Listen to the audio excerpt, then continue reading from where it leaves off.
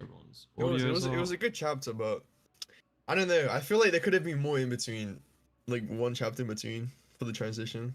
I mean, that's true of pretty much all of it, I think. I mean, yeah. It was a good But like in my chapter. opinion, The that's chapter not on really its a own- that's not really a flaw of the chapter itself. That's just Yeah. like, Yeah, the chapter on its own. I think it's more of the chapter isn't bad, but Sukuna's conclusion as a whole, like there could have been more to it. But the chapter Yeah. itself, it's fine. I mean, it doesn't really mess up anything. I like how Sukuna sticks to his ideals. Like, it's a good chapter. same. Right. Oh shit! I see what you're wearing. Yeah.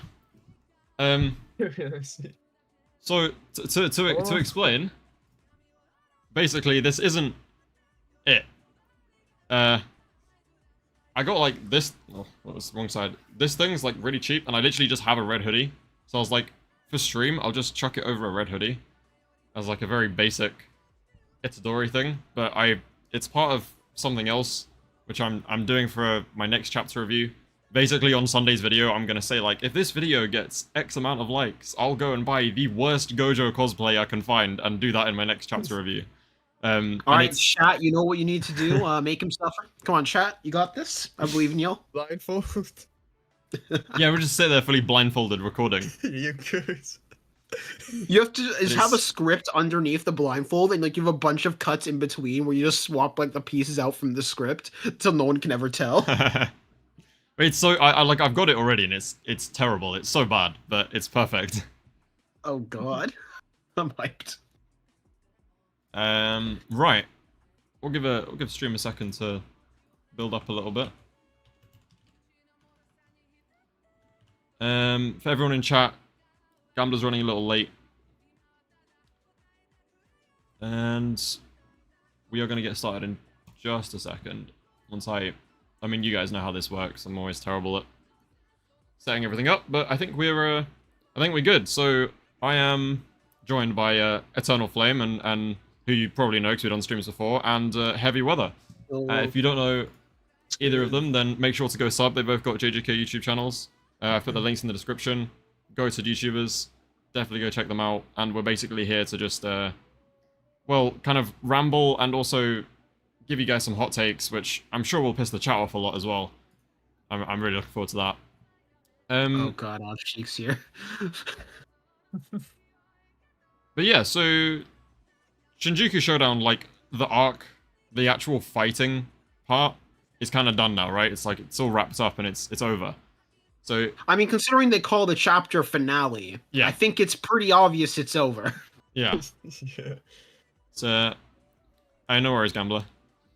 But yeah, so I basically just wanted to kind of look back on the whole arc and figure out, you know, what everyone's thoughts on it are. I want to know kind of what your highlight, like one or two highlights, and then also one or two of your like biggest complaints about the everything like post Gojo fight, because anyone who doesn't think Gojo vs Sukuna is peak is that I don't know, we haven't been reading the same series. So Yeah. I want to know what you guys think. Like, what's your highlights, and what would you change if you could change something? You want to go first, Heavy? Okay, yeah, sure. So I feel like as a whole, the Shinjuku stuff was really good. I think a lot of the reason people hate it is because Gojo and Sukuna, like, it's at such a high bar that, like, even though what followed was good, in comparison it wasn't as good, so it kind of feels a bit like underwhelming. Yeah. But overall, it was pretty good. Like the Higuruma fight was really good, the Yuta stuff was really good, the Maki stuff was really good. But if I could change, I think the placement of the Takaba Kenjaku fight was kind of weird.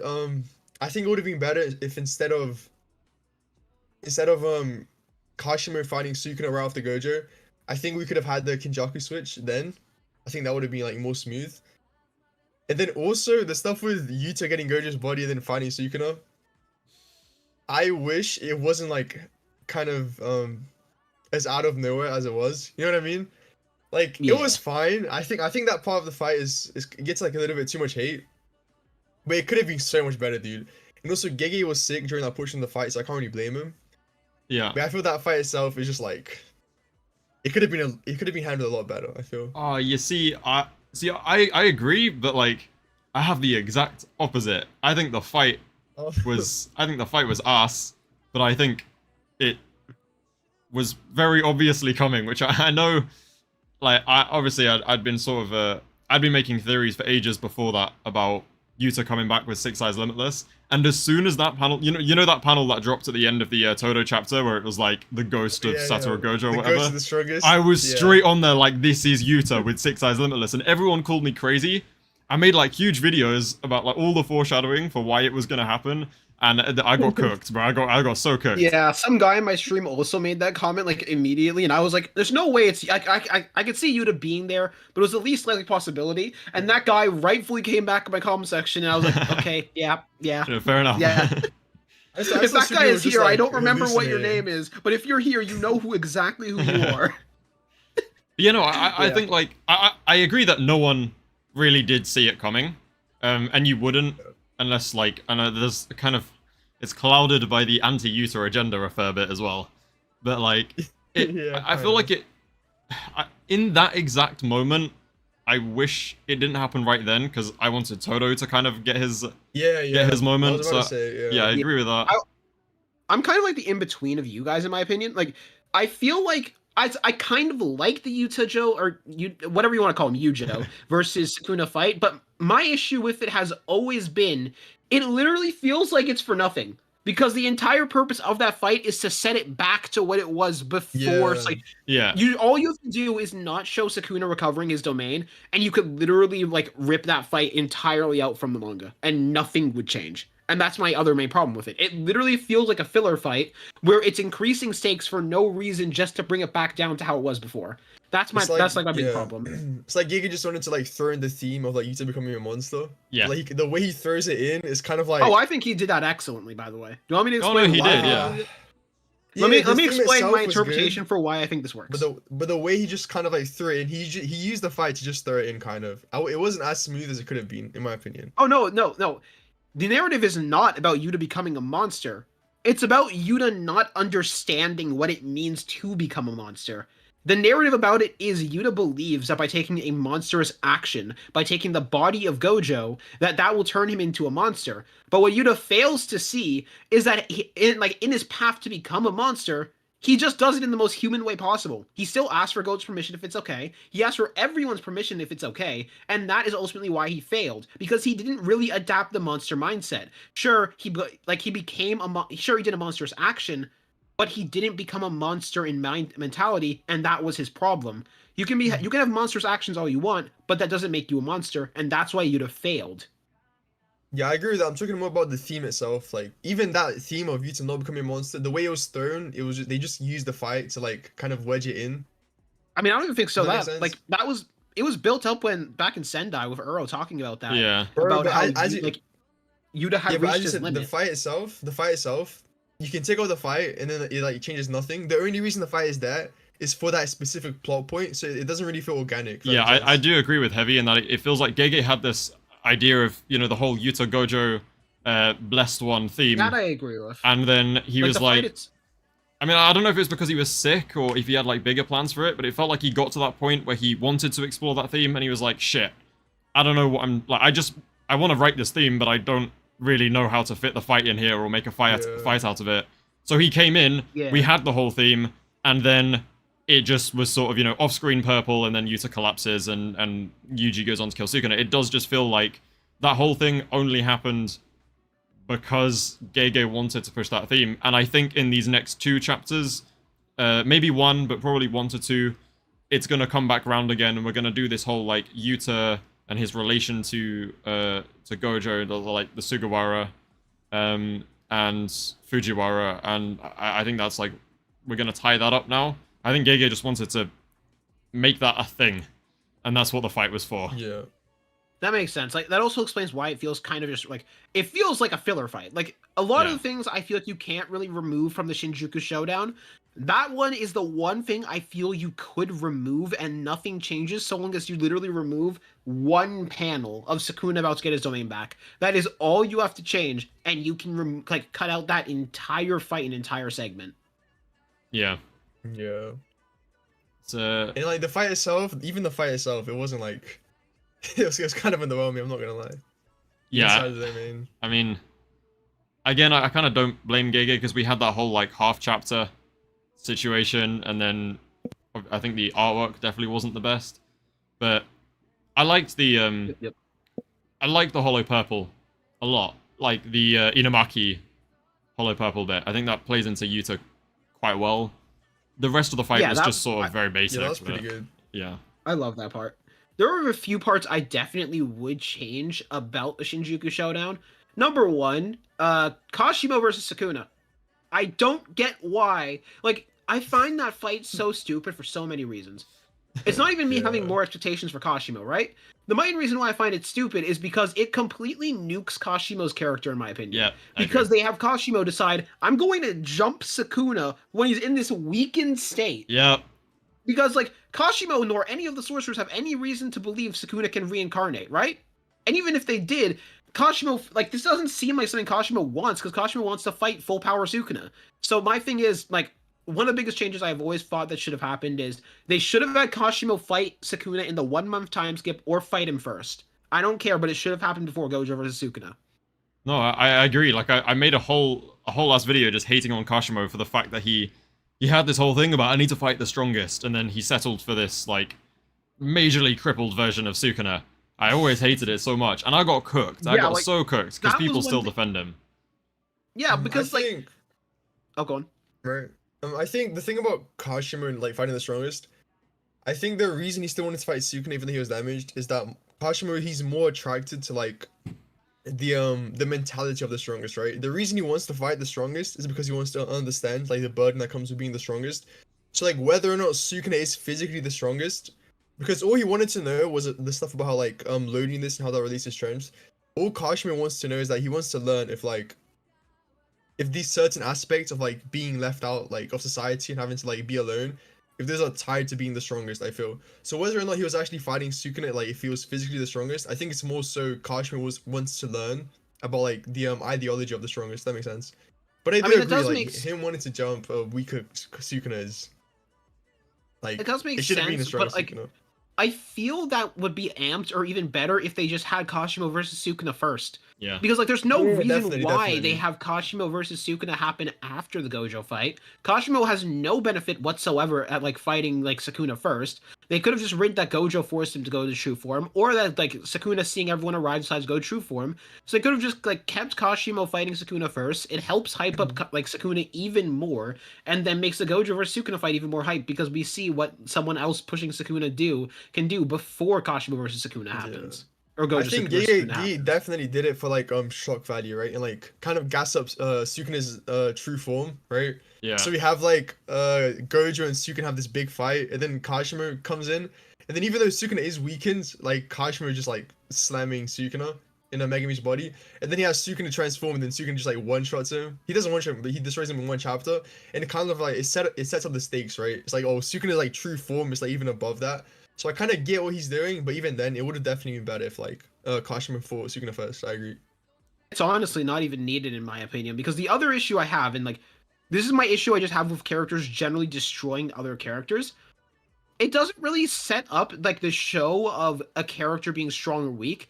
In my opinion, right, like one of the reasons why a lot of people consider Sukuna in Shibuya strong is because of how easily he was toying around with Jogo, right?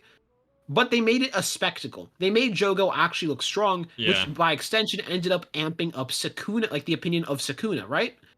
However, that didn't really happen here. Everyone, when it came to Kashimo versus Sukuna, just thought that Kashimo was weak. It didn't help amp up Sukuna. Yeah. I think that's the problem, right? Yeah. Like, that is... I mean, I say this a lot, but that's something that will come down to, like, Mappa's adaptation. I guarantee you Kashimo is going to look so much stronger than he did in the manga. Oh, 100%. Like, that fight is going to be crazy. I'm the biggest Kashimo hater, and I think he's overrated as hell, but I'm dreading the day where everyone comes back into my comment section in, like, 5 years' time, being like, oh, hey, look at Kashimo now. Yeah. Oh, we got Angel with the $10. Thank you very much. And there's no message, though. I mean, that's the first change I think I'd make in mind. What else would I change? Because that's the most obvious one. Angel, thank you, but send over a message if you want, and I'll read it. Sorry, go on, Eternal. Oh yeah. Another change is obvious. Show more of Hakari versus Uraume. Like, that's the most obvious change behind the Kashimo stuff. Yeah. Agreed. Yeah, for sure, definitely. Another Oh, the way change that I Gigi think. did it. Making on. I was just gonna No, reach no, no, out. no. You guys can go. I'll read it in a sec. Go on. You were going to say something else. I Why was gonna Giga say did it that way. yeah.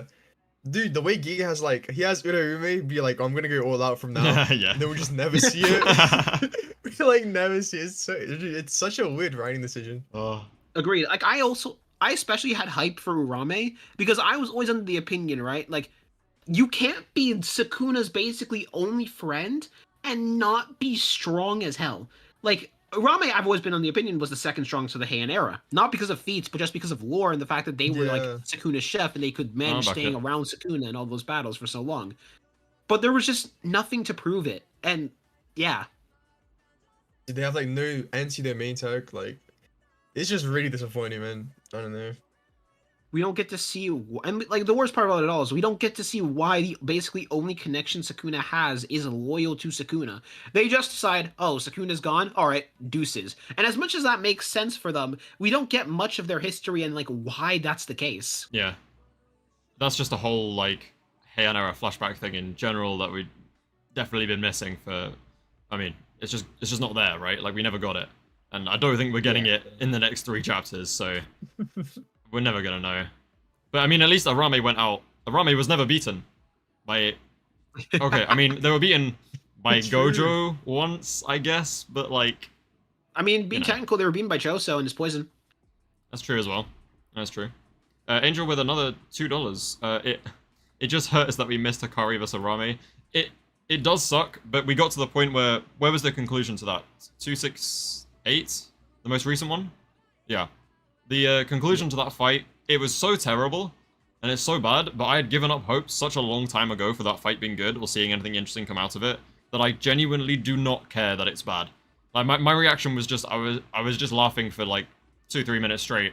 I really don't care, it's just funny to me now. It was such a wasted opportunity, but I gave up on it such a long time ago that, I don't know, it just doesn't matter to me anymore. No, that Fair. conclusion was so funny. Yeah, no, it really was. Yeah. As a Hakari Glazer heavy, Oh my god. I want your honest opinions on Hakari vs Uraume. Just first of all, because like it was a stalemate, it's kind of hard to tell. Obviously, because of how Hakari's technique works and stuff. Like Uraume clearly couldn't beat Hakari, but Hakari obviously couldn't beat Uraume either. So like, where would you? How strong do you actually think Hakari is after the mess that we got from After that fight? I don't think the thing about Uraume is that like they don't really scale to anyone, so it's kind of like to quantify. Right? It's Yeah. hard to quantify how strong they are. So in my opinion, it doesn't really change anything. So he's Well, still it above, depends basically, is on what what- he's saying. It depends on what your Mhm. opinion is on Uraume being able to freeze Maki in 2-1-5.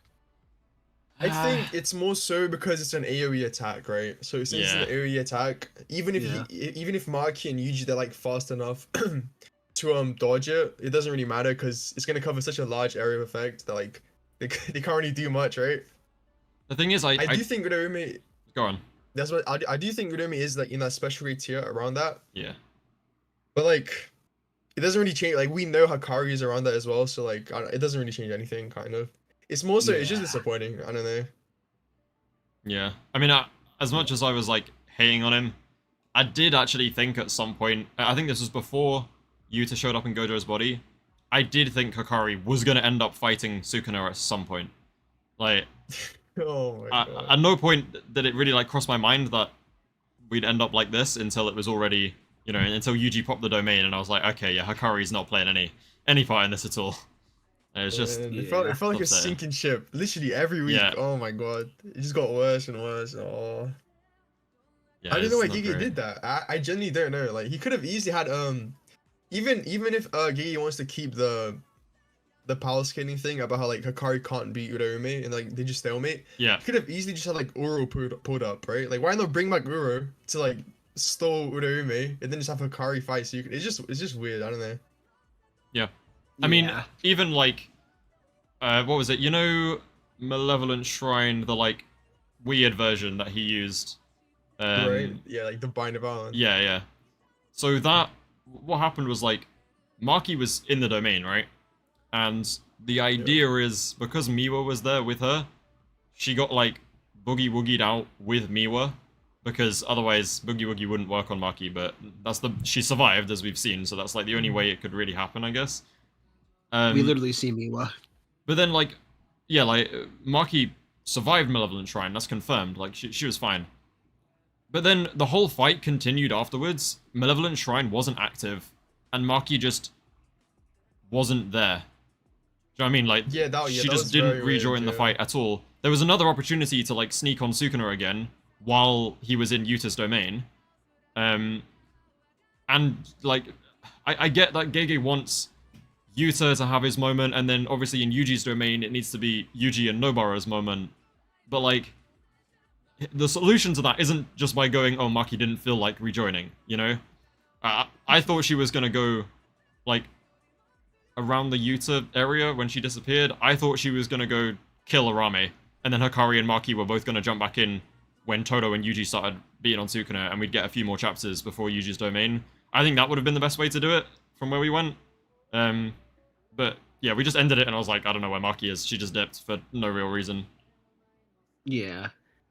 I think it's like, at that point in the fight, because Gege wants to have Yuji beat Sukuna, like, not in the 1v1, because, you know, Nobara joined him, and Megumi joined him, kind of. But, like, it's the closest thing to a 1v1 you can get without getting to a 1v1, right? Yeah. And I feel like if he added Maki and Hakari at that point in the fight, it would have been weird to have Sukuna still, like, defeat them, like, at the state he was in. Like, yeah. in the... Oh, I get you. So while fighting Todo, Yuji, like Angel, Hakari, Maki, at that point, because like Sukuna was so weakened, he kind of like wrote himself into a corner where like he can't really bring them back, or else if he does bring them back, he's gonna have to like give Sukuna an ass pull to like make it a 1v1 against Yuji in the end. Yeah. I'm just gonna read through chat real quick, and then Gotcha. get some new stuff. All right.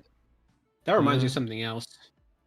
Like, you know the Uraume's entire statement that Sukuna's curse energy output changes in mood depending on who he's fighting, right? Yeah, that was weird. If there's anything I want to remove from JJK, it's that stupid statement. Yeah, no, I agree. I hate it with a passion.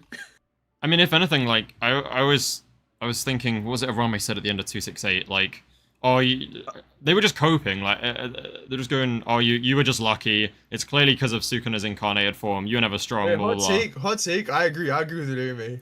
No, but like, yeah, it's kind of right, because if it was just Sukuna, then they would have lost. But yeah, like, here's the reason why I don't agree with that, with Uraume's statement. If it was just Sukuna, they would have spent the month preparing entirely different. Like, I mean, yeah, I guess it's like weird because what would they have like prepared? Because the most they can prepare is just like kind of amp their stats like slightly. Like the thing about the reincarnated Sukuna is like he has a big hole, right? And that's kind of like the only thing they can train, which is the soul stuff. I mean, number one, Sukuna also wouldn't have the world's cutting slash or 10 shadows if it was original Sukuna. We could talk about. I feel like if it's original Sukuna, he just he would have beaten Gojo before getting the brain damage, and he just has domain expansion. I see. And he just kills everyone. That's a Gojo versus Sukuna debate. That's an interesting one. We'll get to that in a second. But yeah, let's put that one on hold for a minute. I'm not saying I disagree. I have some interesting things to say about it. Anyway, the worst part of Shinjuku was the lackluster character writing. That could not be more inaccurate, I think. Like, Yuta, Yuji, even, like, Kusakabe, and, you know, I feel like all these characters, Ino, they got their moments. The whole monster thing was amazing. Yuji's, like, kind of determination and getting up over and over, and then him in his domain. Who else have we had? I don't really care for Kashimo, you know that already. Higuruma, like, I feel like the character writing was really damn good throughout Shinjuku. I don't know. Do you guys disagree? Holding out hope Higuruma's not dead. Yeah, the writing was good. Praying that Gege lets someone else do a JJK like prequel sequel. What do you guys think about that? I'm guessing everyone's on board with a JJK sequel. Yeah, I need my my Hakari light novels. I'm on board with both. I need the Hakari light novels, man. Yeah, I don't know about that one. I recently a while back made a video talking about like 5 ideas. Not a while back, like a day ago, made a video talking about 5 ideas for a JJK prequel, and I ultimately came to the idea that the best idea for a JJK prequel is just a story focused on Kenjaku. One sec. There we go. Because everything you could want comes from that. Yeah, because we could get like a Heian flashback, we could get like an Edo flashback. Yeah. Lead up to like the modern era kind of coming through. Yeah, I mean, Yeah. I don't know how we'd fit. I guess like if we did a sequel based around like this is what I was saying recently is I really want the merger to be left completely open-ended at this point because I don't think it can get wrapped up that well in only 3 chapters, and if it's left open-ended, then there's hope. You know, there's hope for a kind of merger Kenjaku-based sequel. Whereas, and then in that as well, you can, because it's Kenjaku, you can then do full Heian era flashback. If that is a thing, like if JJK gets that, where you have a sequel where you fully explore the Kenjaku plot and then you get flashbacks and stuff, it would make the original Jujutsu Kaisen so much better. Because a massive part of the problem is what's missing. Like, yeah, exactly. Yeah. Jaded said, Uraume statement about them only winning because Sukuna is incarnated makes sense. The method for ending his incarnations doesn't work with the alive form. See, Jaded, I agree, but it is kind of like, it really does all come down to how you think Gojo versus Sukuna goes if Gojo is fighting, like, Heian Sukuna without 10 Shadows. Because if Gojo can, like, if he does just straight up lose and die, then fine. But if he gets, like, in that weakened state again, I think if they were going for the kill after the Gojo fight, if they were going for the kill and didn't give a shit about Megumi or like any of that stuff, obviously Yuji like weakening his output with his punches does play a big role in it, I guess, but I feel like they would have just killed Sukuna in the Yuta and Yuji versus Sukuna fight if they wanted to kill him. Like if it was just going for the kill, he would have died. But it does obviously change because then you have the whole output dropping thing. I don't know, it's weird. I feel like there are too many possible outcomes to really say how it would go down, but Sukuna's odds would be much, much better. You also have to question if they would do the exact same preparation, because a lot of their plans centered more so around actually trying to like save Megumi rather than killing Sukuna. And there'd be a lot more open blows like that are like open possibilities they could take if they were going for the kill, in my opinion. No, that's not what Uraume means. Uraume's not saying if it's Heian Sukuna, it's about just being an incarnated sorcerer. No, I get that, but when I say Heian, I mean like true form. Because he wouldn't be in a body that isn't his own if he's not incarnated. Do you get what I mean? Mm-hmm. I think that's what you're saying, at least. Allons-Y, Kusakabe and Ino weren't as important as any of those characters. I'll concede on Higuruma, though, he was well written. Yeah, but they don't have to be important to be well written. Like, for the level of importance that they had in the story, I think Kusakabe and Ino were given a role, and I think they were given, like, as much good writing as you can for a character that ultimately doesn't really matter that much. And I like those kind of things, when, like, little, you know, side characters have their moment, and it's not just, you know, slash, strong punch, oh, I did something cool.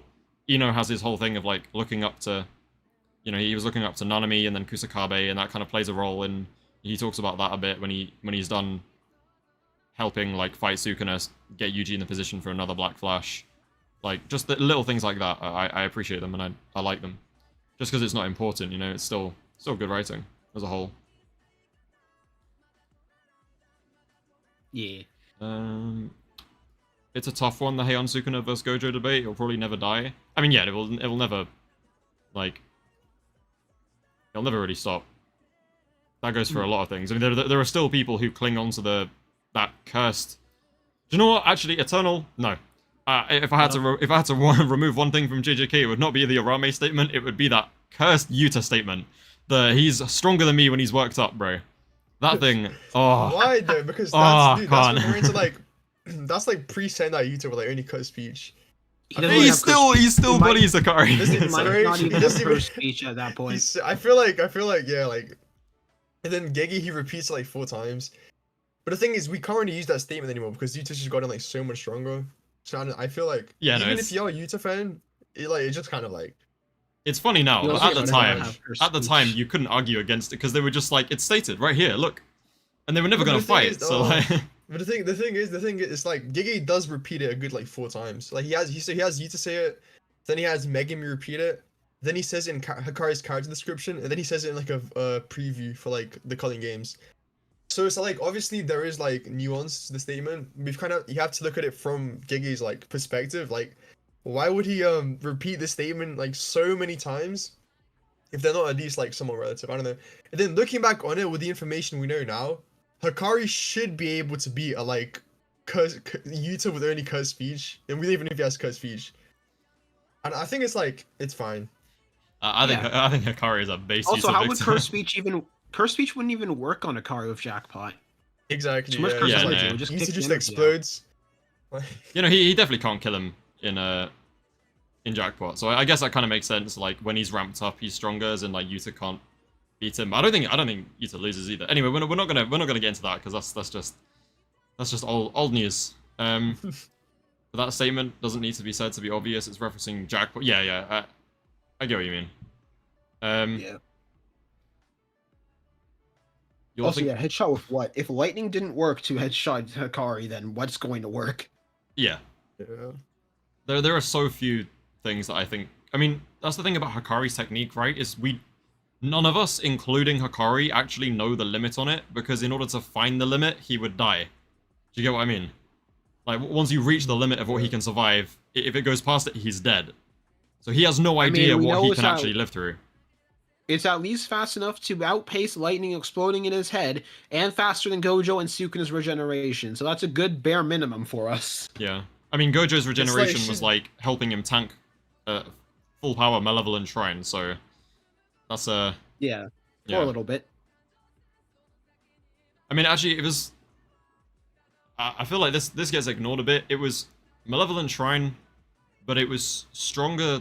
It should have been, by the logic of how he broke the barrier, it should have been stronger than a normal Malevolent Shrine because he said in order to increase output, he reduced the range to cover only Gojo's barrier. And the range of the first shrine was so small compared to like what he can expand it to in order to increase output. So he was tanking a higher output Malevolent Shrine. Obviously, Gojo's like durability, Hakari's not really got any durability feats, I don't think. Bro got sliced up by Charles in like base. Gojo's durability is obviously really high up there. He's got RCT, just sort of built different. And like, he was tanking that shit. So I think Hakari can survive a lot. Low-key, like what durability feats does Gojo have? Because I was thinking about this the other day with like Restless Gambler. Gojo doesn't really have like that many impressive ones. He gets like cooked by Maharaga. Like when Maharaga slashes him, he like gets cut up. To be fair, that's a Maharaga. To be fair, that's a Maharaga Yeah. adapted to him and off guard. I'm not saying it's an anti-feat, I'm just saying how like he doesn't really have anything that puts him like that high durability wise. So he gets, because every time we see him take a hit from like a strong character, he takes quite a lot of damage. Like he takes the damage from Sukuna's piercing blood. Like what does he actually like straight up tank? Hold on, wait, one sec, I just want to read this out. Angel with another $5. Huge, thank you very much. Hakari's whole point is to be unkillable and meant to make people tuck her out. So you just, wait. He just outlasts you and is luckier. Yeah, no, I get that, but the thing is, that's true for like a lot of characters, but there are some that will just, like, people, I did a stream the other day, ranking Eternal, you were in the chat, the finger scaling stream, talking about Hakari a bit, and everyone just likes to bring up this thing called Auto Jackpot Hakari, or Infinite Jackpot Hakari. Brother, this thing does not exist. There are many characters who will just murk him, like, in between jackpots. In a jackpot, I think there are very few. I don't think Sukuna can kill him when he's in jackpot. I don't think he's capable of that. I think there are so many characters that will kill him in between jackpots. So like during his inside his domain, because his activation thing is like it's fast enough to where we don't know if anyone can react to it, right? Like Kashimo, who scales to Jackpot Hakari and just scales to special grades, he can't react to it at all. So I don't think anyone's gonna be able to kill him when he's in base. They'd have to kill him like when he's inside his domain. And Hakari inside his domain, he's able to like survive against Uraume, who we know is like a specialty level character. Like Uraume is fast enough to keep up with Jackpot Hakari, and Hakari is able to survive against him in base. And he also has like his like rerolls. So I feel like you can't kill Hakari outside of his domain because his activation is fast enough to where you just get blitzed. And then you also can't kill him inside his domain because, well, we've seen him surviving special grade characters inside of domain. And then he also has stuff in place to not die inside his domain. So I feel like, obviously, Infinite Jackpot Hakari isn't a thing, but he kind of has these things set up to where he just always, like, keep hitting Jackpot. Yeah, I mean, I get, this is why I kind of mentioned this recently as well, like, I do like the idea that part of Hakari's thing is just plot armor that makes sense. Like, you know the argument for, oh, he only beat base Kashimo because he was by the water? Because, oh my god, yeah. Like, I like to, it's kind of headcanon, but I like to think that he was by the water because being lucky is just part of Hakari. Like, you can't discredit him for it because he just ends up in the right scenario to, like, survive and win the fight just through, like, and he's an absolute donut as well. Like, he's such an idiot that I wouldn't be surprised if he doesn't understand the extent of his own technique, and luck is just so much more involved than things. Like, he could just be lucky. When it comes to, like, how do you figure out you have skill, luck manipulation, to be fair? Yeah, exactly. Like, you wouldn't know. But when it comes to, like, a combat perspective, he is pretty smart, I think. Yeah, from, like, battle IQ kind of perspective, yeah. Yeah. But in terms of just having a brain, no. Yeah. I think he's pretty smart. Like, he has his, like, entire business. He made, like, 18, 19 years old, right? The whole Fight Club stuff. Like, he has some pretty good, like, intelligence feats. But from, like, the school stuff, because we had, like, the, what was it again? It was, like, the Jujutsu, like, exam results. Yeah, it was, like, last phase or something. Yeah. It's not good luck. Jada said, one of my most underrated videos is my theory on Hakari landing jackpots because of his mentality. Yeah, no, I agree, and this is why I don't like... Okay, I do like Hakari, but this is what I hate about Hakari, is that that's such a cool concept. Like, he has so many things that could be so cool, just the fact that, like, he is lucky, and it's all about mindset, and there's so many things that go into it, but Gege just didn't write it. And this is why it frustrates me, because it's such wasted potential. Yeah. Hakari had... This was something I also struggled with, because I made a full potential video for every single Jujutsu High student on Tokyo High, right? Yeah. I wanted to amp Hakari so much, but I was like, there's not much we know about his technique that I can do for him. I wanted to help him, but we don't have that much about him. And there is so much. There is so much Gege could have done. It's like, even with the stuff we already knew, like, what if he could, like, use his infinite curse energy to, like, amp his train doors? Like, make him, like, extremely lethal. Or just, like, take someone's head off with a strong train door. With a train door, yeah, like, put infinite curse energy into a train door. Or, like, we could have gotten more to do with his, seed trait, right? Yeah. It's just weird why Gege chose to, like, not expand on it. Him and Uraume, that whole, like, little, like, side plot, like, it's just weird. I don't know. It's really strange. I think, like, that's kind of the thing with the Yuta statement, like, saying Hakari's stronger and stuff. I think, genuinely, Gege just had different plans for Hakari. Like, at the time, I feel like he just was genuinely going to be what everyone thought he would be, and then, you know, as Gege went on, it kind of, you know, we started to get a bit more, you know... I mean, every character Gege has a role. Yeah. Every character Gege makes has a role. They just usually don't go, like, far beyond that role he makes for them. They just have to execute that role. Yeah, but I feel like his role was set up to be bigger than it was. Yeah. And then even right before the Sukuna fight, like, the statement about him being, like, one of the 3 heavy hitters. And then we have Yuta, like, Yuta and Maki have all these contributions to the fight. Like, they fight Sukuna multiple times, and then Hakari just doesn't. It feels like he got, like, halfway through the Uraume fight, and he just got, like, got bored. I don't know. Like, why would you do that? Like, what's the point of having the statement about Hakari jumping Sukuna after the fight? Just, oh my god, I don't know, man. I just want to read something out from chat real quick, because this is... I get it so much, it pisses me off. Kratos said, I don't know where you get the idea that Gojo was hit by a small range shrine. The first clash was normal range, and then after getting hit by red, and then, wait. and then he shrinks it after getting hit by red. What? Okay, I don't know what you meant by that, but second was 140 meters, and then didn't get hit by I don't basketball know where range you're reading effect. shrink. You never So- said shrink. I assume that's what you meant. The initial one. But yeah, is the really first tiny. one, the first one is, because I get this a lot whenever I've spoken about it. People go, the first clash was normal. It was just a normal shrine. I'll pull up a panel, but like, it's not. It says explicitly that he reduced his range to cover only Gojo's barrier, and it also says, well, no, it also just shows like when Gojo That's leaves what it it is. after healing, it's like a tiny crater. Yep. And then right afterwards, when Gojo opens domain again, it's like Sukuna expanded his domain's range. Yeah, So it's, like, exactly. Yeah. pretty clear that. The initial one, Sukuna just made it so it was like slightly over Gojo's barrier. Yeah. So he just destroyed it from the outside. And I'm pretty sure Gojo's barrier is not anywhere near 100 meters in diameter. Let me, Not yet. let me Not find until he this. forcefully expands it. That's true. I still have no clue why he did that. No idea. He was, He probably, was like, trying to make his like, domain cover the basically range. bigger than Shrine, or like more than Shrine. And he just gave up on Yeah, it. but then he realized, started cracking. He said, "Oh shit, let me just Okay, let me fair. switch it up." No, it's just Sukuna. He couldn't make it bigger because it was too just big in general. So it was like, Yeah. all right. And also, another it was plan. like it started collapsing on itself. It Like, would have the been domain was too already weak, I think. cracking. Yeah. Yeah, like Yeah. we see the domain crack before he even like reaches the max size. Yeah. Why have I lost this now? Hmm. Hell? What you looking for? I was looking for that. Oh wait, it's fine. I found it. Gotcha.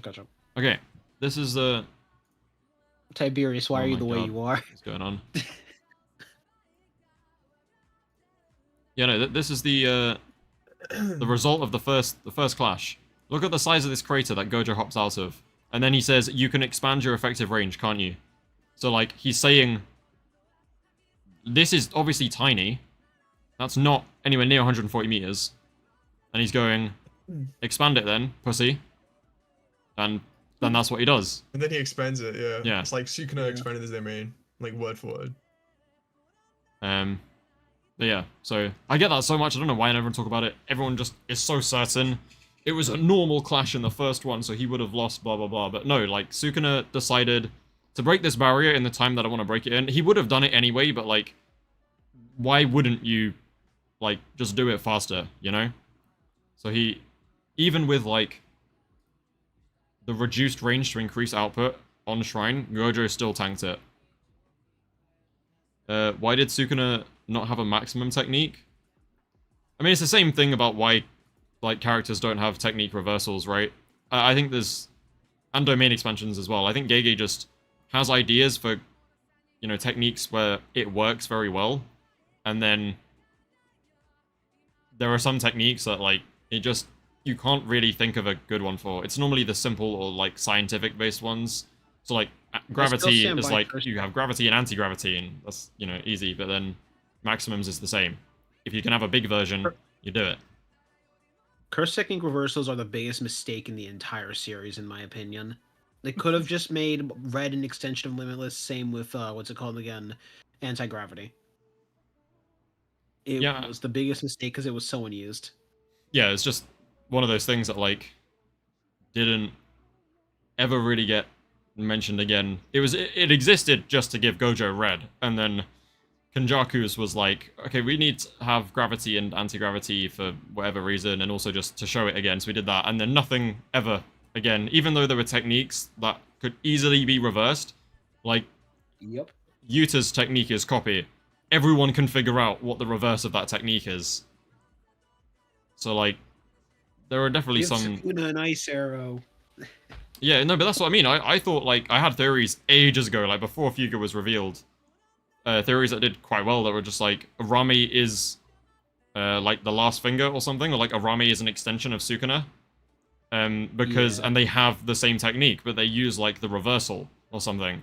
Like, it's just an extension of Shrine, which is all cooking related. This was before we got any information on this kind of stuff, so it made a lot more sense at the time. Now it just sounds dumb. But, you know, Yep. those kind of things are so easy to reverse. Fire, ice, ice, fire, gravity, anti-gravity, copy, paste, you know? Yeah.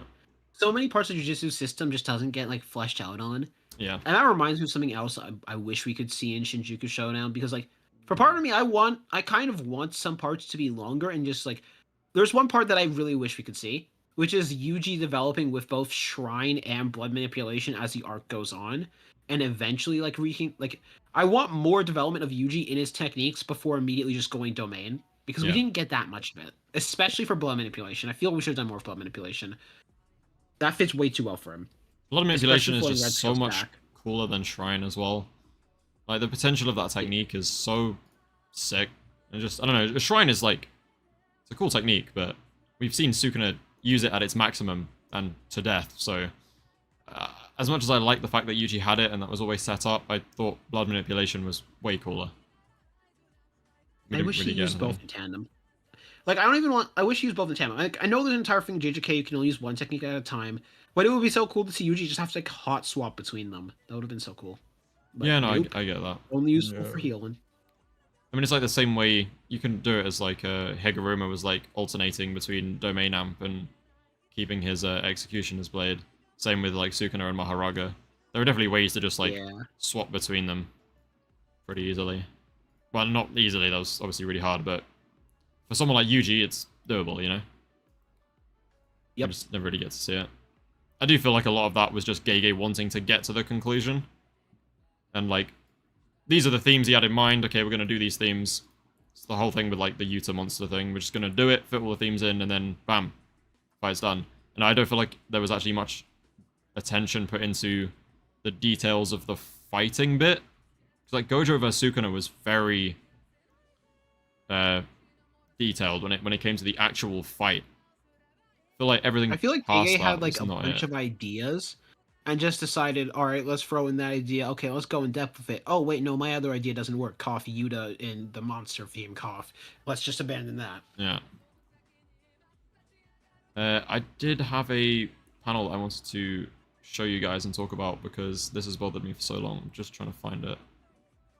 It's about domains and something Kenjaku says when... yeah, here we go. One sec. Have you guys got the stream up, or should I just send it in Discord? I got the I've stream got the up. You stream can up. send it in Discord. I'll do both. That's fine. Gotcha. There we go. Okay. So this thing has always annoyed me. And it's one of my biggest problems with... It kind of summarizes my problem with the Jujutsu Kaisen power system as a whole. This. Because it doesn't... It doesn't... Like, it's just wrong. He's just wrong. I don't know, like... it's just not right. I think it's. I don't think there's anything wrong with it. What's wrong with it? So... Because in this case, in this context, he's talking about like bypassing defensive curse techniques, right? Not like every curse technique in this context. It's kind of like how like sometimes the wording used for domain expansion makes people think that in a domain expansion, like your curse, you can't use your CT. I remember a lot of people thought that, like how when you're inside a domain expansion, you can't use your CT. But no, what we're referring to is specifically defensive curse techniques, right? So in this case, it'd be like the simple domain thing would be like if you're Mahito inside Kusakabe simple domain, like Kusakabe's gonna be able to hit you. Yep.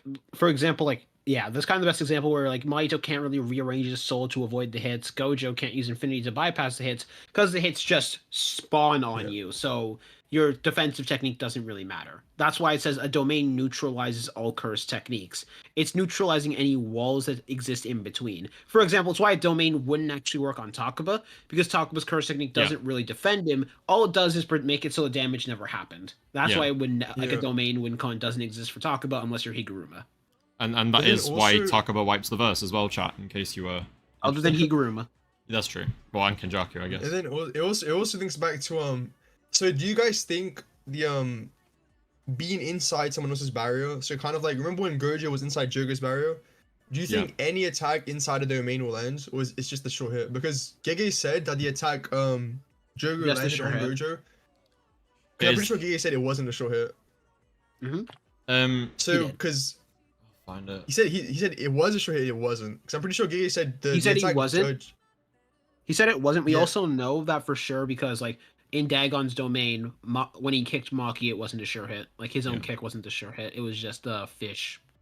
Yeah, so the way it makes it seem is like you might be able to get through a defensive curse technique just by deploying your barrier, right? Because the way the wording for the Gojo stuff is that like just by being inside Jogo's domain, Gojo could be damaged. But that's kind of like it's really contentious. Yeah, it's But it might It's also be that just the- shown to be wrong because Gojo blocks the attack with Infinity that's coming at him. Do we know if he blocks it or is that just because Yeah, or at least the anime his show- hands? no, it's really 'Cause weird. with the manga, I'm trying to he find just it. kind of hits it, and then you can see the steam coming out of his hand. But he which kinda makes it seem says that, like, he says something I kind of that is just like really confusing. I'm nearly at the chapter now. I kind of take the anime as somewhat more canon than the manga, mainly because Yeah. Gege directly works with the anime, and like the anime is just the realized version of the manga. Like I know for some like shows you don't do that. For JJK, in my opinion, you should. Yeah.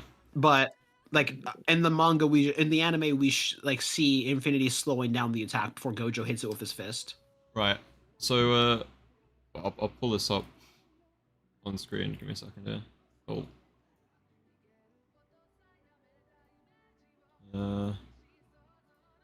Okay, so what it says is there, you should be able to see that. Yeah, no, it says your Infinity, if we're here in my potent domain, my Jujutsu will reach you now, which is kind of like strange because from my and then understanding, what he says right after is that like if they're inside his domain, it's really weird, like because it kind of in this part of the fight it makes it seem that like just by being inside someone's domain, like Gojo's Infinity's turned off. Hear me out. It's- Hear me it's out. weird. yeah, go on. It might be that Jogo is just stupid. I mean, yeah, that's a possibility, but I feel like this was Gege writing it to like this is to introduce domains to the people reading, and it's like I feel like it would be a big blunder to have Gege give us deliberately misled And he has information when Gojo he's say trying as to well. explain He has the Gojo power say as system. well, right? Because Yeah. Gojo says like if you use a curse any inside a domain, it will hit. So Yeah. it's like Yeah. and It's then very It might be. strange. back It to might this. be a retcon. Oh wait, someone in chat said also Gege literally said he made a mistake with simple domain on editor's note. Yeah, To be he fair, this wasn't related to this. It was related to the Kusakabe statement. yeah. And if he did make a mistake with this, it shows that he would have said it, if that makes sense. So he made a mistake with Kusakabe, the simple domain, then he went to correct it. But with this, he never corrected it, which kind of implies that like it's still in effect. And also this links back to the symbol domain thing, right? Because if the only thing that turns off your defensive curse technique is the domain itself, then it makes sense why being inside someone's simple domain would neutralize your defensive CT. Because like it's just the barrier itself. Like the barrier is what's turning it off. Yeah. But it's pretty contentious. It's weird. It probably is like I think because like Gege said specifically that the attack they used on Jogo or Gojo wasn't the sure hit. That I think it was his way of basically explaining that's why the attack didn't land on Gojo. See, Not all techniques bypass him. I think Gege is right for that, but I don't think that's what Gege wrote in the chapter. Like Gege said that after, which makes sense. Oh yeah, that's I know. But What I'm saying is Gege basically retconned this scene. yeah, I think him saying it wasn't a short hit is just him being like, yo, like that little like that wasn't Jagger short. It's just more of like a side information thing. And also in the Don't even anime, get me started you on the could amount of retcons that happen in JJK, like Cleave and Dismantle. I have opinions on that. adjusting to durability and stuff. Oh my god. No, it's Dismantle that I have opinions on, not Cleave. Cleave makes sense. people massively misunderstood the dismantle Cleave. thing because it said Oh something yeah, like 100%. so dismantle is meant to be Sukuna uses it like the idea of dismantle because like cleave you make contact and it like can adjustable output and whatever. Dismantle has like always kind of been interpreted as a set output that can be amped, but like some sort of basic set output, right? And he uses it like in the domain of Malevolent Shrine. Dismantle like flies around and like slices everything, yeah. Yep. And it slices things without cursed energy. That does. Here's how I interpret like Dismantle and Cleave. Does it? No, but it like yeah. people interpret it as it slices things without using cursed energy. But what it means is it can slice things that don't have cursed energy, like a building. Really, Oh, people interpret it think. that Wait, way? I don't think. Do they? But people No, they do. interpreted people interpreted it as, because I've got so many comments like this before. Dismantle doesn't actually use cursed energy, which is the dumbest thing I've ever heard. Oh. Because Dismantle obviously yeah, uses cursed energy. It just target. It can just target like objects that don't have cursed energy. Like Yeah, exactly. objects. Yeah. It obviously We takes cursed also energy. see Cleave work on objects because Cleave spider web exists. But here's basically what like my problem is: people try and say all dismantles are the same strength and doesn't get affected by output at all, which is so stupid. Isn't it like stated by Maki? I mean, we've Like, just seen different she's strength like his Oh, output. dismantles anyway. It's Even more increasing. important. Let me say tell something even more important. Sukuna himself says it in 214 after Yuji survives a wave of dismantles. He's like, "Oh, why this brat can't be that sturdy." Oh wait, Yuji Megumi is suppressing my output to 10%. Yeah. He And then himself Yuta says it. inside this is like the most. It's just a normal curse technique. It's obviously affected Yeah. by output. But people try and say all dismantles are the same. Doesn't matter how weak your output is, all dismantles are the same because We of have the so many statements, like even Maki as well. Like after she gets hit by the Black Flash and Sukuna uses Dismantle on her, she's like, "Oh, his output, the output of his slash is increasing." Yeah. So it's like, yeah. Yep. I mean, it's Here's the same. basically how I interpret like dismantle and cleave. Yeah, go on. The way I interpret it is when Sukuna launches out Dismantle, Dismantle doesn't change output from what Sukuna changed it to or set it to. However, Cleave, once it lands on an opponent, after that it can change output. That way the statement stays consistent. It's just Cleave can adjust itself on an opponent, but Dismantle always remains the same from what Sukuna launched it out at. Yeah, I think the output of a dismantle is limited compared to cleave, as in like. Yep. Because if you look at the Ryu thing, right? He threw the dismantles. It was like, oh shit, that didn't kill you, and then he like, well, at least it looks like there's still some debate on this, but to me it clearly looks like he blitzed him and like touched his face and cleaved his face instead of just like throwing a higher output. He definitely did know. because in the Yuta fight, like Sukuna says Yeah, to himself, yeah, like, exactly. he's like, "Damn, I have to make contact." Yeah. So Yep. I think He's like, dismantle is like the output can change, but I think there's a limit on how high you can make it compared to how high you can push it with cleave. Yep, I agree with that 100%. Yeah. It's just so long as y'all agree that Dismantle is not always the same, I'm happy. Yeah. Yeah. I mean, if it was, then like, if it was just a set output, then surely, like, I don't think one finger Sukuna has the same strength dismantles as like 20 finger Sukuna. Yep. Do you get what I mean? Also, a lot of characters will be dead. Yeah, that's true. No, yeah. I mean, because even Yuji and Yuta say, right, in the domain, they're like, if Sukuna was at like full strength, then we'd be dead already. But they're able to Dude, Yuta survive. himself, Like, he's like, Yuta himself, he's like, remember when Sukuna started slashing him, and Yuta was like, "Oh, his slashes are weakening. Like, I have no reason. Yeah. Like, I don't have to be afraid to get close." So, Yeah. so it's like, they're obviously weakened. yeah, exactly. And there's also a that thing about adjusting to durability with cleave definitely has a limit, because Yeah. like the weaker he gets, like both Yuji and Yuta during that fight tanked a contact cleave to the face. The same attack that killed Oh, yeah. Ryu, they both tanked one. They never tanked a contact cleave. They just No, tanked no. several dismantles. No, they Yuji's one wasn't in that fight. It was in 257, but he Yeah, Yuji did. It wasn't in that fight. I know Yuji tanked one to the gut and then he healed it off. But they no, never like tanked, they I'm contact pretty cleave. certain they just like Doesn't Maki tank one as well? because Yeah, Maki tanked one. well, because like But Yuta Yuta never says no, but Yuta says I can get close now after he tanks one to the face, and he's like I can get close because he survives. He's like durable enough. Well, no, he's durable enough, and Sukuna's weak enough Those are now dismantles. to survive cleave. I mean, it's iffy. I'm trying to find the panel. 251. I My already thing's found not it. loading. I have is no it reason to be 251? afraid to get close. Yeah. It's, if you look at this, might be me just headcanoning here. Because what he Uh, specifically says, yeah, his no. slashes are weakening. I can close the distance without fear. Look here. I don't know. Wait, the stream's probably got a delay. You'll see it in a sec. Can you see the panel on the stream?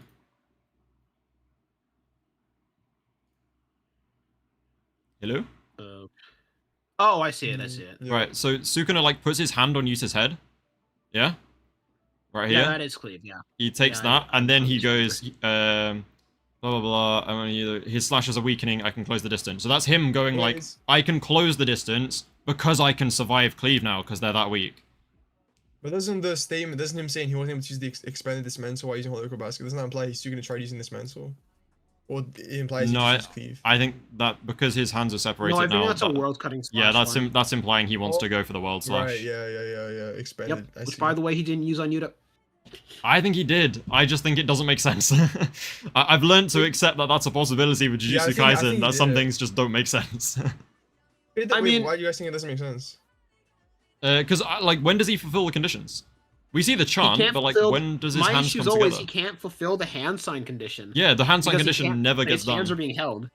So I just take it as like Sukuna launched a full chant amp dismantle, and that's why Yu was able to survive, not a world cutting slash. I've changed Maybe. Because between, Sukuna's- like, look, he's actually missing a hand. That doesn't get healed. Yeah, that's why I say that he can't do it. We would have seen him make the hand sign, and yeah. Like, missing How a many hand. hands This are- hand isn't it gets just like the this two hand hands? gets Isn't it just deleted two as well. hands? Look. Yeah, but The hand Rika's sign holding for this his one. domain. This one held. This The one hand gets sign for his domain requires obliterated. 2 hands. No, it needs 3 hands, right? Because you need to do the hand sign and point Yeah, it. you need 3. But the thing is, right. the hand sign, the one, Here's the chant. Yuta slams, the one Yuta, I'm not slam, he cuts, he doesn't cut off the hand, he just slices like the middle part of it. Because that hand, it's like, because Sukuna's RCC is slowed down, but if you go to the next chapter, he still has that hand, it's just kind of like messed up. Yeah, but he used his top hand. You can see here from like, no, his top hand. He used his that. Wait, that doesn't even make sense. He used the top, he could have just used so his top left and his bottom right to make the hand. Yeah, but like in this panel, They're being held down, but he's though. been slashed here, right? He's been slashed already, because Sukuna's pointed it and he's been cut. And then like here, you can see it looks like he's just got his arms out of Rika's grasp. Do you get what I mean? I think when Yeah. let me see again.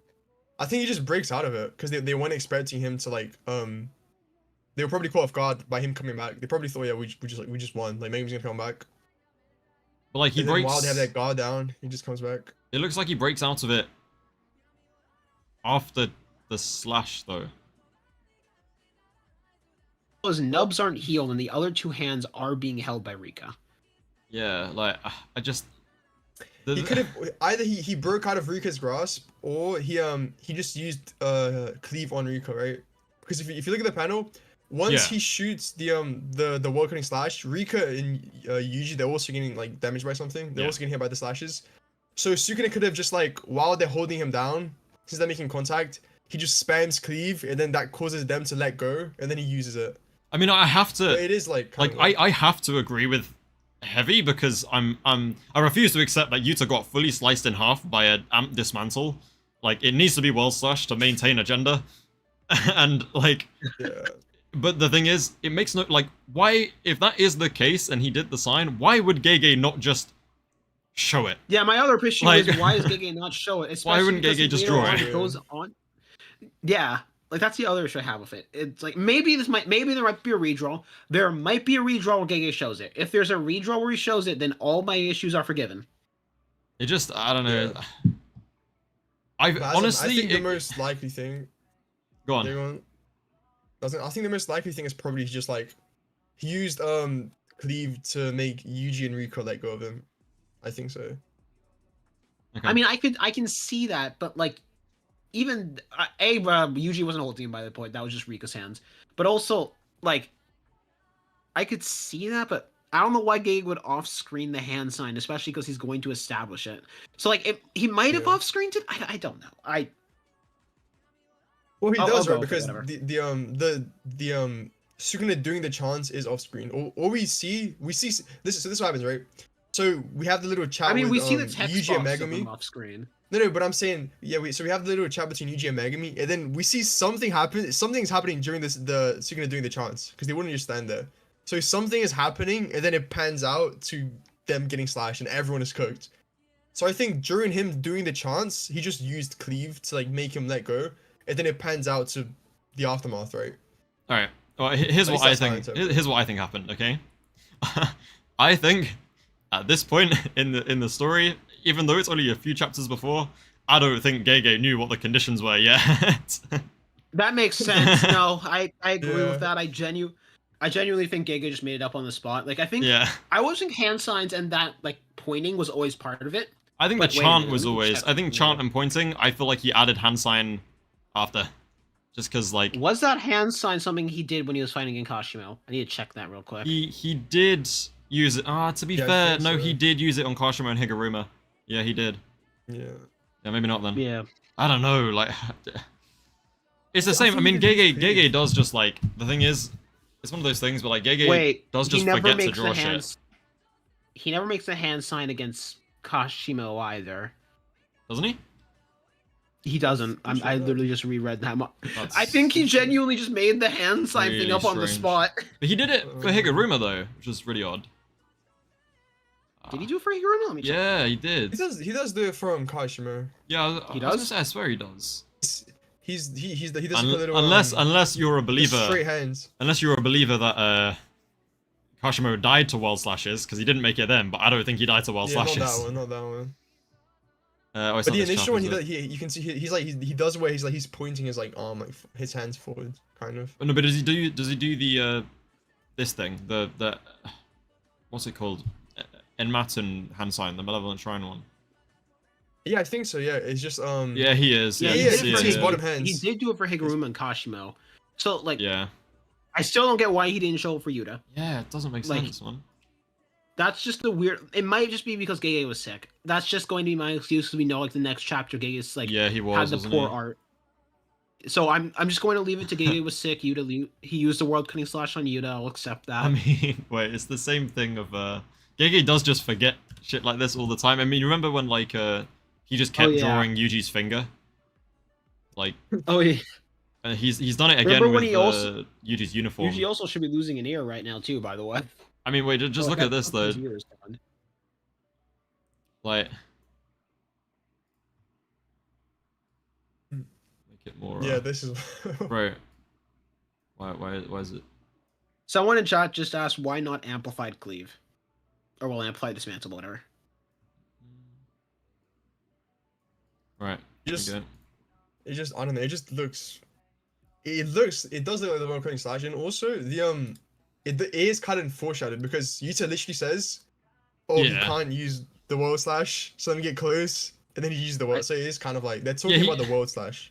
I feel like he kind of foreshadows it happening. Yuta's just gone, like he's just taken a cleave to the face, and he's gone, "Oh, I can get in close now. There's nothing that's gonna like kill me." And then he's like, "Oh, Sukuna makes a desperate gamble." He uses the world slash, and then they use it. So. And if you just got cut in half by an amp dismantle, that would just like why? Yeah. Also, what are you talking about, Alone? It's completely consistent. All clothes in JJK has a healing factor. What do you mean? I mean, you're not wrong. They do. They shouldn't, but they do. Reminder, Gojo's clothes survived Malevolent Shrine. They didn't even heal. They just fully survived it. And yeah, they were healing. They heal faster than Hakari. That's how fast they healed. Like, Gojo took damage from his own purple, but his clothes didn't. Yeah, that's what. Bro, yeah, it blew. Sukuna's like half naked. Yeah. And then Gojo was just fine. I think that's also a little consistent with something with, like I talked about what my explanation for all clothes are imbued with curse energy. There's curse tools. Those clothes are curse tools now. Bro, maybe it's to do with how like didn't it say that was it Maki? One of Maki's like curse tools, some like curse tools, they're just weapons, but when you use enough curse energy, they just become curse tools because like the curse energy just like kind of gets imbued into it. So clothes could be that much, where like Gojo was just training with the clothes, and then eventually his curse energy just got imbued. Does that mean actually he was stronger than him? With those same clothes for like a month, and he just never took it off, so they could all have curse energy. Like that was the prep. It's like he's just making like armor. Like, to All demonstrate that ability. all that aura Sukuna saw when he was charging purple was just like, it's just how bad those clothes stink, man, from wearing them a month straight training. Oh god, poor Utahide. He's getting They'd have seized. to I know. Oh, no wonder Uraume run away. Fucking hell. It all makes sense now. Years of curse energy and cloth. Oh, it's actually That was his prep. honestly, I That's think how he trained. knowing how the I don't know how much like Gege really tunes into the community of Jujutsu Kaisen, but like I feel like he just did not want to draw shirtless Gojo at any point in the series. Oh, 100%. Dude, No, yeah, that's the real definitely, reason. yeah. Don't get me wrong. That's definitely the real reason. But I think it's funnier just to say Gojo's clothing is more durable Yeah, than I mean, most of the verse. Gege made that decision. He was like, okay, I'm not going to give you shirtless Gojo, so Gojo, you're just going to have to accept that his clothes are more durable than he is. Yep. Fine. Is what it is. Because they That's how it survived works. the entire battle. They survived Yeah. Malevolent Shrine. They survived at Unlimited See, Hollow. this Which, is- by the way, the clothes should be even closer to Unlimited Hollow than Gojo was, because they were from behind him, which means the clothes would have gotten hit by even more of Unlimited Hollow than Gojo Exactly, was. dude. Yeah, yeah. They have more durability than adapted Maharaga. Like, that's insane. That is What? crazy, yeah. No, but also like this is a crazy Sukuna upscale, because after seeing all of this, not only did World Slash manage to tear apart his infinity, but it also completely tore apart his shirt as well. Wait, hold on. Oh. Did it tear apart his shirt? I need to go check this. Yeah, I mean he cut him in half, like I mean, he was The like it was a clothes, small the cut at the fabric, waist, The though. was like- fabric it, like- just like nah, it wasn't even the waist. It was Wrapped like it was itself quite around him. high up, I think. What I'm I saying, know. imagine like I think from what we can Wait, say here, wait. right? you can't even Hold see on, Gojo's this isn't skin. even funny. No, I'm Just No, the clothes. no, it's so much worse. Than... No, I'm gonna segue Look at this this into the panel. Look at how- you can't even see Gojo. It's like you can't see anything. they just They That's just so wrap funny. itself around his body. That's so funny. It's like a symbiote. Yeah. Also, I love how that's the only moment where Gojo gets any blood on his clothes. Like, he tanks Malevolent Shrine and not a single ounce of blood goes anywhere near his perfectly white pants, but there... Okay. It makes sense. Oh my god. Makes sense though. I genuinely do hate that there's actual logic to why their clothes are this powerful. Yeah, it's just got constant Gojo cursed energy imbued in it. Yeah. It's basically it's just a curse tool at this point because he has so much good energy. Does that mean And Gojo's you're telling me clothes? Hakari can't do this with infinite cursed energy? Does that mean Come Gojo's on. clothes would eventually awaken the curse technique of Limitless, and just by wearing Gojo's clothes you have Limitless? Engrave it in his... If you get Wee Wee He to swap a might. soul into the clothes. Yeah, what if Yuta, like, he didn't even learn Neutral Infinity, he just has Gojo's clothes on. Yeah. Like when he goes into his body. That's why he was able to survive That's for true. so long. He Exactly. barely knew how to use blue. No, it was just the clothing. It was the That was clothes. It was like he was like controlling it like a mecha. Like, oh my god. Wait, so surely, by this logic, right? If Gojo, like, covered his entire body in these clothes, then he would beat Sukuna if Sukuna didn't have 10 shadows. Because then he can just, like, Pretty much. tank Malevolent uses it to Shrine everything. and beat the shit out of Sukuna. This is it. You know what I This is, just like, realized? the best way for Gojo Bro, to win. This is why Hakari and Jackpot, he always has his clothes off. Because if he had clothes on, they'd be he'd too just strong. be too OP. I Exactly, mean, his yeah. pants. He still has his pants on. His pants are durable enough. Yeah, but there has to be a limit, his surely. like shirt, is always off. Every time Yeah. he goes in Jackpot, Gigi has it, like, he loses his shirt as soon as the fight starts. You know what? Or I'm else he's gonna... So Okay. Hakari's pants are over his shirt in terms of durability. Yeah, That's what we're pants might establishing be, like, here. Yeah. top one. All right. You know what? I'm gonna make the same rule for Todo. You- He's so good with cursed Explosive energy. drape. He has to tear his You shirt can't off put every the time he clothes fights. on without. You can't put the clothes on without 6 eyes. Oh god. But yeah, I think we've been streaming for an hour. Yeah. I haven't heard anything from Restless, unfortunately. Neither have I. But He said he'll be here soon. I think it's like 15 minutes. yeah, no worries. Oh, I just want to get the ball rolling on some hot takes. Specifically, a thing I mentioned the other day about Gojo being stronger than Sukuna, which I refused to elaborate on Twitter, but I do kind of, I've been wanting to speak about it for a while. So, I think we can all agree, right? In pretty much every scenario of Gojo vs Sukuna, Sukuna wins. Like, even if he Mhm. didn't have 10 shadows, and if he didn't have 10 shadows and he was in his, like, true form with 4 arms, there's most scenarios I see, like, Sukuna wins, in, like, what, the 3rd or 4th clash, right? I Agreed? think Yep. even in Megumi's body, if Sukuna just uses their amplification the entire time, he might just win as well. In Megumi's body. Yep. Or Because Yuji's the body reason, especially. so the reason they made her collapsing, Gojo just like building up damage started the main clash. If Sukuna is constantly using their amplification, he just takes like less damage. So Okay. So I agree. I'm not gonna argue with that at all. I think every time they fight, pretty much every time, unless Gojo, like, I don't know, pulls off something crazy or Sukuna just like fumbles, Sukuna Like the Black should win Flash. every time. Sukuna should just Yeah. win. Yep. The reason why I think it's at least like a 50-50 between Gojo and Sukuna, like, in terms of the strongest, I think it's like genuinely a shared number 1, if not Gojo stronger, because you're gonna have to hear me out because it doesn't sound great at the start, but like, out of everybody in Jujutsu Kaisen, right, bar Takaba, there is only Gojo is like the only character I can think of where I can sit down and write out, just like using his kit and his skill, write out like a load of scenarios where Gojo definitely wins that fight. Ignore his Right. character for a second, and ignore the way he fought. I mean, if we're ignoring we Gojo's just- character, that- then yeah, I like, agree with you. kit Yeah, for I kit. think there's a main one with like the teleportation and stuff. Yeah, Like, that's Yeah. like spamming purple. But even then, that's a little bit contentious. no. But I It's was teleportation, like Don't worry, I've got a scenario. But my general point is just that, like, because I can't do this again, bar Takaba, for any other character, like, I can't put full power Yuta against Sukuna and come up with a scenario where Yuta wins. Like, despite how strong Yuta and Yuji and all that are, if it's just a 1v1 against full power Sukuna, I can't do it, you know? They just die. They just lose. Gojo, I think there are lots of scenarios where, just given his kit and his skill, like, there are ways he can win that fight. And B, when it comes to, like, fighting everybody else in the verse, I think Gojo is, just because of Infinity, sure, but, like, they're both impossible, but Gojo is just a harder fight for every other sorcerer than Sukuna is. Like, if Gojo is in that jumping, it's over ages ago.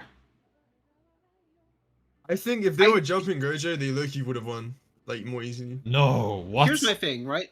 I think because Higuruma takes away Limitless and he's like Miguel level. I mean, you couldn't take. They wouldn't be able to take away Limitless though. Like, I'm sure. Doesn't like Yeah. people? oh, what? It depends. Like, my issue with Gojo is like, you have to take Gojo. I mean, the only chance at really beating Gojo, same with like Sukuna, is them in character, and that's how I rank them. I can't really rank, like, if you were to take Gojo out of character, Sukuna out of character, I would, and you just give me the controller, for example. Yeah. I would probably put like Sukuna above, or not Sukuna above. I put Gojo above Sukuna, obviously. Now, I'm not gonna lie, if we're gonna go with that, I'm also putting Yorozu above both of them, but also, yeah. Wait, Yeah. wait. Oh Elaborate? yeah, because Perfect Gojo and Spear, Sukuna. GG no Re. Yeah, then we saw with Jogo that like Gojo doesn't instantly expand his domain. Yep. Usually. Yeah. So if Gojo Also- if Gojo just like stands there and he's oh what's this? Kind of he did with Jogo, he just dies against. I have Yorozu. talked about this before. If creation is capable of creating something like the perfect sphere, there are stupid things creation is capable of. One of my friends made me realize this, right? Yeah. If creation can make a perfect sphere, creation can time travel. Because they're both on similar levels of impossible concepts.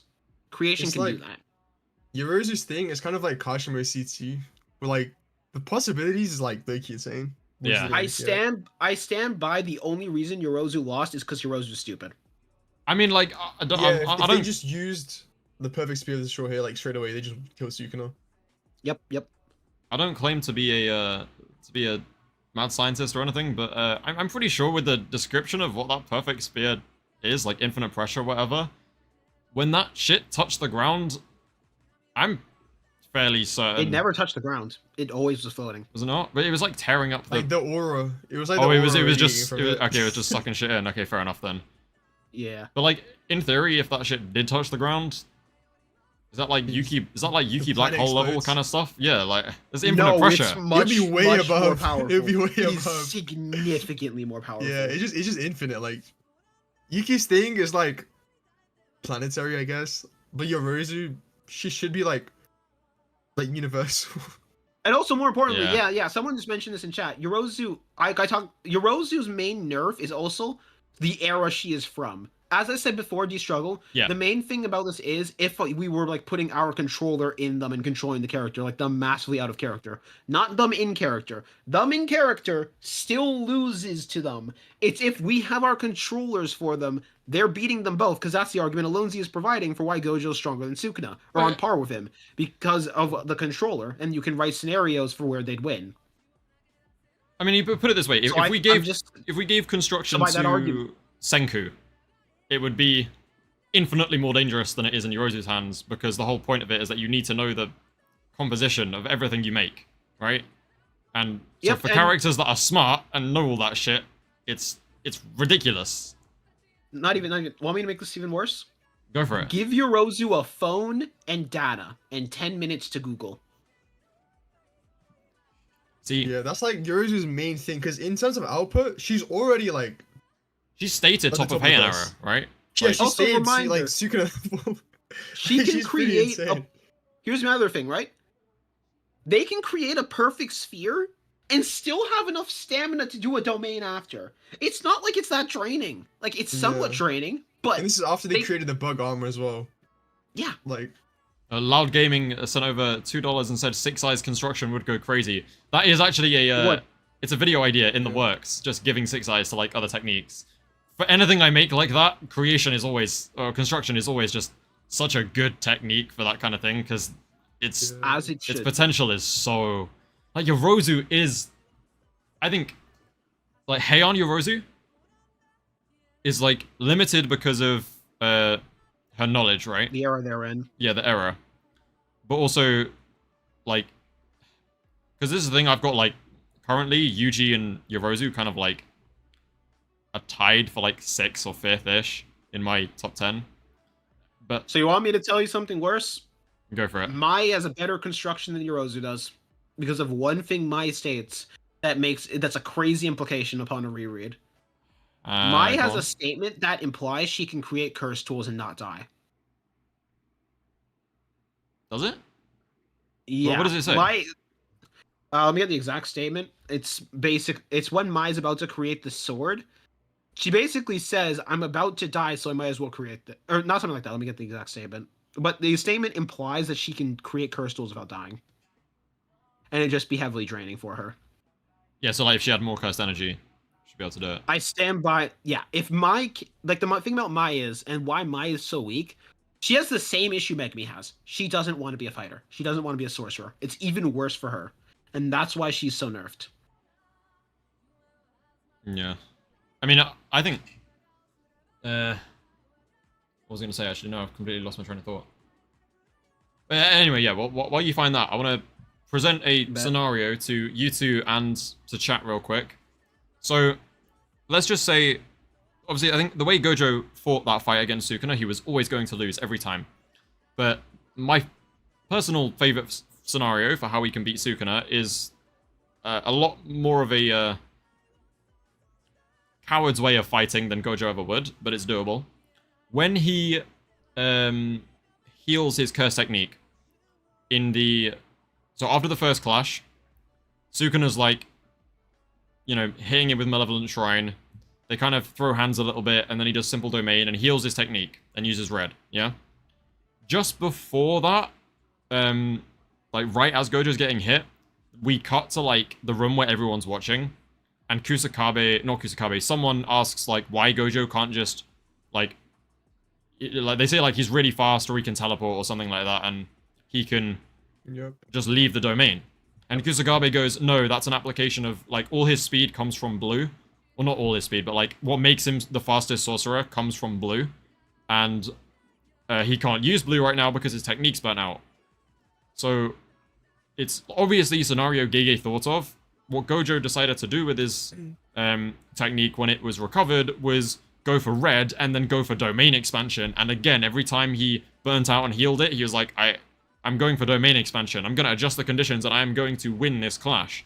But if at that point, Gojo just leaves the domain, then, like, sure, Sukuna can expand it to 200 meters, but, like, if he just, like, Gojo's got teleportation, and he's just ridiculously fast with blue. We don't really know exactly how that works, but, like, he's just crazy fast. I mean, it suggested he could do it. Sukuna reacts to Gojo using blue. Yeah, the problem with that, so, like, with Gojo's teleportation, we know long distance wise.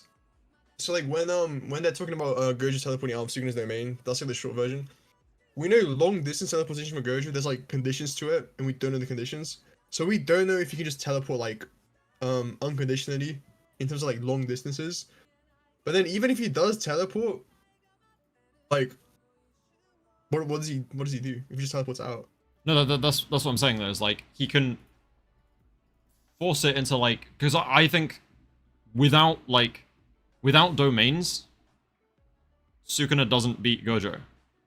I agree. Wouldn't he eventually just open a closed barrier? But that's different, because if he does that, then it won't be destroyed from the outside, and they're equal in refinement. So it's still just a one-on-one in the domains. Do you get what I mean? Also, if it's like Megumi. Yeah. Sukuna. Okay, the problem with this is that like, what if Sukuna just stays? So if we're giving Gojo this like, so like let's say Gojo just tries to avoid the clash and he just stays away. What if Sukuna just like stays in Malevolent Shrine? Yeah, because the thing about Malevolent Shrine, they just kind of like stay there forever, because if Dagon can keep his active for a day, then yeah. That's a fair point, but then like, what's stopping Gojo from just like spamming purples? Even if he does do that from that far away, Sukuna just dodges, yeah.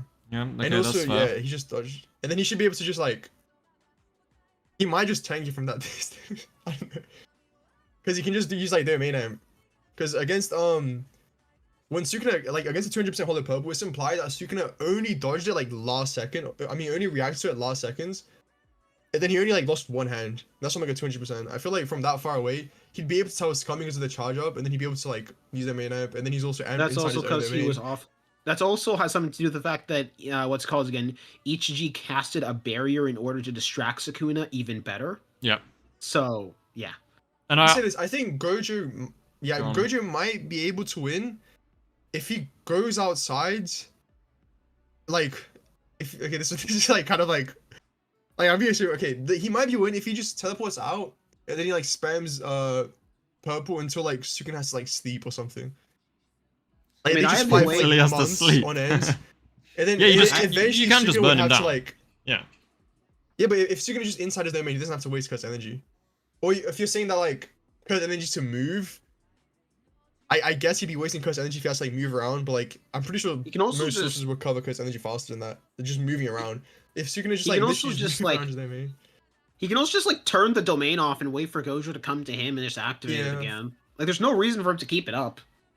Yeah, no, but that's what I'm saying is like, Gojo's not gonna clash. If he doesn't keep it up, then like if he turns it off and moves and Gojo just rinse repeats instead of expanding Infinite Void, that's bad for Sukuna because then he will burn out. Not really. I think Sukuna won't. Sukuna has to do. Sukuna just have more time to recover himself. Yeah, but I still think there is only so many domain expansions Sukuna can do in a day. Yeah, I think Sukuna would just stay inside the domain. Like they just stay there for like months on end. Hold on, there's actually so at best, it's like a stalemate, I think. Well, I have There is a funny statement about that one. Hold on. Let me go get this statement real quick. You guys can keep talking. While you find it. So my problem with this scenario is that like I've never really been able to find a way, because I agree, Sukuna would sit in the domain, and he wouldn't ever burn out in the domain. It would just be like a really boring stalemate where neither can beat the other, right? But I have thought of a more interesting way. I just need to find the panel to make sure I'm not being really dumb here. But I'm wondering, let's say max range, what? Max range 200 meters, yeah? That's what he says, and I'm assuming for whatever reason he can't really go beyond that. And if he wants to keep the domain up He could run around or Found it. whatever, but he has to stay within the 200 meters. By looking Is at it like the coordinate exchange? just like I'm just thinking, if Gojo instead of spamming purples started spamming the like whatever they call it, the like unlimited hollow, you know, the one that he Yeah. pulled at the end against Maharaga, the one that was like just a massive ass explosion when he like threw them together, that Yep. looked like it took out a pretty chunky range, like at least 100 meters, just based off the panel I'm looking at. If he just like blue red, just like keeps doing that, surely Sukuna's taking damage from that shit. Eventually. Also, From there's a 200 statement in meters from- 260 that says Sukuna's incredible efficiency meant that despite his curse energy level dropping to that of Kotsu Yuta, if he were to recover his burnout curse technique, he would be able to utilize domain expansions as many times as needed. So, yeah. Even at Yuta levels, he can use it as much as not possible. Yeah, that is true. That is a valid point. But the unlimited hollow thing, it might do from 200 meters. Like it might do damage. But like, Also, would it? should be How noted- much damage are we saying? Because it could be I mean- damage low enough to the point where Sukuna just like he doesn't have to heal. There's also Like, the he other just thing. kinda, like, gets burned away. The only reason Unlimited Hollow did as much damage as it did to Gojo was because Sukuna, or not to Gojo, to Sukuna, was because Sukuna was not using Domain Amp. We know for a fact he wasn't, he was also because point blank. He was, Maharaga like, didn't point blank. disappear. Yeah, Maharaga was still there. yeah, no, that's true. If he just turns it on, he just like stands there. Yeah, no, I mean that's valid. I feel like Gojo win cons. It's less win cons and it's more like they just stay on me. You know what I mean? yeah, My which way for is- there Gojo are to win ways- is... I have Yeah. a simple way for Gojo to win. Go on. Grab Sukuna, teleport to the core of the earth, teleport away, bye. I mean, like, Gojo got away from, what was it, that like, Kenjaku, like, buried Prison Realm in some place where he was like, if he gets unsealed, he'll die. And Bottom of the Mariana then he Trench. was like, so wrong. I think like- that was just like short. What's it called? I think he just like spams blue, like just gets out of it. The thing is that bothers Because me. we know Gojo has like two types of teleportation, right? He has the short distance ones, and then he has like the long distance ones. Then with the Kenjaku thing, I think he just spams the short distance. That's why they feel the earthquakes, because he's just spamming blue like under the ground. I think, like, a problem I have with Jujutsu Kaisen in general is that the descriptions given to techniques don't match what they actually do. So that's like with the Kashimo's technique, right? The description makes it sound really OP, and that's the only thing anyone can ever give me when trying to convince me that Kashimo is like ridiculously strong, like top 3 strong. Because it says what it does. It's like, oh, the the waves, the electromagnetic waves can like vaporize things. It's like cool. Anything, irradiated objects. But Yeah. like, why didn't he use it against Sukuna? So he does try using it, but Sukuna just like dodges it because it seems like it has a charge up time. So Yeah. like Sukuna's normal lightning, the EM waves have a charge up time, so Sukuna can like aim dodge it. Yeah, I mean, I agree. Like, but I think even without that, the Kashimo is still like pretty high. no, he is very high. Like, I mean, it's also similar. It's just similar to Yorozu, in my opinion. Of they don't know that much because remember they're from eras where like the fact Kashimo knows about how to make chlorine gas still is surprising to me, and it makes Yeah, no that- sense yeah, that doesn't make because any he's sense. from 300. I'm always convinced his vessel was just some nerd that learned that randomly from a YouTube short or something like that. So yeah, and Kashimo was just like, oh, that's cool. I mean, I could use that. Yeah. But like, I think the same.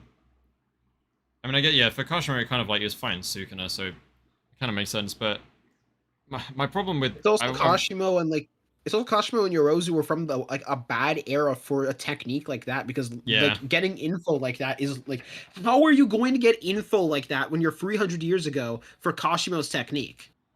Yeah, like you can't just search up like what does electricity create? You Yeah. can't really do that. Wait, hold on. When was electricity hold on. When was electricity invented?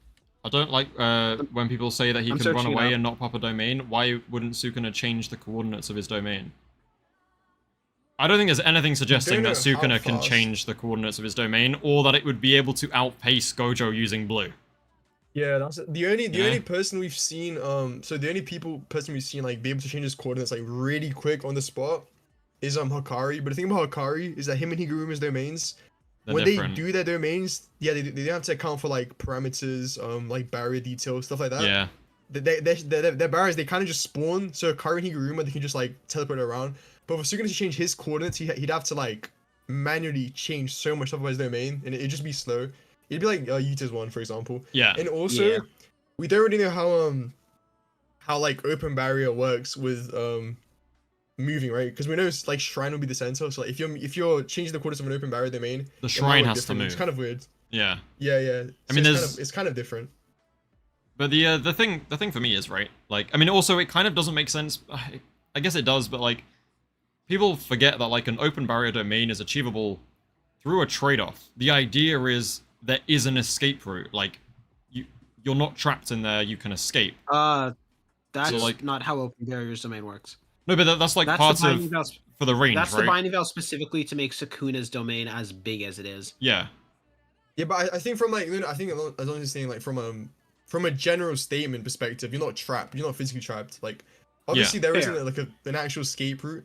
But the thing is, We also have no with- idea how open barrier domains are made. Yeah, That's with why I'm- Yeah, Sukuna, that's true okay, as this is well. kind of contentious. This is kind of like, I was talking to someone like on Twitter about this. For this statement about Sukuna's barrier, let me get it up. It makes it seem like anyone with an open barrier might be able to make it 200 meters. It makes it seem like the Binding Vow is that by allowing it to be open, you can expand its range. Yeah. It's weird. Yeah. The wording Gege uses is that like by allowing the escape route, Sukuna can make it 200 meters, and then we know Sukuna's escape route.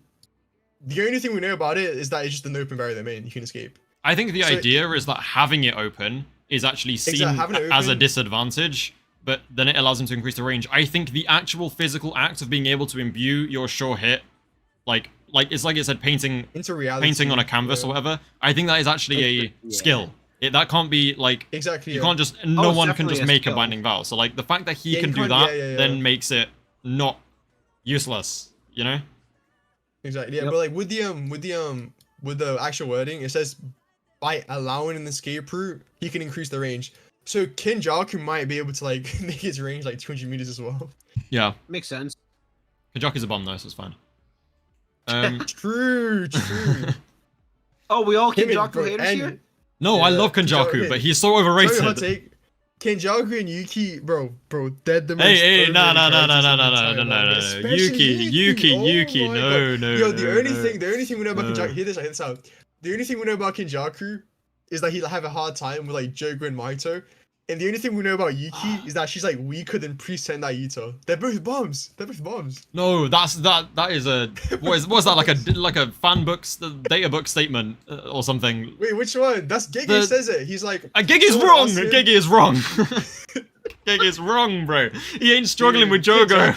Kenjaku's unironically, bro, he's Geto level. I promise you. Oh, bro, No, yeah, versus bro, Geto, no. We be talking I about don't this. think he's that. Kenjaku- He can't be in ghetto level. in terms of his physicals, he's Geto level. Because there's so many implications, like Gojo like not knowing the difference with the CE.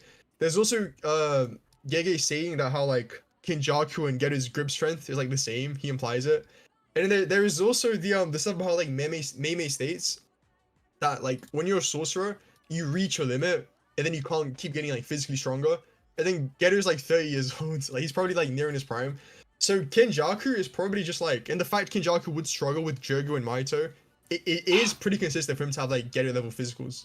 He wouldn't struggle with Jogo and I Mahito mean, though. he just says it. There's no way. He's like, the actual statement is that he like if they were one-on-one fights, he'd have a really hard time with Jogo and Mahito. In terms of 1v1 fights. And it lines up with how Yuki is like weaker than this like extremely nerfed Yuta. It generally makes sense. Someone in chat just Wow. said Kenjaku having trouble with Jogo's and mistranslations. Others It say it's isn't, just it isn't. bothersome. It isn't? Okay. He says it'd be like, he might say bothersome. He says really bothersome. Like he like Gege makes it seem like I have it'd be I have rough. heard it. Like, yeah. There's loads of translations for it. Yeah. But I just from it annoys me so much that He's the Gege boss. said it because He's it makes it so genuine hard to argue with. But like, just from No, but looking there's at also what they other can stuff. do, There's also doesn't but make there's also other sense. stuff how like there's also it does because we know Yuki, she's also like not that strong in comparison to the other top tiers. Like we know Yuta with just cut speech was already the second to Gojo, And unlike Hakari, Yuki doesn't have like contentions against that, right? Because with Hakari, you have these other statements that can kind of like go against the Yuta one, and you can kind of like have like a little debate. With Yuki, there is nothing against the second to Gojo statement. Bro, I've got Yuki top 5, man. Bro, what? Chill. I've got a bang on number 5. No. She's just too slow. Like, and then after she uses RCT, if she takes any damage and uses RCT, her AP just like Oh no, crumbles. but I hate that. I hate the argument. Upscaling Mahito, you upscaled Shibuya Yuji too, because they clash evenly in hand to hand. Yeah, yeah. It's true. Kenjaku's just also the thing about Mahito. Well, Mahito was like unquantifiably weakened in speed and stuff, so it's kind of weird. There's also stuff about the domain. I mean, Yeah, you can well, also math, argue right? Yuji's also unquantifiably weaker Yeah, too, because he's at 10% exactly, which soul ki- HP. But that Yeah, which doesn't is make sense makes it because then weird. like Yuji. Also, the soul HP thing is really weird because Yeah. Yuji at the beginning of Shibuya, Yuji and Mahito, they seem to be like somewhat keeping up with each other, and then Yuji at 10% and Mahito at 40%, they're still like it is very weird. And then Todo's like at 100%. Does that mean Yuji's like 10 times stronger than Todo? The soul stuff is kind of like weird. I'm not gonna lie. But then you've got Yeah. Yuji like Shibuya Yuji barely like narrowly, not even avoiding, like saving his head from piercing blood. And then you've got Kenjaku like consistently I mean, to be like fair, no that diff Yuji, dodging piercing blood. that Yuji also gets like Choso and Yuji both get stronger from that point. But does he The get thing is, so though- much stronger that he could do Yeah, that? he doesn't. Like- He doesn't because Yeah. because you can scale him like off. I forgot the actual scaling of it. But if we agree that soul HP doesn't influence your stats, which it probably doesn't, because like again, Mahito I think it at does, but it's 40%. not like exactly the percentage HP that Mahito's talking about. How much? Because I always thought it related to like, with Yuji's case, I thought it just related to him like not wanting to fight. So his because we know you're nerfed and then you're also amped by your emotions. So when it's I like don't Yuji think was at so 10% because soul HP, Mahito himself is not. It's not like Mahito himself, despite being at 40% HP, not just is like he wants to fight and he's feeling extremely motivated and landed a black flash. So I don't think soul HP has anything to do with like your desire to fight. Yeah, I think Soul I think HP. Mahito's one. Dunno. I think Mahito's one works differently because so all the soul HP is in reference to Mahito is how easy it is for him to like use object generation. He uses like 3 different metrics. It's so weird because for Todo, he's probably talking about how hard it is to get through his soul, right? Because we know sorcerers they protect their souls to see like subconsciously. Yeah. With Mahito himself, he's talking about the damage from Nobara, and then with Yuji, it's so weird because like why would Yuji be at 10%? Like he hasn't taken Because that much Mahito damage yet. landed a black flash on Yuji and then beat the hell out of him. I No, don't but know he's why not. that- But that's not but then affecting if his that soul, makes surely Yuji, though. yeah, if that makes Yuji go from 100% to 10%, Yuji afterwards he'd be at like 0.0. It's so like Yeah. I mean, Mahito unquantifiably doesn't just land weird. any hits on Yuji afterwards. Is the other thing. Okay, wait. So if Yuji, so what does Yuji do to Mahito to make him drop to 40? It's the Nobara thing, right?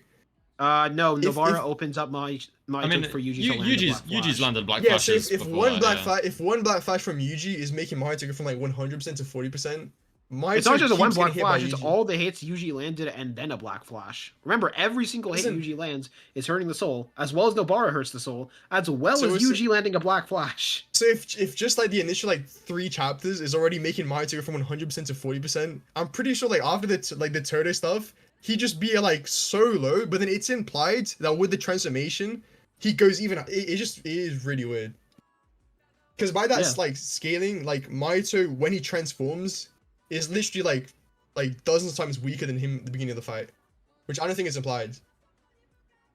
He does. Because I Mahito's don't think soul it's HP would that be much so weaker, low. but he does say something think about he's that- despite being in that I form, he don't said he's think. weaker. I don't think. I'm talking about like mainly his soul stuff. I don't think the soul HP like relates to stuff like speed and stuff like Oh that. yeah, I no, don't fair. think Here's so. my thing. I don't think the soul HP is 100% accurate. I think like the soul Yeah. HP is only a part of it. This is what I said before. Like I don't think you can just say Yuji, for example, is 10 times stronger than Todo, but Yeah. I think you can say Yuji is stronger than Todo. For I think example, all for it that. means is like how I think it means so like in relation to how hard it is for Mahito to like get through the soul barrier. We also And know then like the Yuji soul and stuff- body are We know the soul and body are correlated, even though one comes after. Like other than Toji, soul and body are correlated. True, but we don't know how that relates to stats necessarily. So we know the Yeah. correlation isn't like direct, right? So the percentage stuff isn't direct, so we don't know like how much it affects it. True. I mean, that's just the thing in general. Is like there've been so many different rules for how souls interact per sorcerer Yeah. that like there's no way of actually telling. Because Also, injuries work. Yeah. Also, injuries weaken sorcerers in JJK either way, because like Choso, like later on, this more healed Yuji says that Yuji's still not like still weakened, and he's this strong. Let alone this the wounds that Mahito caused Yuji fresh.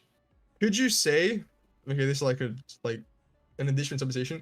Could you say when he says Yuji hasn't healed, maybe he's talking about like his resolve and something like that? Because we know No, he's even talk- during no. the Yuta fight, like he's 100% he can't be talking about the resolve at all. No, Or I at least think he's I talking- think it kind of does play He a part. specifically mentions injury. He specifically mentions injury. Well, on a different Alright, note, fair. kind of on a different note, like you know when he goes like Yuji's soul is still at like 10% or whatever. Yeah. Like what I don't understand about that is like, is this like damaging Yuji's soul? How are we knocking down the percentage here? Is this Mahito attacking it's him? so ambiguous. Because like from way I I took just it, it could be a always mix consider- of like attacks and also the fact that his soul is like down whatever soul metric thing we're using as like because I of just consider- all the I trauma just and consider- shit. I just soul remembered. HP I or- just remembered. go on. Wait, you can go. Okay, I was gonna say against Nanami, Mahito makes a statement that his soul is wavering. He says something like that. Hmm. Let me get the actual statement. So the soul stuff could also be part of like resolve. 'Cause, Yeah, like, but I think what's Yuji's that soul supposed was to- like lower because of all the like Nobara Nanami trauma shit that he's just endured.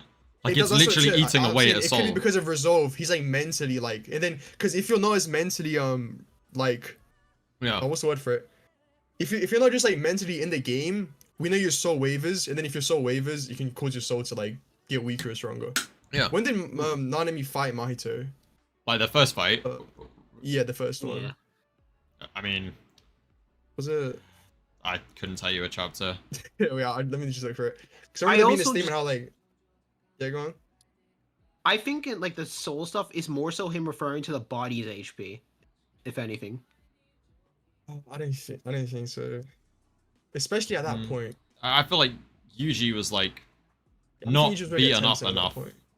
Yeah. to be 10%. I don't know. It's such an odd one. Because like the I mean, no, he I was don't know. because the thing about this is Nita is the one who stopped all the pain he was feeling, That's so he true. can continue fighting. Yuji was heavily injured by that point as well. Like he took a black flash to the gut and then got beaten by Mahito. Yeah, he did to be fair. Yeah. Also, the other issue of Mahito's soul never wavered, like someone said.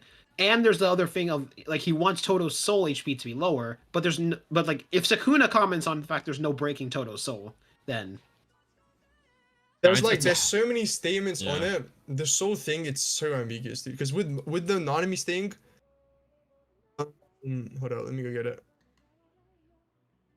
What are you telling me? So Are you talking about him like subconsciously protecting his soul? that specifically has to do with curse energy, though. That's not the soul. When he HP makes itself. that statement, he makes that statement, and he also says how Nanami's soul is wavering. Oh, okay. But that's not from damage. So we know your Yeah. soul can get like nerfed or amped without actually taking damage. Yeah, because Yeah. I mean, it would also just be boring if the soul was just like a one-to-one with the body and it was all about stats and health and stuff. Like mental's got to play a role in your Exactly. soul and shit. Oh yeah, mental definitely plays a role, but yeah. What were we even debating about? I don't know. I have no idea. I have no How clue. did this subject come up?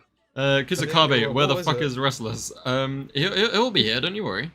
He'll be here soon. Yeah. Restless is resting. Yeah, like when Nanami lies, he's like your soul is wavering. So Hmm. it's like it could just be like you not being as like. Weird. I mean, is the soul wavering and the soul HP the same thing? Well, if your soul is wavering, it wouldn't be 100%. It'd be like kind of dropping below, right? I mean, Is it'd that be useful really if useful, though? no, but it'd be useful if we were given like if Gegi actually gave us like attributes because it's not all necessarily the same. It's not like you just have soul and like the soul's HP. There can be like different. I don't know, things that's what that I'm it is basically like saying. responsible for or whatever. So it's like wavering could not mean HP at all. It could just mean like I don't know how obvious Yeah. its presence is to Mahito. Also, like, I'm explosive waffling now, grape but like, is you get what I saying- mean. Like it's also Glorious was saying, mental may play a role, but this is Mahito's perception of the soul, and Mahito's perception of the soul is like it's part of the body, or not like the body comes. Mahito after also the soul. says his soul is wavering from just looking at him with the perception of the soul. Yeah. Hmm. You know what I mean? I think this links back. Okay, this is a bit odd. weird. I think it links back to speed. How? Because you know how in JJK, no, this is like a different topic. It's Oh, supposed to do okay. how like Gege he doesn't explain these things. Yeah. With speed, do we know like what part of like what exactly correlates to speed? Because we know that like you can up your durability without upping your speed, if that makes sense. Because Yep. with the Yeah. Sukuna stuff, yeah, with the Jujutsu High stuff, Sukuna makes the statement about how they like increase their durability, but he also like he doesn't say anything about their speed like at all. So it's kind of, what do you guys think correlates to speed? Is it like output? Is it like Well, efficiency? Is it like manipulation? I think it's I'd say reinforcement. yeah, curse energy enhancement, because that's what it's But- the thing. Bloody what is it? Yuta versus Yuji kind of like is honestly the best explanation for all of this enhancement stuff Yeah. because they speak about it a lot. Weird. Because against Sukuna, so when Sukuna uses slashes against Jujutsu High, he makes Yeah. a statement that like their Yeah, I like body remember. enhancements. Yeah, they up their body enhancements. And then right afterwards, he's like, okay, let me test your speed. Yeah. And then after that, he tells Yuji that the only thing he increased was his body enhancements after testing speed. It kind of makes it seem like they're like separate things. Because if Sukuna knows they up their durability and the durability correlates to speed, why would he test speed? The thing is Doesn't though, really like make sense. they did And then also get faster though. during Yuta's domain, when he's talking to Yuta and Yuji, or he's thinking in his head, he makes a statement that like he's listing down everything they amped, and he just says their durability. Yeah. So when he says reinforcement, he goes back to them being able to tank slashes. But the thing is So though, that is like at least implies that like reinforcement and Yuji- enhancement, it doesn't correlate to we don't know the correlation between that and speed exactly. Yuji does Yeah. get faster Because though. it just kind of seems it's two separate things, right? Yeah, no, I think like there's cursed energy It reinforcement is weird. and cursed energy. By the way, like, Allons-Y, you muted yourself or unplugged your mic. I motherfucker! just realized. No. Ugh. Can you hear me now? Yeah, I can hear you now. Great, I realized, great. I thought the That's stream great. was delayed. I was watching the stream and I saw you talking. No, Like I couldn't So- hear anything. I was like, Oh, is it that delayed? What the hell? no, I think I just looked at our Discord chat and I was like, wait a minute. shit. No, I think Kusakabe is right. Like cursed energy reinforcement and cursed energy enhancement are different things. Like reinforcement determines at least this, like it's still very unclear, so it's kind of just headcanon, but like reinforcement is like your durability and how much cursed energy you put behind like a strike, right? And I think enhancement is like it's just a method. It's like a deliberate way of using your cursed energy Yeah. to move faster. Do you get what I mean? Like it's not necessarily Yeah. because you increase your, durability, then you'll just have more cursed energy like flowing around you and whatever, and you move faster as a byproduct. I think it's a separate thing. But you put Yeah, your cursed yeah, they're energy definitely toward, separate. yeah, because they do get Yuji gets faster throughout the series, like much faster. Yep. Yep, But it yep. isn't it isn't in relation to his durability or his like AP. They're all like pretty separate. Yeah. Yeah, it's not like a one-to-one thing. Yeah, because it makes it seem like their reinforcement and their durability got way higher, but in terms of speed, like nothing really changed. Yeah. I mean, Yeah. it's always been a kind of tricky thing with a lot of the stuff in Jujutsu Kaisen where we're not given enough details about like That's why I linked How it it back really to the soul works. thing. yeah. Yeah. No, it is the same concept. I mean, with the soul thing, it's like one of the biggest It's even frustrations more I have ambiguous. is Yuki's fucking soul book, which was a thing, and What happened like to that? what exactly that's what I'm saying. Like, what, It still exists. it still exists, We're never but gonna what, get we, to see what's what got inside. in it? And also, they supposedly like read it, and it was useful to them, but we have no idea in They like. might use it what to way? like save Yuta and like mess up with Yuta's soul and Gojo's soul and stuff That- like that. I think like it might come back. yeah, most theories I've made about like Gojo and Yuta and their whole like the whole body swap soul thing, because the whole Ghetto fighting back against Kenjaku thing, I feel like is similar to Nobara in that it happened so long ago, and it was something everyone was like, oh, this is clearly setting something up, right? And then so long has passed and it's not been relevant that everyone gives up on it, and then somehow I think Gege finds a just way wanted to make fuck it with important. Gojo. Yeah, no, I think see that as well, the but like. Kenjaku stuff. You know, like I don't know, just I think the whole Brian, his ability to do soul swappy stuff, and then also that thing, and the body swap. I don't know. It's all Yuki's soul book. There's too much shit going on. I think if we're gonna get it, it's next chapter. But I have no clue where they're going with this. Gojo return as at least maybe even just temporarily is maybe possible. I don't know. To say like goodbye or something. People think I hate this so much, but I never saw it as a possibility until now, which terrifies me. The whole cursed corpse idea scares the shit out of me. I hate it. I hate it so much, but like... That's the worst idea. It is the worst. If comes back as that disgusting abomination of a creature, and that is the sibling of that thing, then I'm going to be so angry. People really want it though, and it doesn't make sense because it's such a horrible thing. Why do people want that? It's such a horrible thing.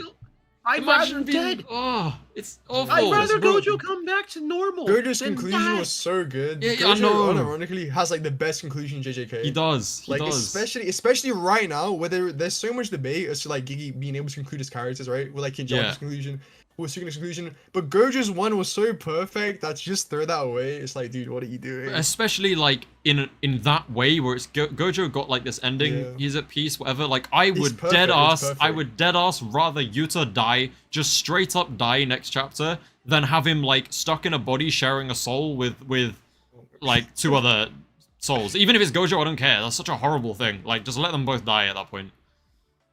Especially if they end up becoming a stuffed animal like that thing. Ugh. But even if they could do it in a body, it's still not like still not good. I don't know. It just sucks. It sucks so much. Yeah. Other than just like appeasing the fans, like Gojo fans, it's just unnecessary. Also, since this stream is called Looking Back on Jujutsu Kaisen, that's pretty much what we've been doing. But you said I do want to know your thoughts on Kenjaku's conclusion. So I've spoken with Eternal about it, and I'm pretty sure we agree. From what I remember, my thoughts on it is that I think his conclusion is incredible. It's just that it shouldn't have been concluded. His conclusion is perfect. I just wish he could have gotten more before he reached that point. Yeah, like it shouldn't have happened when it did. It's just the way Gege decided to do it was really good. He just shouldn't have done it at that point, at least. But what do you think? Done it yet. He shouldn't have done it yet. I think. Well, I haven't thought about Kenjaku's conclusion in so long. I think when it happened, I had like a pretty like strong stance on it that it was pretty good because it kind of links to Kenjaku's whole thing that he wants to create something he can't control, right? Yeah. And then him dying and then resulting in the big final battle. That's literally him creating something he can't control because he can't even control it because he's not there. So I think his conclusion, it was pretty good. I do wish it's kind of like Sukuna's, right? Where the conclusion is good. But I just wish we'd gotten like something like extra before. Yeah. You know what I mean? Like the Takaba fight. Like I don't. That fight. It's an okay fight. I love it. I just wish we actually saw Kenjaku have like a serious fight before its conclusion. But the conclusion itself and like the themes of it, I'm cool with it. I'm cool with it. I don't know, cause like I think a lot of people are really upset that we didn't get like. A lot of people are upset that Kenjaku died in a fight that wasn't a fight. But for me, one of the coolest things about Kenjaku was that he is one of those people, like you see it kind of throughout, but like he does not give a shit about fighting anyone or being like having that strongest mindset. You know, Kashimo, Hakari, Sukuna, it's the whole kind of like almost the fever kind of thing where you want to push the limits of your opponent, you want to, test the waters, you enjoy the thrill of fighting. Kenjaku does not give a shit. He pulled up to Yuki and he was like, this is going to be such a pain in the ass, but I have to do it for my plan. Yeah, that's what I mean. It's just straight up was like, I'm getting this over with because I don't care. And so the fact that like he went out with that fight, I think is so good because just having a straight up, like, even though I would have loved to have seen a Yuta versus Kenjaku, like, full fight, I'd much prefer this simply because it would be so non-Kenjaku for him to go out in one of those normal JJK big fight scene things. Right, it's just not him. Agreed. Yeah, then him going out actually enjoying a fight. Yeah. It is a cool like aspect, I guess. Oh, what have I just seen? Kenjaku's conclusion is good minus fraud Kotsu. My one thing I always wish we could have a little bit more of is like, this is also why I never saw Kenjaku as the main villain. I wish Kenjaku and Yuji cared a bit more about each other. One of my biggest issues I've always had is Yuji doesn't give a crap about Kenjaku at all. Like, the fact he doesn't even think about Kenjaku once when he learns the potential possibility that he might be related to him, because he knows him and Choso are siblings, and that Choso's dad is Kenjaku. Yeah. So it's like, by process of elimination, there is a potential chance you might be related, and it's the fact he doesn't even think about it for a second. He doesn't choose to ask Tengen about it.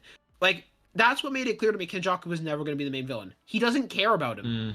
And that's my the biggest shame. Problem with that is I actually think I would have liked to have seen an interaction, like, after Yuji realizes it. So after Shibuya, because I don't think they interact again ever after Shibuya, right? Never again. That is literally the only time, and nothing meaningful really comes out of that, at least between the two of them. I would have liked to have seen an interaction, but I don't think Yuji would ever give a shit about Kenjaku. He always seemed to be, well. yeah, like, because especially, you know, when his granddad was like dying and he goes, "I want to tell you something about your parents," and Yuji was just like, "I really don't care. I just don't even want to know. I just don't care." It makes sense with Yuji's character. Do not get me wrong. I am not saying this is at all bad for Yuji's character. I genuinely think it makes a lot of sense. I like that about Yuji. This more so is like a Kenjaku thing than a Yuji thing, and why I never thought Kenjaku would be the main villain. I mean, I think Kenjaku should have not cared, because I don't think Kenjaku cares about anyone.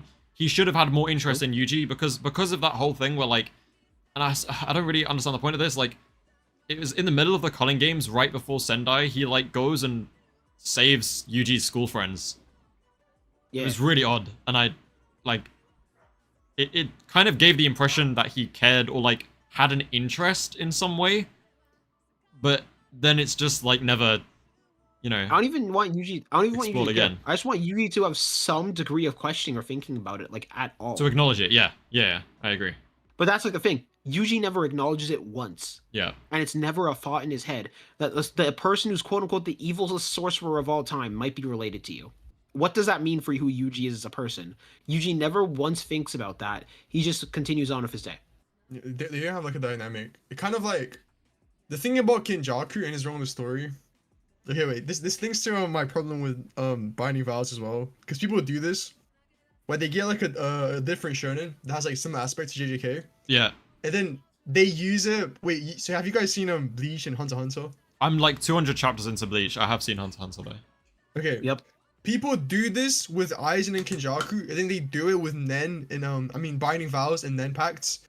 Where like, because Nen Pacts and Binding Vows are similar, once Binding Vows they work differently to Nen Pacts, people just add like his plot holes. Like, oh, why is Sukuna making Binding Vows so easily? Why is he when Binding Vows are completely different? People do the same thing with Aizen and Kenjaku.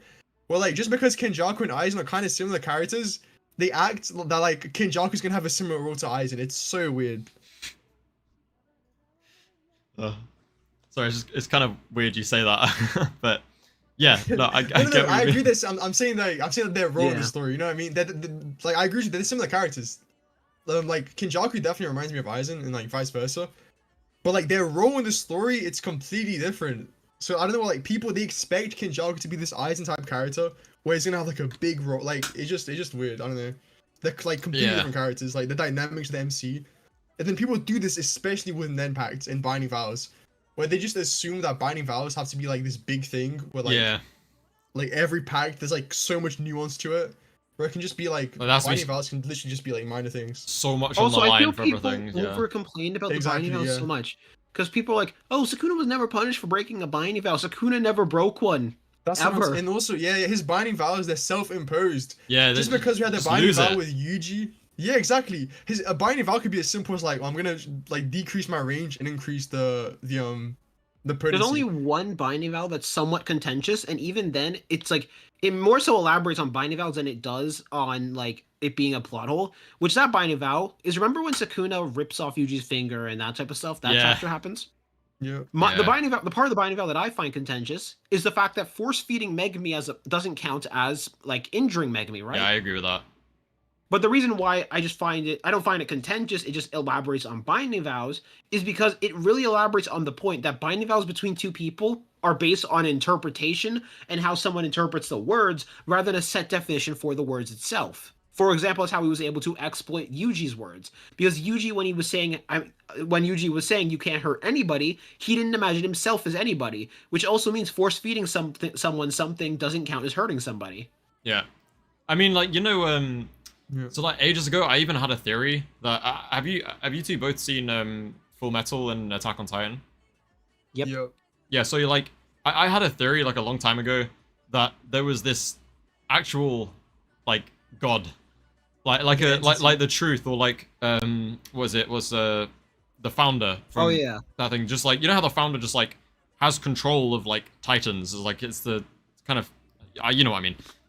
I thought Binding Vows were like enforced by this, you know, higher level being, which was gonna play a part in like Kenjaku's whole thing and the merger, and Tengen and whatever.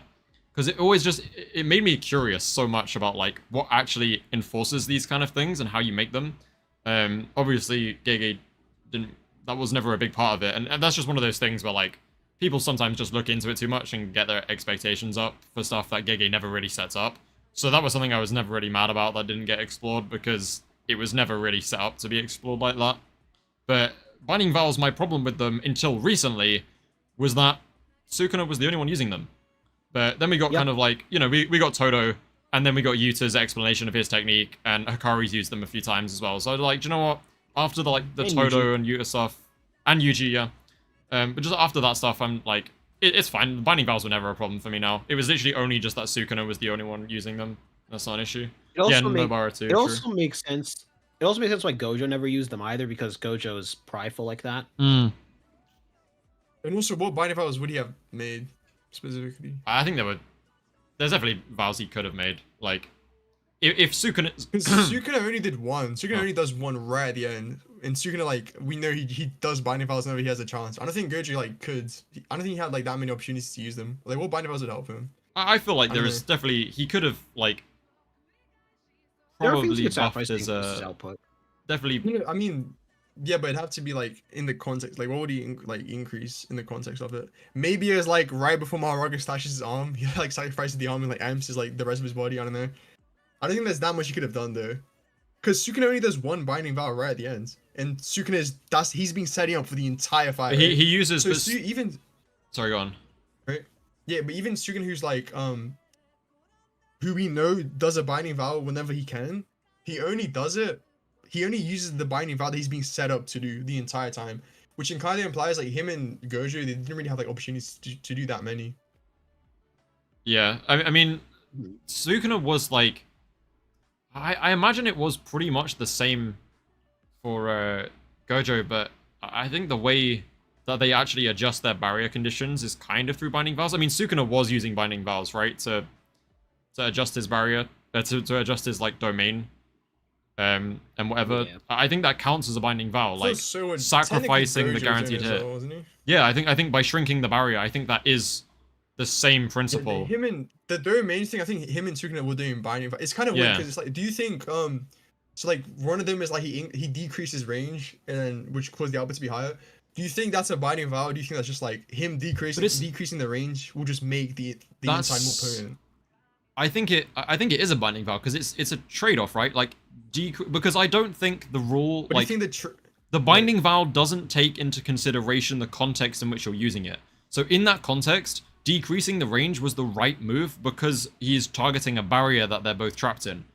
But in general, the way the Binding Vow sees it is if you decrease the range, it makes it much easier to escape, so he's compensated with higher output, which is like textbook how Binding Vows work, right?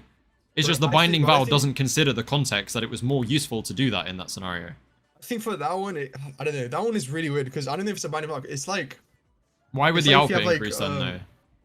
Because it's like more... the slashes are more concentrated, right? If you have like... It's like... But that wouldn't Ryu's be... blasts.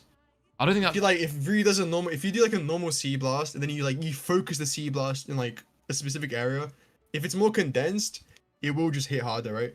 Which is, I'm not saying it can't be a Binding Vow. I'm saying for that one specifically, I don't know if the Binding Vow caused the increase in output, or just decreasing the range just causes the output increase, like no matter what, you know what I mean? I don't think it would increase, no, because like, I don't. I get what you mean. Like, it would technically, it does increase the damage because, like, all the slashes is just more concentrated. But why would it actually? From my interpretation, it actually increases the output of each individual slash. Because like there's less curse energy like being focused. So it's like the bigger the range, the more spread out it is, right? If there's a smaller range, it's gonna be more condensed. So I don't know if that comes from the Binding Vow, or if like a smaller range is just inherently gonna make the amp. Like it's like how domains, the bigger they are, right? Like Gojo's domain, for example, when it tries to make it big, it starts like collapsing itself, like the quality decreases. It might just be that because if the domain is smaller and the target is smaller, the inside is just gonna be like more, the quality is gonna be higher and you're just gonna like hit harder. So I don't know if that comes from the Binding Vow or if that comes from just decreasing the range. I'm not saying it can't be a Binding Vow. I'm just saying like it doesn't have to be a Binding Vow specifically. Yeah, no, I get what you mean. I get what you mean. I mean, that's just one of those things that's like not really explained. So yeah. For once, Allons is right. Thanks, Plank. Appreciate that. Damn. That's a very rare thing to see. Looking back on JJK and it's mostly power scaling, you're so washed. I'm washed? What? That's what Kusakabe said. Listen, man, you guys know I'm a noob when it comes to power scaling. So if I have other people here who know better than me, of course that's what we're going to talk about. Also, wait, is this true? Domains in themselves are binding vows? It depends on what you mean by a Binding Vow. I guess like everything is technically, I don't know, it's weird. Because the actual Binding Vows are weird as concepts. Yes, I'm not gonna especially lie. the self-imposed one. Like all it means is that it could be like wasting cursed energy. You're sacrificing the cursed energy to gain a technique. Like that could be a Binding Vow. It's really weird. See, that's one thing I wish we had seen from Jujutsu Kaisen, is I want to see what happens if you break, like, an actual, like, meaningful binding vow with someone else. Like a mutual one. Yeah, I want to see the consequence, you know? It's even worse when you would, like, look at Sukuna, because Sukuna implies, A, he's seen it before, but B, and more importantly, it's something he doesn't want to happen to him. I'm imagining, like, you know, it was Killua's sister. You know, like... Luka? Yeah. Luka? When she, like... Nanika? There's something like that, yeah.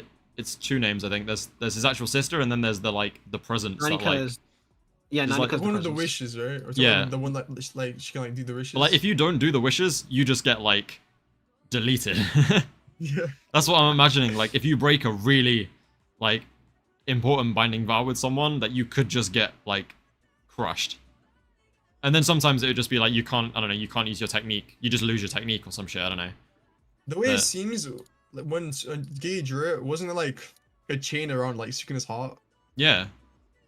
Well, it was It might around. just be like you just die. It was like a silhouette of him, and then the chains crushed him. Yeah, it was like when Kurapika did to like Ubergen. Like you might just die. I don't know. I would have liked to have seen it, you know. Like the binding vow itself, there might be like a background binding vow, which is if I disobey it, I'll just die. That could be like I don't know. Yeah. Binding vows are weird. It's very strange. Yeah. I don't think they ever really got arse pully though. Like, a lot of people thought they were a lot more arse pully than they were. It really... People think Sukuna used 8 binding vows in the entire fight against Shinjuku. Like, in Shinjuku. In reality, that's like the total number of binding vows he made across the series, but, like, they think he made 8 in this fight. It's really weird because for his domain, he could have made like 20 and we just wouldn't know. Yeah, it just says binding vows. He could have made like so many like mini binding vows, you know what I'm saying? Yeah. To like just get the domain off the ground. I think he probably did like dozens of binding vows for the domain specifically, but it was like really like small binding vows. The only thing that annoys me about the binding vow malevolent shrine was that it had completely normal output. As it kind of suggested like it suggested at some point it was like incomplete or something, but there was nothing incomplete about it. No, so like the thing is, the domain output and the domain quality, they're like different things. So like his output of the slashes, okay, there's two interpretations. There's because when it says no loss in output, it can be referring to no loss in output in reference to Malevolent Shrine normally, or it could be no loss in output in reference to Sukuna's slashes at that point. So as in, Okay. Like I see what you Sukuna mean. can summon all of these slashes while keeping the same output, if that makes sense. It could be the two interpretations. But so- that's it's still iffy because like you think about Yuji was like tanking cleaves and dismantles from Sukuna effortlessly the chapter before that domain expansion. But then when he got hit by the sure hit, they all tore straight through him. To be fair though, Cleave, he was getting pretty hurt by Cleave. He And was, the but short hit not. is just he's getting hit. Wait. He's getting hit by like against Sukuna. Every time Sukuna does use Cleave on Yuji, he does like take the damage, and then inside of does, their yeah. main, he's just getting hit by so many Cleaves. Like it's like they're like multiple ones. Yeah. Just kind of went to quantify. Because yeah, even inside of their main, because remember when Sukuna was using Cleave and Dismantle against Yuji when he was nerfed? Yeah. Even though he didn't know he was doing that much damage, Yuji goes on to say afterwards when he's talking with Choso that any of those attacks would have killed him if he didn't have RCT. Which implies even though visually they didn't look that lethal, they were extremely lethal, right? Because Yuji literally does say that like even the slashes he was taking inside Yuji's domain, he says those slashes would have killed him unless for RCT. Yeah. This is like Yuji with blood manipulation. So they were still cutting pretty deep. Yeah. No, I see. I guess I mean yeah, I guess the domain kind of just works differently to throwing one slash. Yeah, and also, but yeah, I mean, it could also be that like it was the no loss in output is referring to just Malevolent Shrine, so it's still the same output as like normal Malevolent Shrine. It could be that as well. But even if the output is the same, the quality itself wouldn't be the same. If that makes sense. Yeah. So like the output of the short hits, it's like against because a lot of people think that when you use simple domain, you're getting hit by the short hit, which isn't what's going on. It's the quality of the domain, right? It's not the actual short hit. So when you're using simple domain and he's withstanding Malevolent Shrine, it's not that his simple domain is withstanding the slashes, it's just that the quality of the domain, right? Yeah. Yeah, I guess that kind of makes sense. I also kind of want to know why it just looked weird. That's not really important. I preferred the old one, I don't know. It's it's probably just like the Binding Vows. Bro, he must have, because one of them is like, he changes the part of his brain that's in charge of like barrier, Oh, I actually, creation. I hate that, by the way. That's the only part of it that I'm like, I actually hate it. What is the point in having a part of your I think it brain makes sense. I think it dedicated makes to barriers?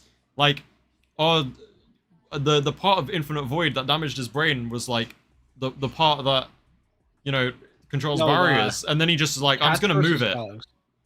Cats versus dogs. No. Who said that? We're not doing this. Kusakabe. Who said it? Kusakabe, you set me up, bro. Kusakabe. We ain't doing this conversation. No. Actually, wait, I'm curious though. Both of you, cats or dogs? I know this is so off topic, but it's important, trust me. I can't, maybe. No, I I can't could choose. hear Maybe what you were going to cats. say. No, okay, never mind. Cats Forget I today, asked. today, Forget I today, asked. cats Forget I today. asked. No, it's fine. It's fine. Forget. Guys, that never happened. Kusakabe, you never show this to anyone.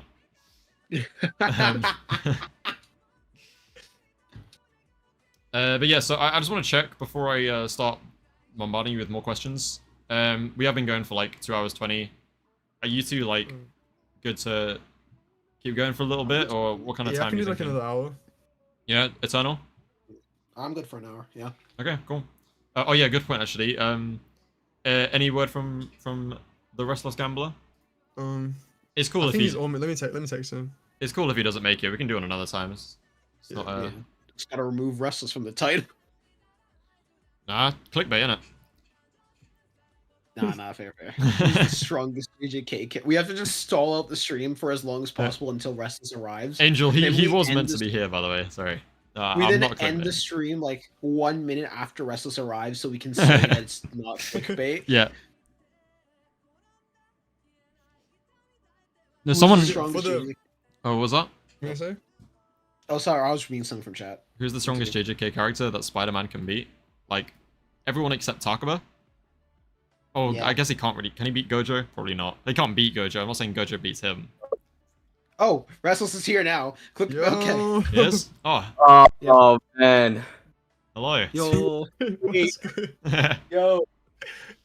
My fault, y'all. Now you're good. I had to go to the vet. You know what I'm saying? I'm here now. What are we talking about? A lot of stuff. Oh, I got another Yeah. What are we talking about? $2 from Angel. Favorite fights in JJK besides Gojo vs Sukuna? I mean, All right, we gotta cut the stream now that Restless is here. Because we're doing okay. is Spider-Man? No, Spider-Man would just not like. he would just beat everyone that isn't. Which Gojo Spider-Man are we and talking Takuma. about? There's like so Yeah, many. there's so many Spider-Mans to be fair. That's kind of iffy. Yeah. But anyway, let's answer the super chat question of favorite fights beside Gojo Sukuna. Everyone knows that my answer is Yuta and Yuji versus Sukuna, and then Sendai. But I'm curious to know what your guys' answer is. Wait, like, Yuji and Mahito. the entire Yuji series? and Todo. Yuji and Todo v Mahito.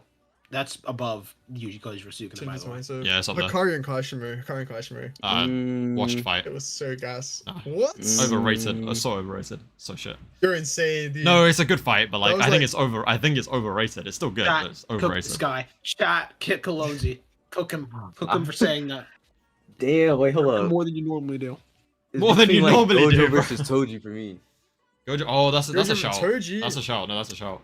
Gojo versus Toji, or the Uh. Mahito fight, or Hakari versus Kashimo. I don't know which one. I like Gojo versus Toji the best. I don't know why. It's not even a fight for real, but it just hits. It moves me, bro. It always moves me when I read it. Yeah, it's To be fair, every is up panel in there. that fight is like a legendary panel. bro. Like the for art real. during that fight. Yeah. Oh my god. To this That day, shit was like like one chapter long. hidden inventory is just my favorite part of Jujutsu Kaisen. It's my favorite arc by like Yeah, it's really like. it's so good. Like, I think my favorite part is probably Gojo vs Sukuna. Because Yeah, it was just gas. But hidden, yeah. from a story perspective, hidden inventory, it's so like tight and concise. It's literally like Yeah. it's really good.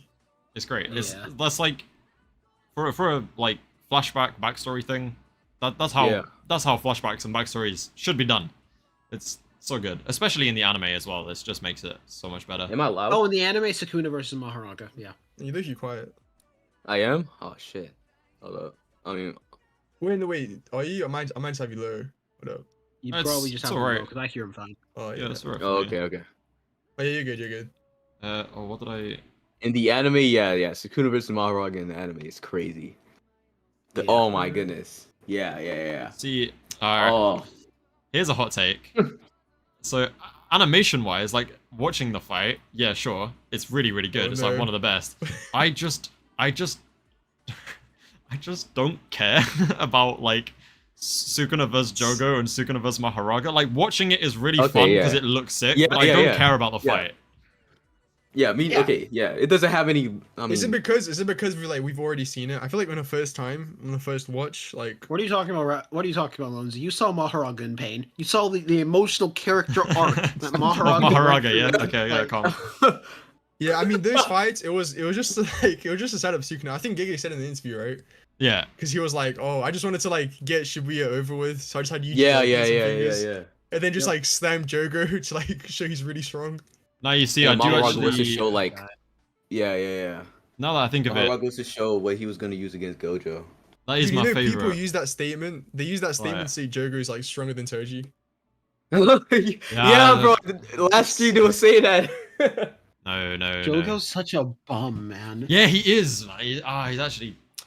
Kusakabe Chill, victim, bro, bro. he's Kenjaku Kusakabe level, victim. he's Kenjaku Kusakabe level. victim. He's Kenjaku Kusakabe victim. level. I don't care. Kusakabe He's victim. literally Kenjaku level. No, He's bro, he's literally not. level. I guess Restless, Kenjaku's Restless. also just a bum. Kenjaku's a bum. Kenjaku. Low key.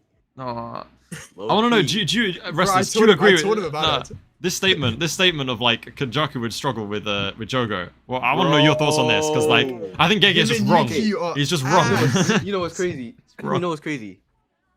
I find those statements like very invalid. But Yes. I use them for my agenda because look. You know why? It's not what probably you think.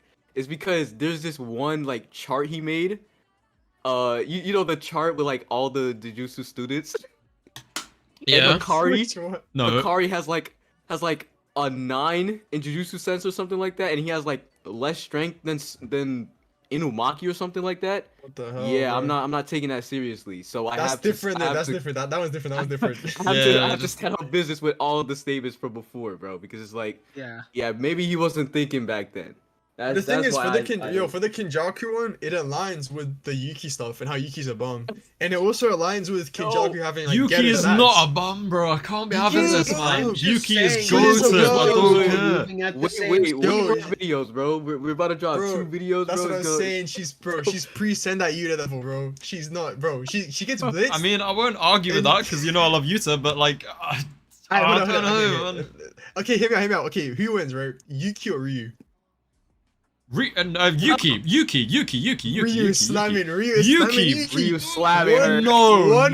He punches Yuki one time. He punches Yuki one time. How you saying? Hajime How you goes saying down. he punches Yuki one time? Yuki punches him one time and he She's too dies, slow. bro. Okay. She's No, Getter level no. and Getter go this by base Yuta. What are we doing here? No.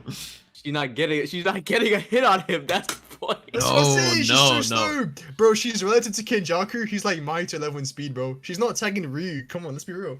And even if you forget about that statement, there is so many implications that Kenjaku is around as fast as Getter.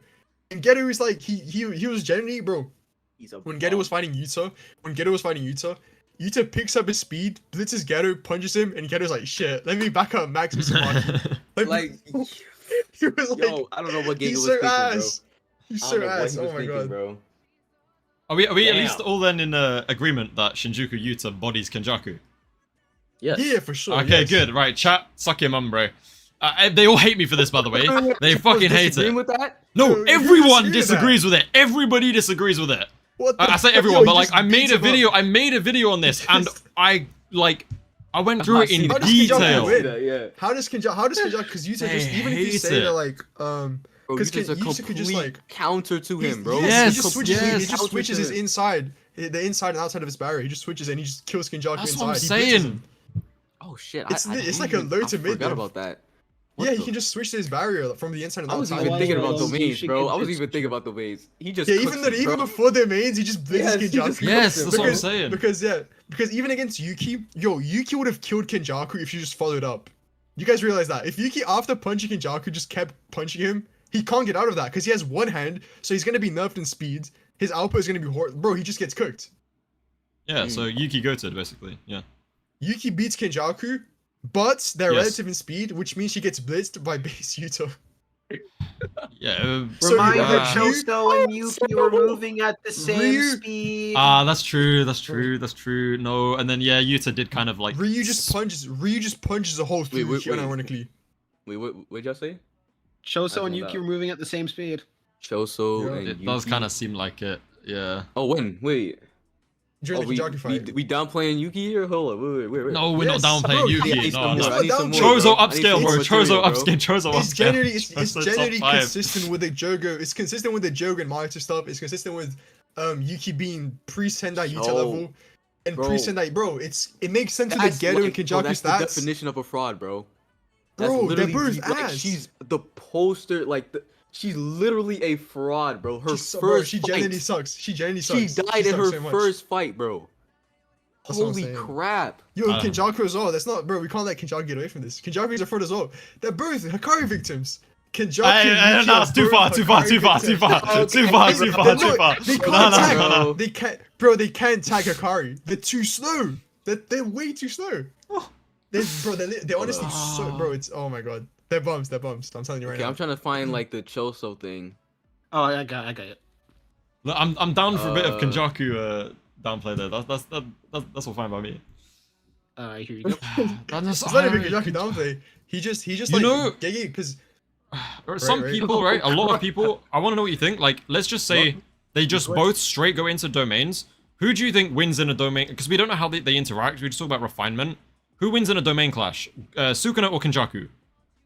Sukuna easily. Yes, What? exactly. Because of output. His The output- his amount, output bro. is so The much amount better. of comments 'Cause oh my I God. get saying that Kenjaku will beat Gojo and Sukuna in domain clashes is ridiculous. You already know my argument for this. It's so Yo, dumb. not just that. Kenjaku's getting blitzed in the activation. He's genuinely getting blitzed in the activation Yes. speed. Like, he's horrible. And then even in the clash, he's losing the clash like instantly.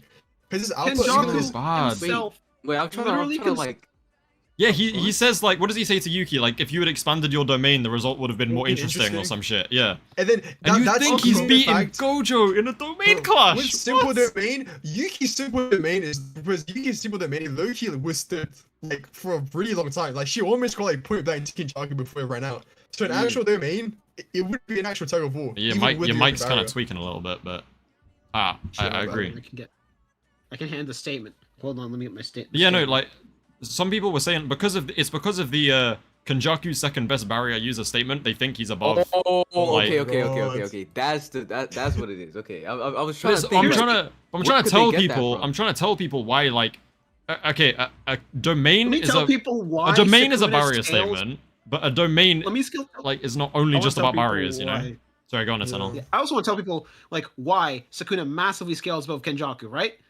Kenjaku himself specifically tells everybody, "Hey, if Sukuna, like, if our prison plan, like, we are all of us jumping us together, me and the disaster curses, we don't stand a chance against Gojo. 14 Finger Sukuna is the contingency plan if the prison realm plan doesn't work out." And you might think, hey, it might be because Sukuna has something in his arsenal. I would argue Kenjaku has a better arsenal for fighting against Gojo, which means the only thing that can substitute is Sukuna's stats and output with the domain. Yeah, Which means exactly. Sukuna's domain is just massively above Kenjaku's. It doesn't matter if 14 Finger Sukuna can battle against Gojo. That's not the important part here. The important part is Kenjaku thinks 14 Finger Sukuna has a chance in comparison to himself plus all the disaster curses, especially considering he would never use people to his advantage. That's not something Sukuna would do. Yep. Yo, speaking of that, 14 Finger Sukuna is low-key slamming Shibuya Gojo. He's slamming Shibuya Gojo. Gojo has no counter. He's got the physically stronger body with Yuji, and Gojo has no counter to the domain. He just gets cooked. Oh, we started this shit up already, bro. Yo, and this is the thing, and this is the thing, because some people like to say how like oh Gojo inside, like Gojo just beats Sukuna inside 11th Shrine. Bro, people don't realize this. That when Gojo's getting hit by 11th Shrine, then he has to spam RCT. His red is ass. His red AP is horrible because he can't adjust his reverse technique. He can't adjust it to just red because he has to use it on himself. That's why Sukuna tanks a point blank red inside his domain. That's because Gojo, while using RCT, his red AP, like his RCT output, just goes like extremely low. So realistically, Gojo is not doing enough damage to make Sukuna collapse his domain. He just gets cooked by Fugo and he just dies. But like, doesn't this all just depend on like how we can't know that because it really just depends how fingers work, and we don't know how fingers work. Like Even his with 14 output fingers, it's could be implied- that it's much implied. lower. It's implied that like even even post Shibuya, where Sukuna still only has like 14 fingers, when Gojo gets unsealed, Kenjaku says that the only thing stopping Gojo from killing him is that he's around Sukuna, which implies even then Sukuna is still like he should be relative to Gojo to some I mean, degree, it could also which be just that makes it go down Sukuna's to- finger buffs are just curse energy buffs, because that's Yo, actually, that's what I've been saying. Yeah, that's what I think by that's the what way. they are. And My- because my because argument people, is- right. the argument I bring up for why 14 Finger Sukuna is stronger is just for when people actually want to say that fingers have a power buff. Wait, why I'm y'all a saying believer that the 14? fingers don't have a power up. Yeah, I'm That's also. Shibuya. I swear it's 15 Shibuya, no? No, it is 15. The reason why I say 14 finger is because Kenjaku didn't have the 15 finger. That was Mimiko and Naniko. That's why I say Kenjaku's playing role. Oh, Kenjaku thought it was 14. Oh, okay, I get you, yeah. Okay, Yeah, that's that what you're statement in talking about. specific I'm talking about. Yeah, that's fair, that's fair. This is about 14 finger Sukuna. That's why I bring it up that way. Okay, Yeah. okay. Yo, and the Okay. one Which thing technically is people 15 always finger because use, the finger sealed in Yuji, but whatever. but the Oh, one thing yeah, people yeah. always use against finger scaling is that one finger Sukuna was like getting dominated by Gojo. Bro, the entire fight is Sukuna tries punching Gojo. Gojo uses blue behind him and he punches Sukuna. That's the entire fight. And the thing is, one finger Sukuna doesn't know about blue, so he gets blitzed by blue. You know who else gets blitzed by blue? 20 finger Sukuna inside his own domain. When Sukuna's not expecting blue, he gets blitzed by Okay, it. but It's in character. you can kind of like make the argument as well though. His stats probably do change with fingers because what was it? This is kind of shady, but Megumi says like 3 finger Sukuna could have Sukuna just was been holding like back against similar to Megumi. Toji The speed. problem is, yeah, so first of all, we know Sukuna holds back against like special grade level characters. So it's like I don't know why I don't know why Sukuna will be holding back against Maki, but then against Megumi, who he wants to live, he like go all out. And also, Megumi's getting blitzed by both. That's like me like showing you someone running the speed of light, and then me Yeah, showing to you be someone fair. running like the speed of lightning. To be You wouldn't. to be fair, You'd be like, I oh, they're pretty fast. Like I will say this: Megumi later on says Toji's faster, so Megumi does know how fast they're moving. He can perceive them, but he's not getting like perception blitzed, or he's getting Yeah. But blitzed, but not perception blitzed. But the important thing is, you can just argue Sukuna's holding back. Also, yeah. he's not even at Missing full character. power there either. His heart's ripped out. Yeah, Which is a exactly. physical He nerf too. says, you know what's On top of crazy? that. Bro, you know what's crazy? Sukuna says that him on a time limit while having his heart out, he doesn't even know if Maharuga could beat him. This is Sukuna as well, like right after using domain expansion, right? So he's probably low in C as well. And he still thinks He him thinks versus he could take Maharuga, it could go either way. Mhm. Because when he says me at that time, he's referring to Sukuna with no heart. He has to keep Megumi alive, and he's on a time limit before Yuji switches bodies. And he's And he saying just even used domain. then, yeah, and he just used domain, and he's saying even then, Maharuga might be able to beat him. All right, So, do you know yeah. what? On the topic of fingers, actually, I did a stream the other day about this kind of thing, and I want to ask Heavy and Restless in particular, because Eternal, you were there and kind of spoke about it with me a bit. But Yeah. how many? Okay, can we make the You know my assumption? opinions already. Yeah, can we make the assumption that like fingers add cursed energy and to some degree The output, stats. but like, yeah, kind of. With Right, that okay. assumption, how many fingers do you think Hakari beats? Like Shinjuku Hakari, like post time skip, whatever. Like, how I many think can he three- I think take? Like, three beat? fingers- Some Sukuna, I strong- think- I have I think That's Three Fingers strong. Sukuna solos the verse, bro. I think Three Yeah, Fingers yo, Sukuna beats it's- everyone other than I was Gojo. about to say that. No, wait, Yeah, not- Three that's- Fingers Sukuna, okay, he just three? pops domain. Okay, three is great. It went like, He Three just is went pops like way too this. much, my guy. Dude, he pops domain, then he just Three? kills everyone. Because if he Bro. can beat Maharaga, that means his like output would be like somewhat relative to that. He just pops domain, he just kills everyone. right, I just want this to be known so No. chat can hear me. There are many characters who body Three Finger Sukuna. I like, Who?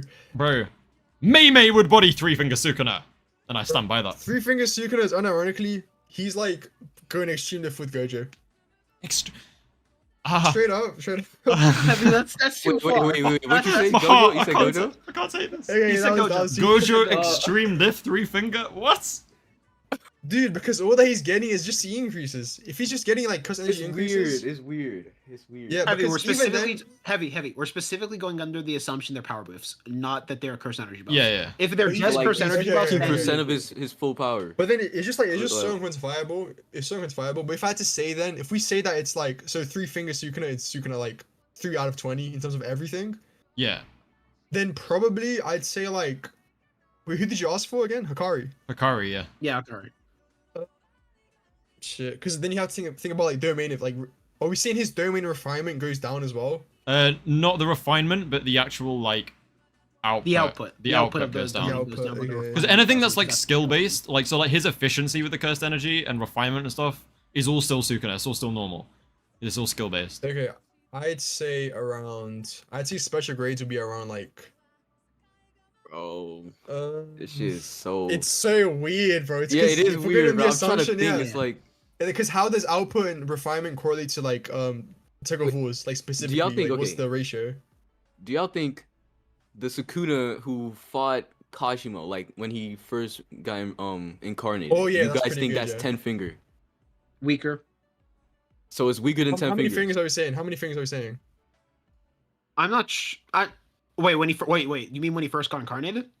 Yeah. So like No- he oh. he No, when he's damaged, right? Or are you saying? I'm like, saying max? 238. Oh. 238 like page 1. That should be around. I'd 10 say fingers. that If one- we- The power he's showing is below 15 finger, but I think he's like, if I had to give him a power level, it'd be around 17 finger. But the power he's displaying is less than 15. Isn't his output? Wait, no, it's his RCT output. It's his RCT, yeah. Yeah, his output should be RCT, not fine. his actual output, right?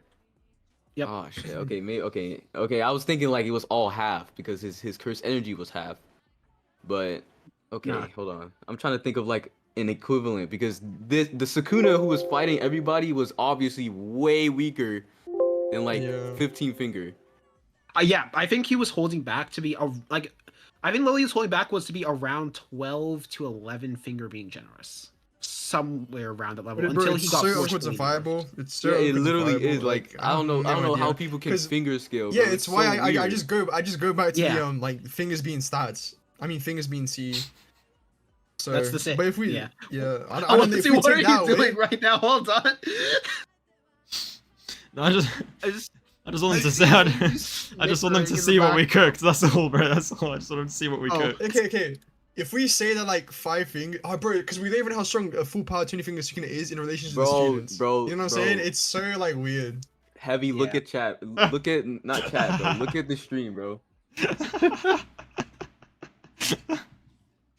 I was Right, literally wait, like what- going what is down it? like, wait, hold up. Is that fucking Megumi?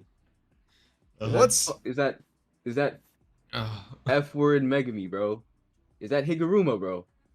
Is that Geto? Alright, yeah, bro. I'm behind. Wait, hold on, let me Alright, see good. this. Goodbye. Oh, bro, alright, bro, wait, what's going on, bro? Wait, why is Hakari at one? Wait, why is Bro. Hakari Look below at- Ino? That's so bro. funny, man. Oh my, bro, what's? Oh my god, this isn't even I funny. we're gonna. Why is Yuki so? Oh my god, I knew this guy was a Yuki Glazer. Oh my Oh, yeah, god, best bro. believe I'm a Yuki literally Glazer, bro. said that Yuki was in his Yuki top is my five when top we were 5, talking. bro. Yeah, but when he said top 5, I was like, oh, he's probably like, he's probably trolling. No. What, bro? Yuki. Base Kashimo is like mid-diffing Yuki, dude. Oh, yeah. He's Oh, just yeah. because he's yeah. faster than her, and then once he gets the first hit, so he'd get the first hit, and then she just gets stunned, and he just combos her to death. Oh She's shit. not hitting him. Yeah, she's I not forgot hitting about him. the stun. That's what I'm saying. Even if we take away the stun, she's not hitting Kashimo. So like, cause we know like, Oh my Um, god. yeah, because we know if he gets like 4 hits in, he just sends a lightning. She has Yeah, to he use just sends a LCC, lightning. and She's then literally fucking her dead, output bro. is gone. She- Her output is gone. She Her will, output is she gone. will, It's she like the- will die to a lightning. I agree. So Kashimo, so many like, So you think, bro? so many people wait, die to a how lightning. fast- I just Is this to do with fully the think she Yuki lands a speed hit stuff? and kills him. You think she's that? But bro, she's like relative to Kenjaku, who's like Getter level. In stats. But So in like, speed and what, stuff.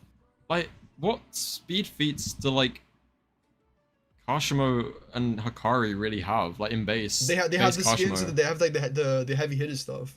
So like base Kashimo skills Jackpot Hakari, and then Jackpot Hakari is implied to be around Yuta Maki level. And then for them implied, to be, like, implied in what way? So Kenjaku implies the gap between Hakari and the other heavy hitters is bigger than the gap between Yuta and Maki and Yuji. So for instance, for Kenjaku to list Hakari as a heavy hitter on the level of Yuta and Maki, and not list Yuji, that means the gap between Hakari and those two is smaller than the gap between Yuji and Hakari. To be fair, I don't think that's really valid for Yuji in specific, purely because Kenjaku wouldn't know exactly how Yuji improved over the months. We're talking about speed. We're talking about speed specifically, right? We're talking about how fast Hakari is. We know Yuji Yeah, didn't get that much. We know no one got I that more much so faster. think what I'm saying is I more so think that's fair for like 214 Yuji rather than post time skip Yuji. Hmm. I just want that to be. But do we specifically think? Oh, no. Do we think? Yeah, but I'm saying like 214 Yuji and first time skip Yuji in speed. We kind of already know this. I don't think it would be Speed-wise, I don't valid for think you're post that time big of a skip is fan. what I'm saying. I do In think it's terms of valid for speed. 2 and 4. Yeah. But I'm saying. In terms of speed, I think it's valid for 214, but not post time skip. So Because you think they Kenjaku, got like seven? So you think they got significantly faster over the time skip? we see Yuji keep up with Yuta in the domain, so yeah. But he also keeps it with Maki, and we also Yeah. don't know how much Yuji's like holding back in terms of like each one. I mean, because Yuta and Maki, they can both be holding back to synchronize stacks with Yuji to some extent. But anyway, this kind of sides the point. Yuji has scaling to Maki pre time skip, and then Sukuna himself literally says that like the only thing they increased is in relation to their like reinforcement. When he's listing everything. No, he says their improved, right? overall fundamentals have taken a level up, and then he makes another statement about their durability. Yeah, it is Those, both. there are Yeah. two The separate wording- statements. Are we talking about inside of their main? No, I'm. First- Because I'm Inside talking the about, 'cause domain, yeah. inside of their main. Hold on, let me go to it. Yeah, he says like, is this when he asks like, what have you been doing over that month? So right before that, yeah. Oh, Yeah. another Did $2 from 251? Angel. Damn, Angel, you've been going crazy with the super chats today. Hakari's at least a top 10. Also, what is that? Oh, the tier list. Oh, yeah. Hakari was my 10. Hakari is inside of their main. Hakari's no inside longer of my their 10. main, Sukuna's like, bro. Inside of their main, Sukuna. So he lists what they improved, right? And he's like, so they upped their tight defensives. Yuji got reverse Kessenik, and Yuta might have upped his barrier skill. He might have just had it the whole time. He makes like no mention of speed. And then the wording Sukuna uses when he says they improve their body strengthening. It probably he uses the same wording when he mentions that durability, like in is it 247? It's 246, and in 246 he specifically 246. says fundamentals, not just Yeah, I'm durability. pretty sure he does The say. way But I isn't interpret- this no, but isn't this after so in this place he talks about their fundamentals after he uses slashes, and then he's like, let me test speed. So him saying he's gonna test speed implies he doesn't know if they up their speed. And then afterwards he's like, the only thing they upped was their fundamentals, Ooh. but the fundamentals is in relation to when he was referring to durability only. Yeah, And to be fair, if he separates speed from durability, that means they didn't up speed. he says it's not just the brat. They've all leveled up their fundamentals in cursed energy strengthening. And then he's like, let me test their speed, which implies he doesn't know if they up their speed. Yeah. Implies something, and then inside the domain he brings up the statement again, and he makes no mention of speed. So I think like Yuji I'll bring up pre-time statement first. the thing before when Yuji uses reverse curse technique. Reverse, He's like, and he said the only thing he upped was Yeah. the strength. And yeah, let me see. wait, what It's- chapter was that, bro? Like I think it's 249, 248. 248, I think. two. Hold up. 248. Yeah. Hold up. Is Yeah, your so, like- mic and Discord on? Yeah, I think so. Wait, guys, can you hear me? Yeah. Yeah. Yeah. Yeah, no, it's fine. Yep, okay. Sorry, Yeah, chat so was It staring. looks like the after- only thing. Yeah, he's like the only thing. So he says after Yuji uses reverse curse technique, he says it looks like the only thing Yuji upped wasn't just strengthening his body, which implies when it comes to speed they didn't up it, because when he says strengthening his body, it's the same wording that he used when talking about durability, and he separates that from speed. If that makes sense. So as in Sukuna's like, he says, oh, you guys upped this, let me up. So like Sukuna's like, you guys upped X, let me test Y. And then afterwards, Sukuna's like, oh, it looks like the only thing they improved wasn't just X. But he's not referring to Y, he's referring to curse RCT, which implies he didn't improve Y, and Y is speed in this case. If that I makes mean, it could sense. also be that he's like already relative to Yuta I just feel like Is this the explanation like losing y'all? yeah, No, I what, got like the you guys expression. like this, because I might have like worded it wrong. I don't know. I feel it's Yeah. pretty like I've never It's not like- worded like completely. Yeah. it's just I think like pre-time skip, post-time skip Yuji, there's nothing to like suggest he got faster. If anything, Sukuna's statements like makes it seem like he didn't get faster. So then Hakari being stronger than being faster than pre-time skip Yuji, like means he should be able to keep up with Yuta and Maki. And then Kashimo keeping up with Yuta and Maki means he can keep up with them. I agree Hakari should be able to, like, I think he's probably the slowest, yeah, no, I but I think he faster. keeps up, like, Yeah. yeah. Yeah, I It's just basically don't think the the gap Kashimo between thing. Yuji and Hakari speed-wise is not that big. That's what I'm saying. No, it's a small gap. It's a small gap. I'm saying, but the Okay, gap, okay, we're on the same page. yeah, then. I'm cool thinking with about the heavy hitters. Yeah. I'm saying the gap between heavy hitters is so small that it's smaller than the gap between Akari and Yuji. Or else Kenjaku Yeah. would have listed Yuji as a heavy hitter. Yeah, which no, kind that's of fair. links back to the Kashimo thing. Yeah, so if Kashimo can scale to like Yuta and Maki in speed, and then base Yuta from like volume 0 was like way faster than Geto. Then yeah, like Also, Kashimo, just brought up Kashimo something- just hits. Oh, Kashimo just hits Yuki first. She can't hit like land on him, and then he just sends a lightning bolt.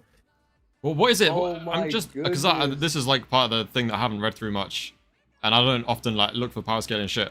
What is it that makes Kenjaku so slow? It's that he has so sorcerers. So Meme says this. So sorcerers they just reach the natural limit, right?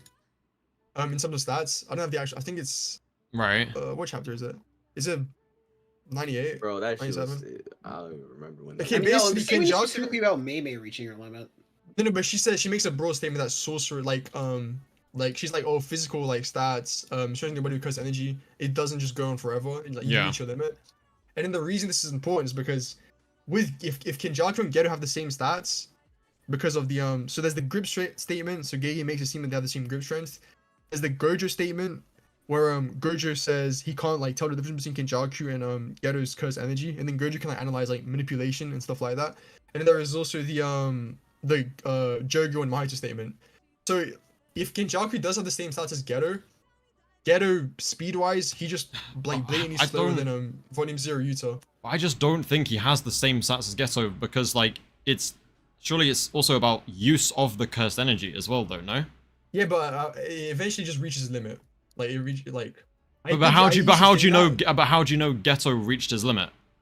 Because If you compare like Kenjaku's because knowledge Gojo and says- skill compared to Geto, Because Gojo says, so Gojo who can analyze like your manipulation, refinement, efficiency, all that stuff. He can't tell the difference between Kenjaku and Geto, and then because he says they have the same cursed energy, and then also Gege mentions how Kenjaku and Geto have the same grip strength. So in terms of stats, they seem like they're just body strengthening in relation to their like how hard they punch, how move they fast, stuff like that. how move they fast?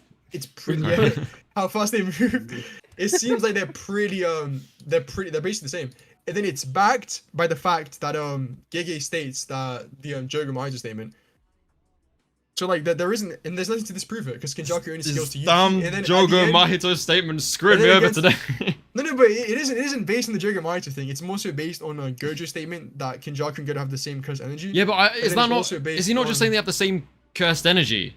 Like, what does that mean? But, It's like, how if he's there's a using big it. gap- No. if there's a big gap. It's So I'm not really saying he the has main more part of the cursed argument. energy. I'm just saying like Yeah. it's the same like. Because Gojo can tell how you're using your cursed energy. But why is that necessarily what he's talking about though?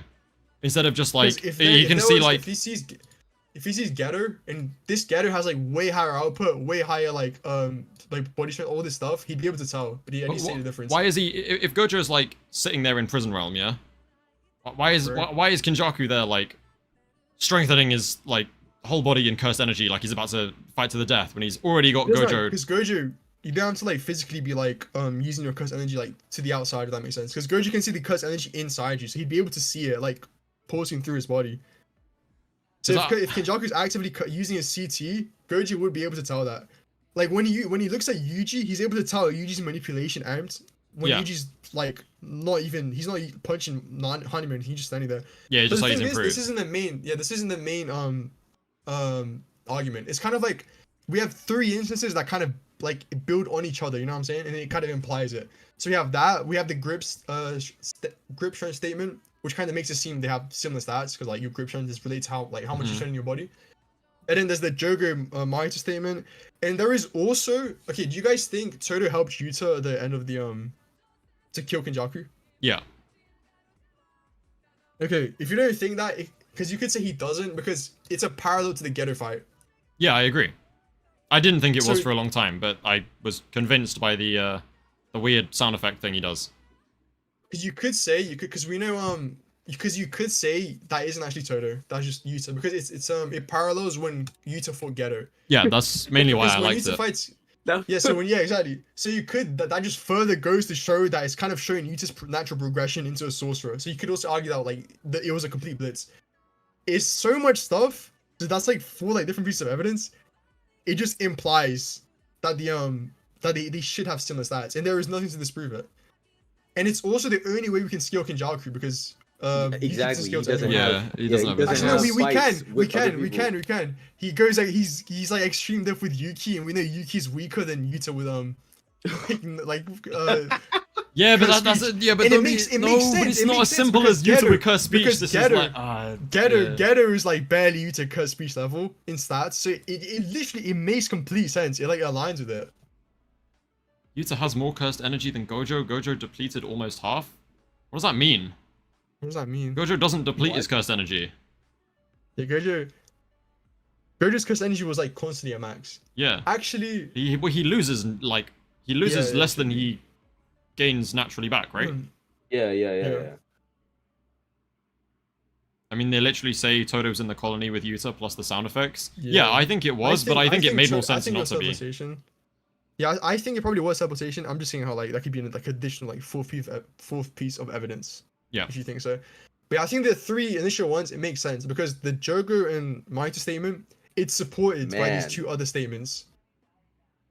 And also no, there's it's also supported by the narrative that Yuki is below Yuta at that point. And Yuta at that point, he's just like not that strong. What? Wait, what? He's talking about cursed Um, speech.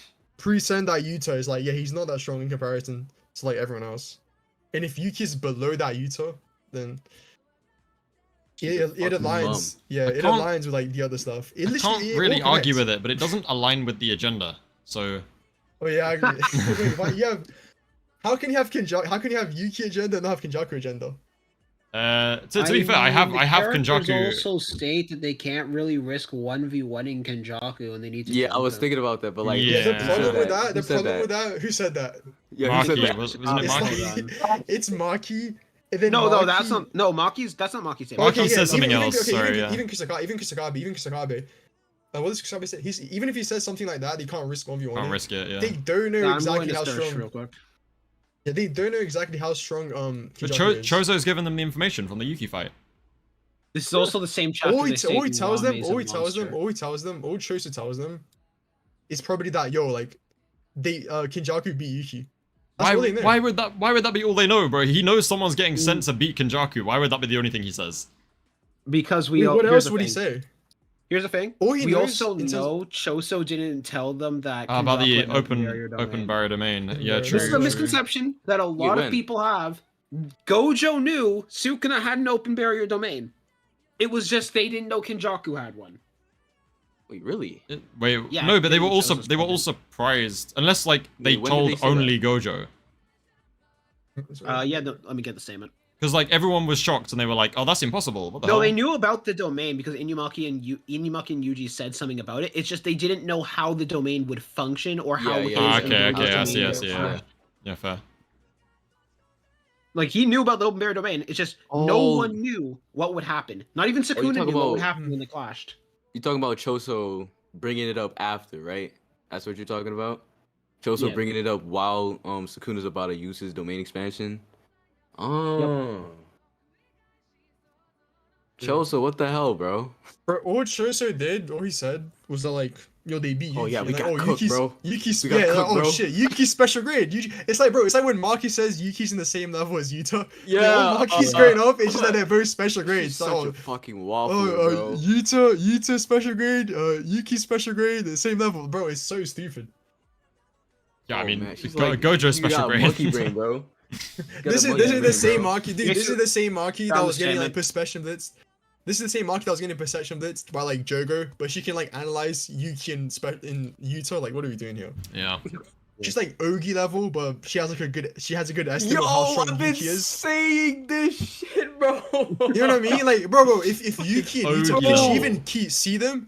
Can she even see them fighting? Like that statement is such a like it's like the Hakari one.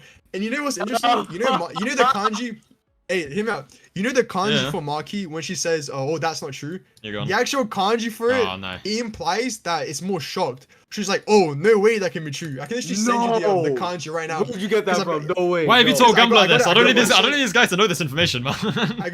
I got the like the rules for JJK, literally everything. Let me send it to you. What? If you put it like, yes, bro, I found a website. The kanji is more of like, no way that's true, but like think of that isn't true, but like with a question mark and an exclamation point. Like, that isn't true, That's is basically it? the implication. It's like, yeah, it's like, wait, that's not true. Like you're Yuta, like he's not Ah. stronger than you. Oh, it's a good thing Which she was doesn't actually right. how Hakari is. You said what? No, she wasn't right. Come on, let's be real. What? Present No, that Yuta. no, pre-send our Yuta, like, bro, fuck her speech. Like, base Yuta, just delete Hakari. I don't care. Yeah, but Hakari's Yuta can't react. If Kashimo couldn't react to Hakari's domain activation, Yuta isn't reacting either. He And then- doesn't. But he doesn't so need to. Like, Hakari- he's not gonna get. And maybe like once or twice. Maybe if he's lucky, he'll get like instant jackpot. But he doesn't get instant jackpot every time. Like he fought But he has Charles. things- Him and Charles like fought in the domain when Hakari was in base. Yeah. Mhm. But yeah, Yeah. he's not surviving that from Yuta. He's getting his head taken off. Wait, but he survived. He survived against Uraume. Why can't he just keep up? If he's able to survive against Uraume, he can like one shot. But we She don't. has enough. No, they have But enough if we- lethality to like one shot these special level characters. But we're talking Then Hakari Hakari. survived against We're them. talking Hakari at that point and Yuta at that point. But don't we agree Hakari didn't get that much faster? So that means he should be able to react to Yuta. I think Yuta's much faster.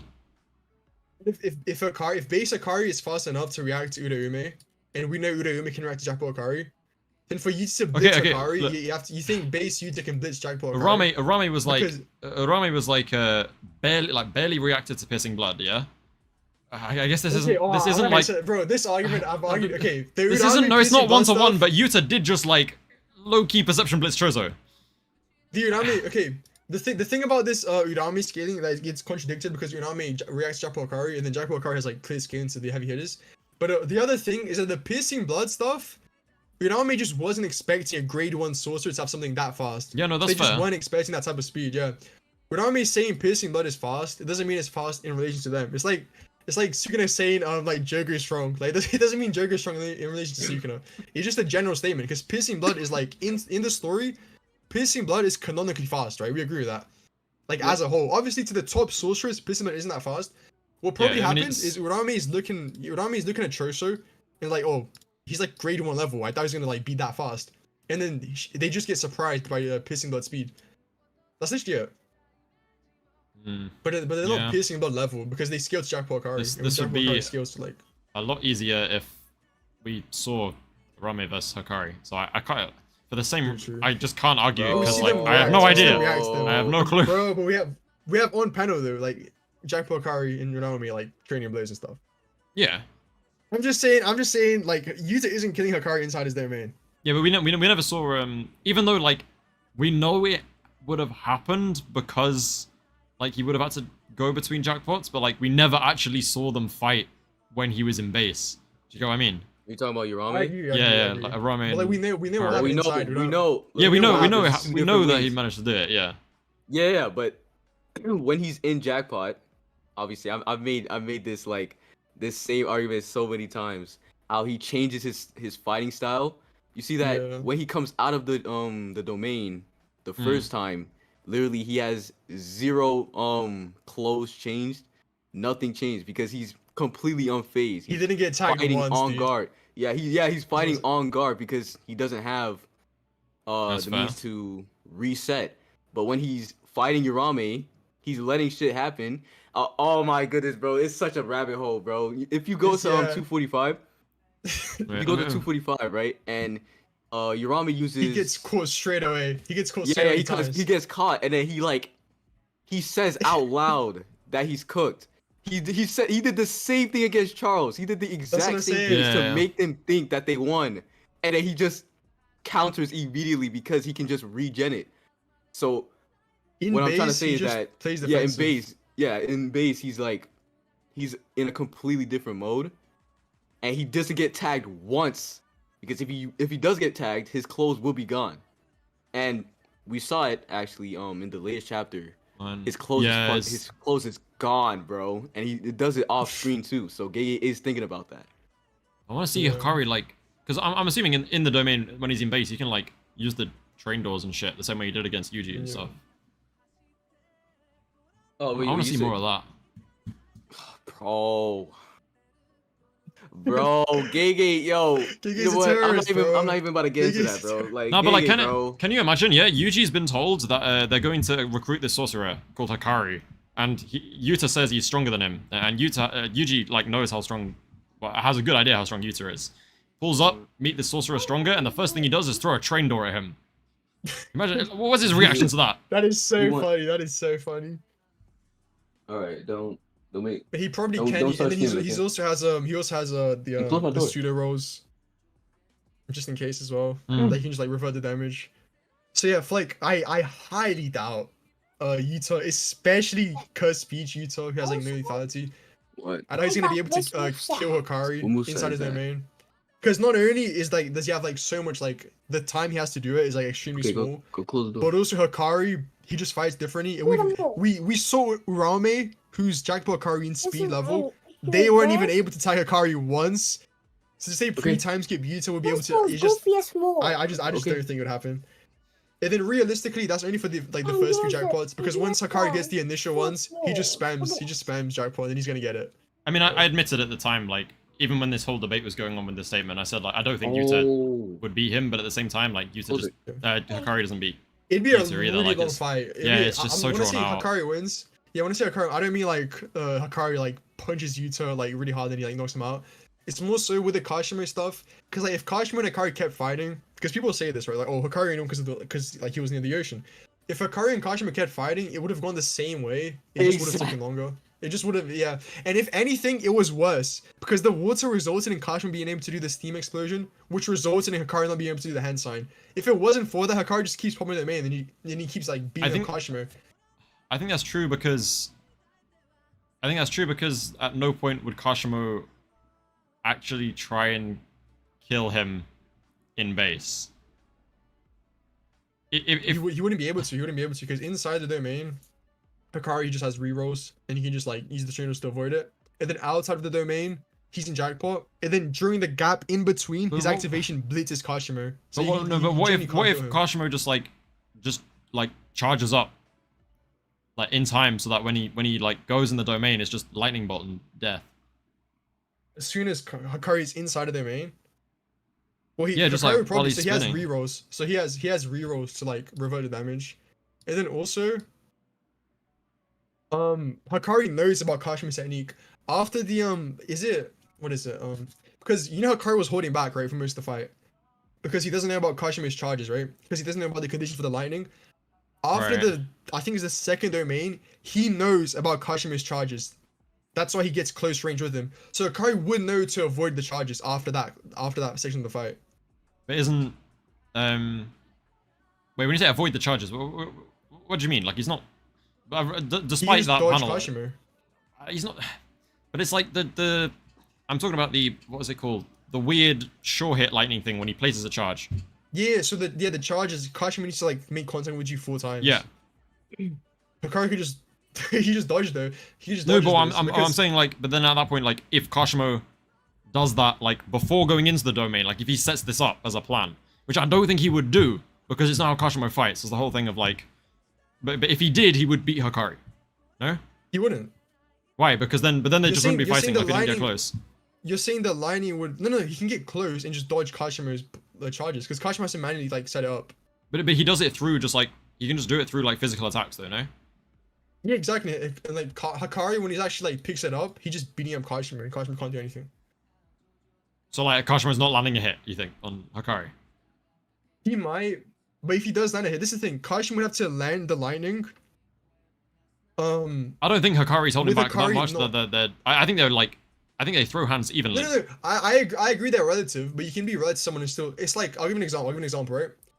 Remember how Yuji and Sukuna like they're currently like towards the end of the fight, Yuji and Sukuna are somewhat relative, but Yuji can't land the slashes unless he gets in the domain. It's kind of like that, where like Yuji and Sukuna they're similar levels in speed at that point of the fight because Sukuna is so nerfed. But Sukuna literally says, I can just dodge the attacks. Even though we're similar in speed, I'll just dodge the attacks. It's kind of like that. So you can be near someone's speed, and if they only have like a specific attack, and you know it's coming, you just be able to dodge it. Because we see it with this is why I think Yuji doesn't beat people like Maki and stuff like that as well. Because people like it's pretty easy to dodge an attack if you're like specifically looking out for it. Yeah, I still think Yuji and Maki is quite. I'm pretty 50-50 on that one. Okay, think of it like this, right? Because the thing is, Yuji has the advantage because he can heal from the damage, from the soul damage, while Maki can't, right? In theory. But the problem is, who do you think is faster, full power Maki or Sukuna? Like that was 1v1 Yuji at the end of the story, because Maki scales to a much faster Sukuna, right? Yeah. And so the problem is, if that really slow Sukuna at the end can just dodge the attacks, because the implication is that unless Yuji uses domain expansion, he's not going to be able to tag Sukuna. He just can't tag him with the slashes. And if Maki scales to a faster Sukuna, then Yuji just can't tag Maki. So yeah.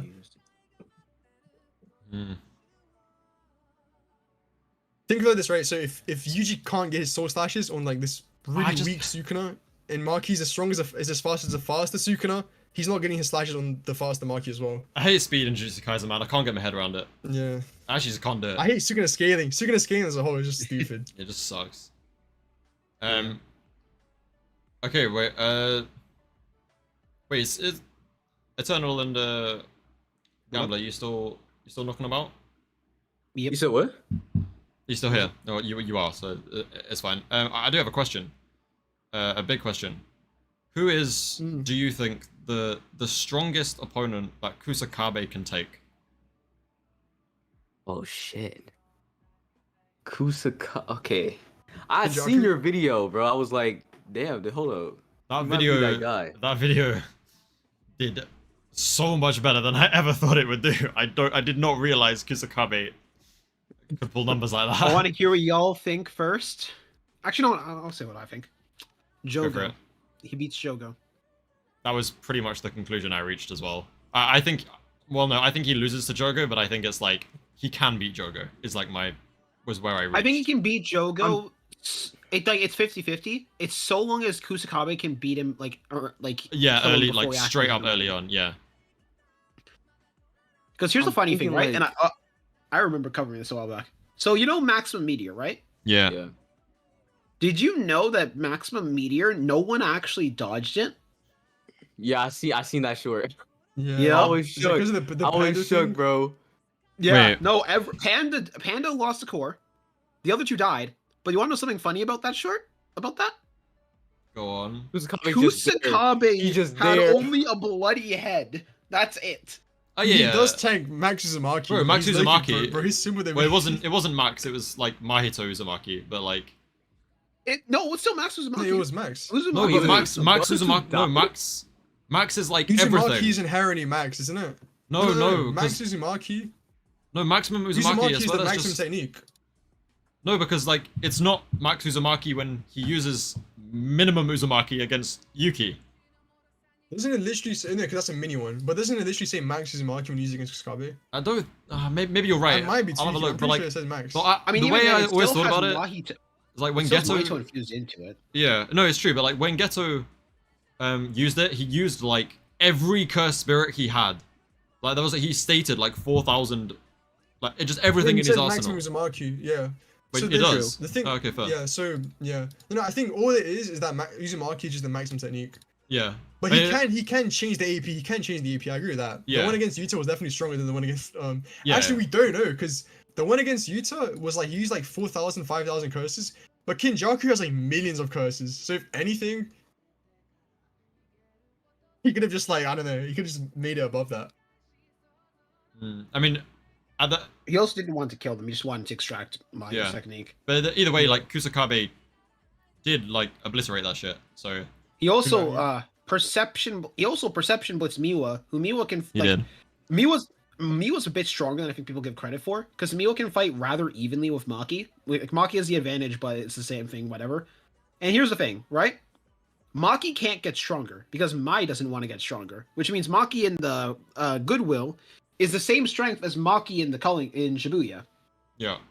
Maki is then shown keeping up with Nanami. Mm. Yeah, I see. Yeah, I think you see I mean- what the scaling chain is, right? In terms of like, Yeah. it really depends because the thing is that he, because of the whole auto reflex thing in simple domain, is like whether it's like automatic or not, he is just crazy fast, at least in reacting, right? Like he, I mean, it's he not can even that. It's not. straight up It's dodge. not even that. Oh, go on. Kusakabe appeared Well, he- before Miwa. Kusakabe appeared and deflected it before Miwa processed what happened. Yeah. That's what makes it a Okay, crazy feat. Do you guys think the statement about Kusakabe being the strongest grade one? Do you think it would, when Gege brings it up, do you think he's like considering it like it would apply to current characters, to current grade ones because he brings it up now? Current grade ones. So as in What do you so mean? do you know how like it's so you know the statement about Kusakabe being the strongest grade one, how it's a flashback? Yeah. Do you Yeah. think since Gege chooses to bring it up now, it implies that it still holds truth? I think so. I mean, I think it does. I think it does, but the thing is, like, what other grade one characters are there? Yuji is So not I was gonna officially say, a grade one. I was gonna say because you can scale it like because Todo reacts to Sukuna and stuff. yeah, He like Toto's, jumps in between the okay, this is like Oh, the yeah, right. weirdest feat in JJK where he jumps in between the Sukuna's black Ana? flash An angel, moves right? faster than Yeah. Sukuna. Yeah, and he just jumps in. Oh, And tanks a like- black flash. Exactly, and if Kusakabe is stronger than him, he should be fast enough to like keep up with Todo. Which means he Yeah. like somewhat scales to this Sukuna. So in other words, he just like cooks Yuki. I mean, for that title, like, it is literally just a fight between Todo and Kusakabe for who takes strongest grade one, I think. Yeah, Yeah. exactly. Oh wait. You asked that question because Todo wasn't there yet. Is that why you asked? I think it? Todo. Yeah, I don't exactly, think the statement yeah, is yeah. accounting for Todo in specific. Yeah, but I think, yeah, like, because Todo wasn't there. it- Yeah, I, get what I you think mean. Todo Yeah, in the yeah, that's what I Mahi- was asking. Yeah, Kusakabe, I think, is above Todo in the Mahito fight, but not current Todo. yeah, because that's the thing. I agree, I think, yeah. Yeah, because Gege bringing it up now, you could say it might imply that it's still relevant, or else you wouldn't bring it up. But I do agree that it's only referring to like pre-time script. But Also, Todo... important question for all of you. Sorry, go on. Do you all think current Todo beats Hanami? Yes. The only problem is that Hanami does actually have a domain expansion. Yeah. Like, I if think it Todo wasn't can for just the beat out- domain, then like, yeah. I think Wait, Todo can can move Todo out the way of the can domain Todo before it teleport out? happens. Doesn't he teleport out of domains? Like, yeah. What if he teleports outside of domain? No, but it's barrier only- though. But you don't know if you can do it through a barrier. He did it through open domain, like Sukuna's open domain. But you don't know if you can do it through a barrier. He can barriers take time to expand, so if he just sees it coming before it expands, which he can activate simple domain before it's not before Mahito's expands, but he's about He's to somewhat- activate. he's it, and somewhat he reactive. very He kind of close. yeah. Yeah. He kind of Yeah, reacts to Mahito's and keep in one. mind, this is also now Hanami's faster nowhere Todo. as fast. Yeah. This is a faster he's Todo. way I I faster got now. Todo. Yeah, I got Todo. That's Yeah, swaps, he should be able can to do just 50 he swaps should be per able to second. clap. He should be able to clap faster than Hanami's activation speed. Yeah, I agree. 100%, 100%. Yeah. If he gets black flashes, yeah, he's. I mean, Fucking- Todo took 2 black Oh flashes in my that fight from Sukuna, right? It wasn't like back to Yeah, back, also but in Todo the whole can fight, he hurt took Hanami 2. He might with- just tank. He might just tank Hanami's Todo short hit. already can hit He might. hurt Hanami with their normal blows too, in Goodwill. Yeah. Yeah, exactly. Yeah, And it's that wasn't true. even a black It's flash. true. That wasn't even a black flash. If he black He, flashes did, him, he didn't even current hit a black flash. But also, like, That's what I'm Hanami's... saying. I don't know, like, Hanami's technique is just... not it. Hanami's Okay. technique. Here's my other thing, right? Hanami's technique just gives Todo more to swap with. Yeah, no, honestly, it does. True. Oh, And that's does. true of, like, a lot of opponents Todo would face, The though. only way I think Hanami wins is if you take them immediately out of character and have them just immediately like use a domain. That's the only way I think they win. Even then, though, it was like... Todo might Hanami be still slow. had to, like... Hanami still chose to charge up, right? Like, using the plants and shit. As Like- I said, the only way they win is if you take them out of character. Yeah. Yeah, but Hanami might have to charge up his domain. He might have like an extra like charge But up even time. then, we can at least assume that it would be weaker than it would then if she doesn't charge up. Yeah. So, like, yeah, I think Todo takes that. Also, Todo to could answer the probably question like in Todo chat could from probably Jish- make her take the blast. Yeah. Like they Oh, yeah. charge up the blast, Sure. shoot it, and then he just switches with them. That was what And they people have thought to he take would do with, like, World Slash or some shit. Sort of Oh, like, I'm hell just no. saying, swap there's it. no reason why Todo can't. There's no reason why he can't. Yo, do you guys think Todo could like teleport Kenjaku's brain out of his body? No, but I love it. I love the, like... I remember hearing something about that. I In spoke theory, about it yes. ages In ago. It's so practice, funny. In theory, yes. In practice, he's not shown the ability to. Because this reminds me of something else. There's no reason why Todo can't just swap half of a person's body rather than the full. I think there is You know a... what? No, hold up. When I spoke about it, there What? is a thing, I think. Something he- about, didn't like, he your swap body is a Maki? domain, I don't know. He that was because Miwa was holding on. to Yeah, him. we think the only Oh, okay, we're explanation saying is that? Miwa. Okay. I was about to say okay. Well, I where were was you about going to with say, that? Cause I was thinking, I would have been like, okay, maybe he can, because I was thinking of cursed energy, but Kenjaku doesn't carry cursed energy with his brain, I don't think, because Gojo would have seen that instead of like being like, oh, Yeah, Ghetto's cursed yeah. energy. But then I was like, wait, if he doesn't have cursed energy, it doesn't really matter because he took Maki, but Maki was with Mia, so that doesn't really work. Yeah, no. Yo, what Yeah. if Yuta ate Wee Wee, and then for his domain short hit, Oh, he he's like like- swapped Sukuna's soul. He swapped Sukuna's soul with like Miwa. Yeah, that's cold. That is actually Can cold. he do that? Can he do that? I mean, I'm sure he He just could. makes Like, it short hit. oh, He yeah, just makes it short hit to swap souls. I'm just gonna read this out. He just swaps Sukuna or something. Thank you, Tiberius, for the $5. Higuruma should have dropped in right after Gojo. Right after Gojo lost, fuck Kashimo, he would have removed Sukuna's curse technique, then bring Todo in Boogie Woogie Kamitoki away from Sukuna. Yeah. Yep. Like, Kamitoki is... Anything Sukuna's holding is gone, if Todo's there. Oh yeah, right. Let me talk about this for a second. Oh, If Todo arrived earlier, Sukuna would be dead. If Todo Oh, was yeah, there for for sure. Yeah, Yeah, yeah, yeah. yeah. Todo like, was there for it literally Higuruma. makes no sense, bro. Oh wait, no, actually it does because he was with. It is with Yuta, Yuta, oh, right? Yuta, Yeah. Yeah, that's how. Bro, that's how Gege I thinks justify too much, it for my bro. own sanity. That's how I Oh justify my it for my own sanity that goodness. Todo was with Yuta. Like I have to have it be that way because if it Yeah, it doesn't, has then to be. It has to Yeah. be. Literally, it has to be. That's kind of a lot of the Ew. things that made me change my mind on that Yuta thing was like, Otherwise, Yeah. Todo just should have been there so much sooner. It's either that or Toto's either stupid or doesn't care. No, but Todo and ain't that stupid. doesn't We make know sense. that. Like, bro was waiting We for know- the bro- domain to come back, bro. Like, that Oh wasn't my gonna God. happen for a long time, bro. Yeah. Right. Because Yeah, no. I think Higuruma's the only good time for Todo to show up. Like, there are like good times for Todo Oh. to show up outside of Higuruma, but they wouldn't have been as good as the domain. Higuruma's the only good time. That would be But better. also with the like binding vow he made for like the range thing as well, and the fact that like he would only need one swap for it. He Yep. doesn't even have to expose himself to Sukuna to just like get rid of Kamitoke.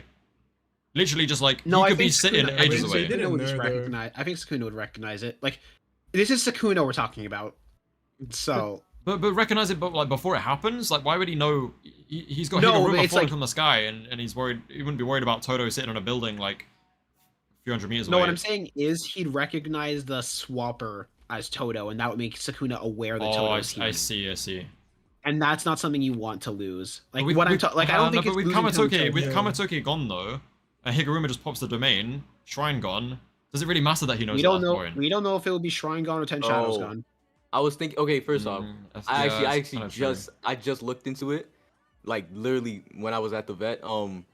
They said that it was most likely gonna be Shrine because he most likely lost ability to use 10 shadows, and we just found out that he can't use 10 shadows. Yeah. So I'm pretty sure it's guaranteed. But also, if Shrine, I was thinking about this. Do y'all watch Dragon Ball? Nah, Yep. sorry.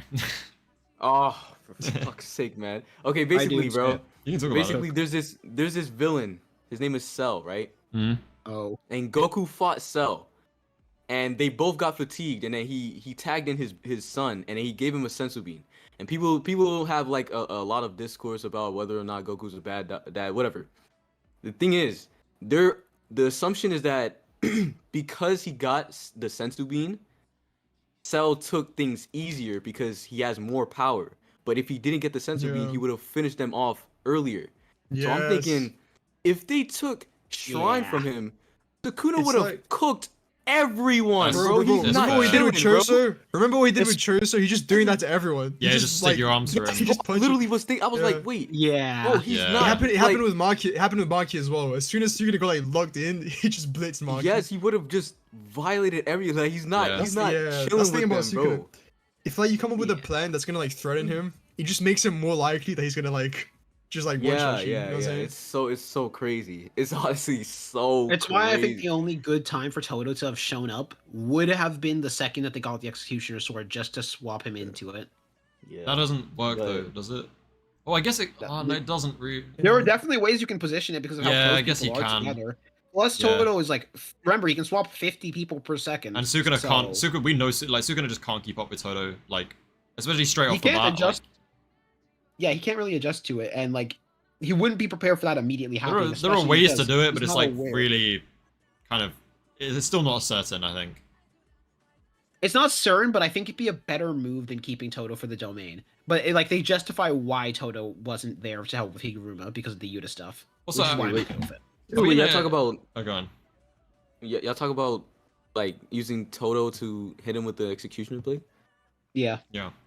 I mean, I don't see why that couldn't work. I mean, like he used Oh, I think it would. Mei and Yuji just to hit one black flash. Like Yeah. I think with everyone there and plus Mei's crows, I think like multiple levels of deception. I feel like Sukuna's getting stabbed. Stack that I- with Sukuna not knowing initially that Higuruma, that Todo's even there. Yeah, Yeah. yeah. The problem Oh, here yeah. is Like- just that like everything just comes down to the explanation Kusakabe gave of Kenjaku was always the one they were more worried about, which is why Todo wasn't there. It's because they wanted Yep. Kenjaku gone over Sukuna, which is kind of Yeah. valid, I guess. But you know, Oh yeah, they're 100% valid in this. Like I said before, Sukuna it's why is I'm just- not too mad about them Sure, sending right. Todo to Yuta. Yeah. It makes sense, but like, this would have worked. the amount of people who are like, oh, actually, I kind of want to know your take on this because I've quite a firm stance on it. You know when Yuta in Gojo's body uses the like recording of Inamaki's cursed speech to make Yeah. Sukuna freeze? A lot of people were like, why didn't they just do that with the executioner plan? I think Inamaki No. straight up dies. He Sukuna's explodes. too Yeah. strong at that point. Like, it's not possible. My Yeah, simple I'm- answer to this is My simple answer to that is sacrifices must be made. Womp No, but womp. like it wouldn't have effects though. Yeah, it doesn't work. It doesn't Yeah, work. it won't have effects. Binding vow, go. Yeah, Yo, I mean, literally, bro, like just sacrifice yourself, bro. Just die for this, bro. That could work, Exactly. bro. That might doesn't actually Either work. Inumaki It dies just or more backfires. people die. Think about it like this: how many people died because Inumaki chose to not die? yeah, but like realistically though, they're never gonna do that because then I'm gonna tell them they all need to go and kill Megumi instead of trying to save him if they're willing to sacrifice Inumaki for Megumi. Like, come on. Oh, I mean, Who cares about crap. Inumaki though? Who cares about Inumaki? Oh Let's be yeah, real. no fair. What? Inumaki haters everywhere, bro. What Oh, was wait, it? wait, Was you're Inumaki? an Inumaki fan? That's what I you're love, saying? I love That's what Inumaki, you're man. I doing? love Inumaki. Is my Fucking goat. I love Inumaki, bro. No. So many people. Sacrifices must be. It's not just for Inumaki. It's not just that. You're also sacrificing Inumaki just to get. Why can't we you get pass it sacrificing on? Why Inumaki to can't kill Inumaki sacrifice Panda to get it off? Like that would be fine. You know what? Fair. No. That's, Yeah, that's it's a better valid. point. That's a better idea. What? Sacrifice. What? Find a you way should to sacrifice end Yuta. that. You might as well Sacrifice sacrifice Yuta at that The point. more. Hey, you know what? What? Wait. What about Utsuhime? Like boost. What if she uses her freaking to first amp? technique to help him? Low key, that still isn't enough. I don't think that's enough. You know what? Ameth is right. Panda's not human. We're not sacrificing human life. No, so it's worth it. What if we like Utsuhime boost and then Shoko is like preemptively already like healing Inumaki? It's like just instant RCT, just overflow him with it, and then as soon as it hits, he might have a chance of living, maybe. Yeah, he would just die. He would just die. Ah. Well, like I said, sacrifices must be made. Womp womp. Yeah, I agree. Megami should have gone ages ago. Bro, in the domain, in Yuta's domain, they're like Sukuna is dead if they want to kill him. He's dead. It's done. Ah, it's fine. Well, it's happened now. Right. Bro, no. Wait, hold on. Let me rant, bro. I gotta rant. I'm Yeah, sorry, go on, bro. go on. LaRue and Miguel, bro. LaRue Oh and my Miguel, bro. Don't make me mad, bro. This black. Oh, yo, bro. Okay. LaRue. Oh, fucking gosh, man. Bro, their thing was, I'm going to wait until Yuta loses and Sukuna loses his domain expansion. What kind of BS is that? What kind of BS is that, bro? LaRue, all LaRue had to do. All he had to do. Okay, first off, what do you guys think? Do you think if LaRue just heart catched his freaking finger, would it just work? Yes. Yeah, I think so. Yeah, why not? Then what are we doing? What are we doing? Do you know, that's an even better point than the Inumaki one. Like that's actually so true. I'd not What thought are we about Yeah, we that. don't doing? need to sacrifice Inumaki. Huh. Bro, I'd not he thought about he that. does it to the finger. He does it to the finger. I actually, okay, I'm gonna just reveal why I know that, because I was at the vet, I was scripting. I have this like this video coming out on like better plans to fucking kill Sukuna, because this everything pisses me off, bro. But yeah, I was thinking about that. Like LaRue can just do that. He pulls up with Higuruma, and it's done. Yeah. It's done. Yeah, it's because LaRue's a Everything's done, bitch, bro. though. That's why. Bro, like He wasn't weak what? enough. And Miguel, bro, Miguel. Oh my, don't get me started on Miguel, bro. I thought. Actually, don't get me started on Miguel. Thing is like when Miguel like showed up, I was so certain. This was like I was like, this is Gege's way of explaining how Miguel tanked so many punches from Gojo. We're gonna see him do some crazy shit now, bro. Blitz Danced and Sukuna. disappeared, bro. I made some like crazy chapter review. It got like way more views than a normal chapter review. I had like unbeatable opponent all over the thumbnail and shit. Oh hell no. I was so hyped up. Oh my god, nothing happened. Like he was he like kind of had a little hand-to-hand moment, like landed a pretty hard punch, dodged some slashes, and then dipped. Yes, bro. That, bro. Oh my goodness. And now when I seen how OP LaRue's thing was, I was like, so what are we doing? Like no one's just gonna actually like think. No one's just gonna like Yuta's just gonna think for you guys. Just Yuta. No one else. Yuta carried these niggas, bro. If Yuta wasn't there, bro, oh, I can't even. Yuta planned everything. Explain. Everything. Literally, I can't even explain how badly they lose, bro. Bro, Yuta's plan was literally the only one that was about to work, other than just throwing Gojo in there. Yuta's plan, literally, all Yuji had to do was listen to Megumi's soul, and they fucking won. They win, bro. Yuji just listened to his soul, and they win. That's all they had to do, bro. they don't listen to the soul, and Yuta gets cut. That oh my goodness. These niggas suck, man. Yeah, but then he had like 4 other backup plans as well. Like, bro. Like, All I'm saying is, if you make me in charge of planning instead of any of them, then we beat Sukuna. bro, before you Yuta make shows up. any of us in That's what I'm charge saying, of planning, and he's just send done. Like, Hakari in what? there, bro. Send Hakari in there. The and thing you is, win. though, no, the thing is, it's all in retrospect. I'm not gonna lie, bro, because they really yeah, that's don't know what's kind gonna of happen. Yeah, low-key, bro, that plan was low-key perfect because Yeah, if they, like if they low-key, pushed like, if they pushed Sukuna too hard at certain spots, like Sukuna just logs in and kills them. the thing is, So, It's like, not even they that. actually did it They're pretty well. the reason why their plan worked, like the way they planned it the way they did, is because they were going for multiple plans that had chances at working, rather than putting all their eggs into like one or Yeah. 2 baskets, because they didn't want, like, they wanted as many plans as possible, which ended up spreading their resources a bit too thin, in my opinion. And I think they could have won much earlier if they were willing to take some gambles, but they did end up winning. So Bro, honestly, the biggest gamble they could have taken that would have done it is if they completely fucking ignored Kenjaku, like, Yeah. beat Yes. put Nah, nah, everyone nah, into nah, beating nah. Sukuna and then jump Kenjaku afterwards. Like, it's so Want me- want risky, me- but it's like want me to make this worse? go on. Send Maki to assassinate Kenjaku, and yes. of this is over. Yeah, that's true literally, as well. bro. Yuta pulls up, bro. Oh my, I'm not about to spoil my Yuta video, himself literally like, brings yeah, this yeah. up, that the reason that Maki could have handled this and the Higuruma plan probably would have worked. It's just sure, Maki would have had more civilian casualties, but you can deal Who with gives a that fuck? later. Like, But who gives a fuck, bro? You There can was also even just give was there Maki anyone more in backup. in Shinjuku, like actual civilians in Shinjuku? No, wait, no, it wasn't Shinjuku. I'm bugging. yeah, That was no, in, Never call that was either way way. farther. It was farther it's away. Lake Right? Gosho. It's like on the other side of the country. Oh yeah. Oh, never mind. Okay. Also, Okay, even okay. if it did take Maki hours to kill thousands of Curse, like someone in chat just said, you will be able to deal with Sukuna much faster, and then the rest of you can just show up to help. I mean, I think like And Yuta's Toto's right over in that there like too, the bro. execution of plan genuinely like would have worked if Yuta was there. And the reason I know that is because like Yuta's proven that against a Sukuna who was recovering his output, he can use Curse Speech to say don't move. So the Curse Speech plan works with Yuta there. Yeah. Oh my gosh, I forgot about that. No, it's true. Like he used it, and he literally like there was like a speck of blood that came out of his mouth when he used it on a Sukuna that was recovering output from the fight previously. So like, if I Yuta don't is even there, remember the blood. Higuruma plan works. There is To be literally fair, like that it's 3 Sukuna pixels. was already right? kind of nerfed because of the Yuji punches. I don't think he was that. But if he's recovering and brought back down, he's it's safe to say that he's around Was the he level that he was. recovering? Yeah, Yuta Wasn't he arrives going and he's like down? he's recovering. Yeah. Also, you can just have Yuta Oh, wait, he was appear recovering, and wasn't make he? Yuta cast his domain and have Yuji and Yuta rough Sukuna up a bit before Sukuna goes to Higuruma. Yeah, there's just so many ways of doing it better. Like if Yuta's Yeah.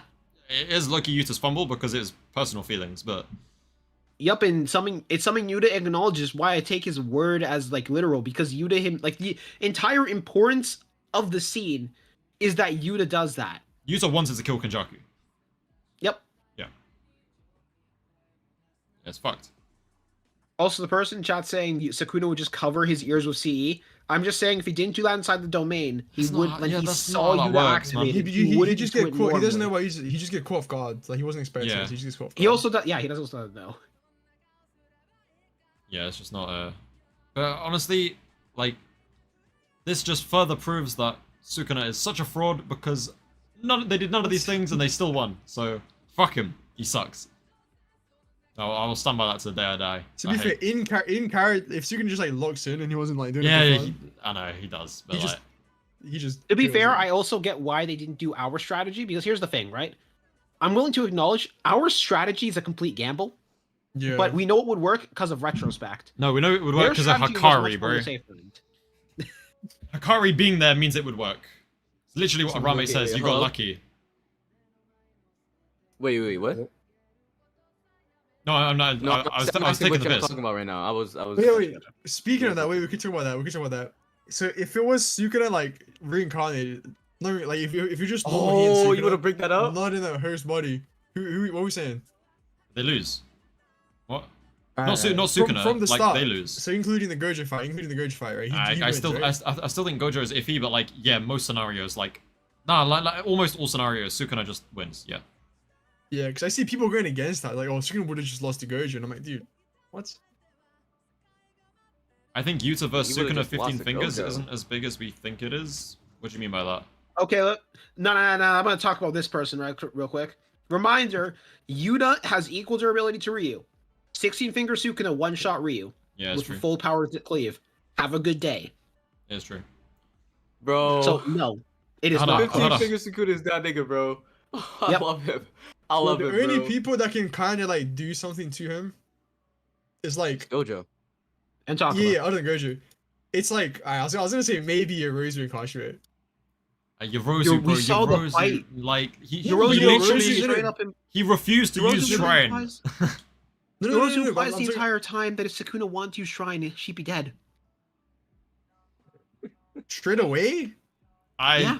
think it's like it's pretty done for Yorozu if Sukuna was locked in. No I one. think- I even think- half yeah, locked in, I think Sukuna Yorozu gets is cooked. done. Sukuna gets not Sukuna. Yorozu gets cooked. I'm saying in comparison to everyone else, Kashimo and Yorozu they might be able to like keep up with the holding back Sukuna for a bit. Oh yeah, holding back. Yeah, Of course, yeah, a lot of that's- people can keep up with No, that. no, no, one. but not holding back. Holding back in like in terms of like not using his most lethal techniques. Not holding back like his like So, speed like, and durability. Like Not 1%, like how not he's doing not against so everyone like else. assuming he doesn't speed Oh, we're blitz talking cleave just to the face. we're talking just physical, or if we're talking just physical stats, then yeah, I agree. But I'm talking I'm Yeah. saying like because full output there's curse. different types of holding back, right? There's the holding back he was doing against the Jujutsu High people, where he was literally nerfing his speed, like nerfing everything. But then there's holding back in the sense where he's just like not using a certain technique. Yeah. Yeah. I feel like with sheer stats, Sukuna is like destroying like pretty much everyone except maybe Yorozu and Kashimo and Gojo, obviously. Are we all in agreement that well actually I guess it's not simple to say that, like can Sukuna beat Takaba? No. Agreed, but like I want to know what they think. Because Unironically, It's It'll okay. probably just be a stalemate. it's really weird. Do you think what the fuck? What would happen to his domain? Wouldn't work. it would it would Either work, it just A like can- it won't do any damage. Either What A, about, like, wouldn't do domain any damage, amplification? or But B, it goes through Takaba. his technique though. No, it No, it doesn't, doesn't. because his technique Here's is the- like let me explain this. So yeah, that's how I know you do it. When it comes to Takaba's technique, it's not like he doesn't take damage. It's just Takaba's technique makes it so the damage never happens. That's why domains wouldn't work on him. Because it's not that like he doesn't take damage. His technique just nulls the damage from existing. Because like he takes the hit. Like the sure hit means guaranteed hit means you get hit. So Takaba would get hit, but it's not guaranteed also- damage. It's guaranteed hit. Like the damage still just is like erased by the technique. I don't know because Wouldn't it be because like with Mahito? because with Mahito, it is Not really. guaranteed damage. The 'Cause reason, with the reason Mahito- why the reason why you can hit Mahito is because Mahito's rearranging his soul. The reason you can't. yeah, but no, That's why you can hit but- Mahito. It's just guaranteed to hit him. But with no, but Takaba, it can hit Mahito without hitting his soul. Like with Mahito, the short hit, it like warps itself to specifically make it so it can hit Mahito, like and do damage. Because if it's just getting hit, Mahito can just get hit and not take damage. So it isn't only hitting Mahito, it's hitting Mahito and doing something to do with his CT to where it damages him. So I feel like it'd be the same with Takaba. Like it doesn't short hits don't only hit you, because if it only hits you, then Mahito will just yeah. not take damage. Wait, hold on. Okay, because it's like also I do. Have a I feel like second- isn't it supposed to be like the same thing? Like you hit Mahito and he puts his soul, he reinforces his soul and puts it back, right? Yeah. And isn't it like you hit Takaba and then he finds it funny that it's not hurting him? No, it's Isn't just the same thing the like that? damage is just erased. yeah, it's just he doesn't even know. Like it's literally just It's as long not as he's that- in the comedian That's zone, really he's weird. pretty much invulnerable. It's so And it's here's so the other weird. thing. Here's the other thing.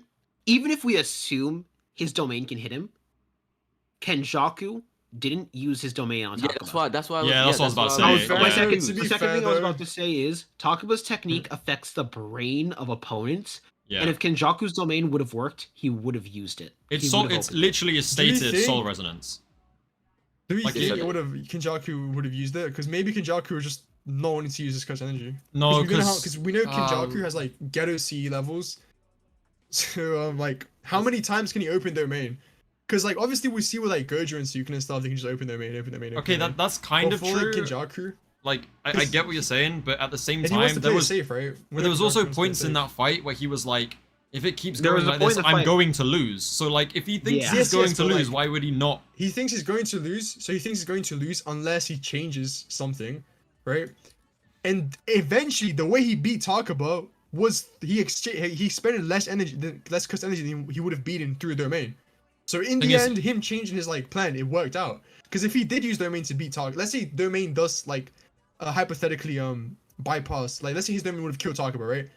Either way, he would have spent more cursed energy with his domain than the actual way he did beat him. So it can just be him conserving like cursed energy. I've just seen in chat, your curse technique gets nullified in a domain. I don't know how to say this without sounding rude. It doesn't. No. It doesn't.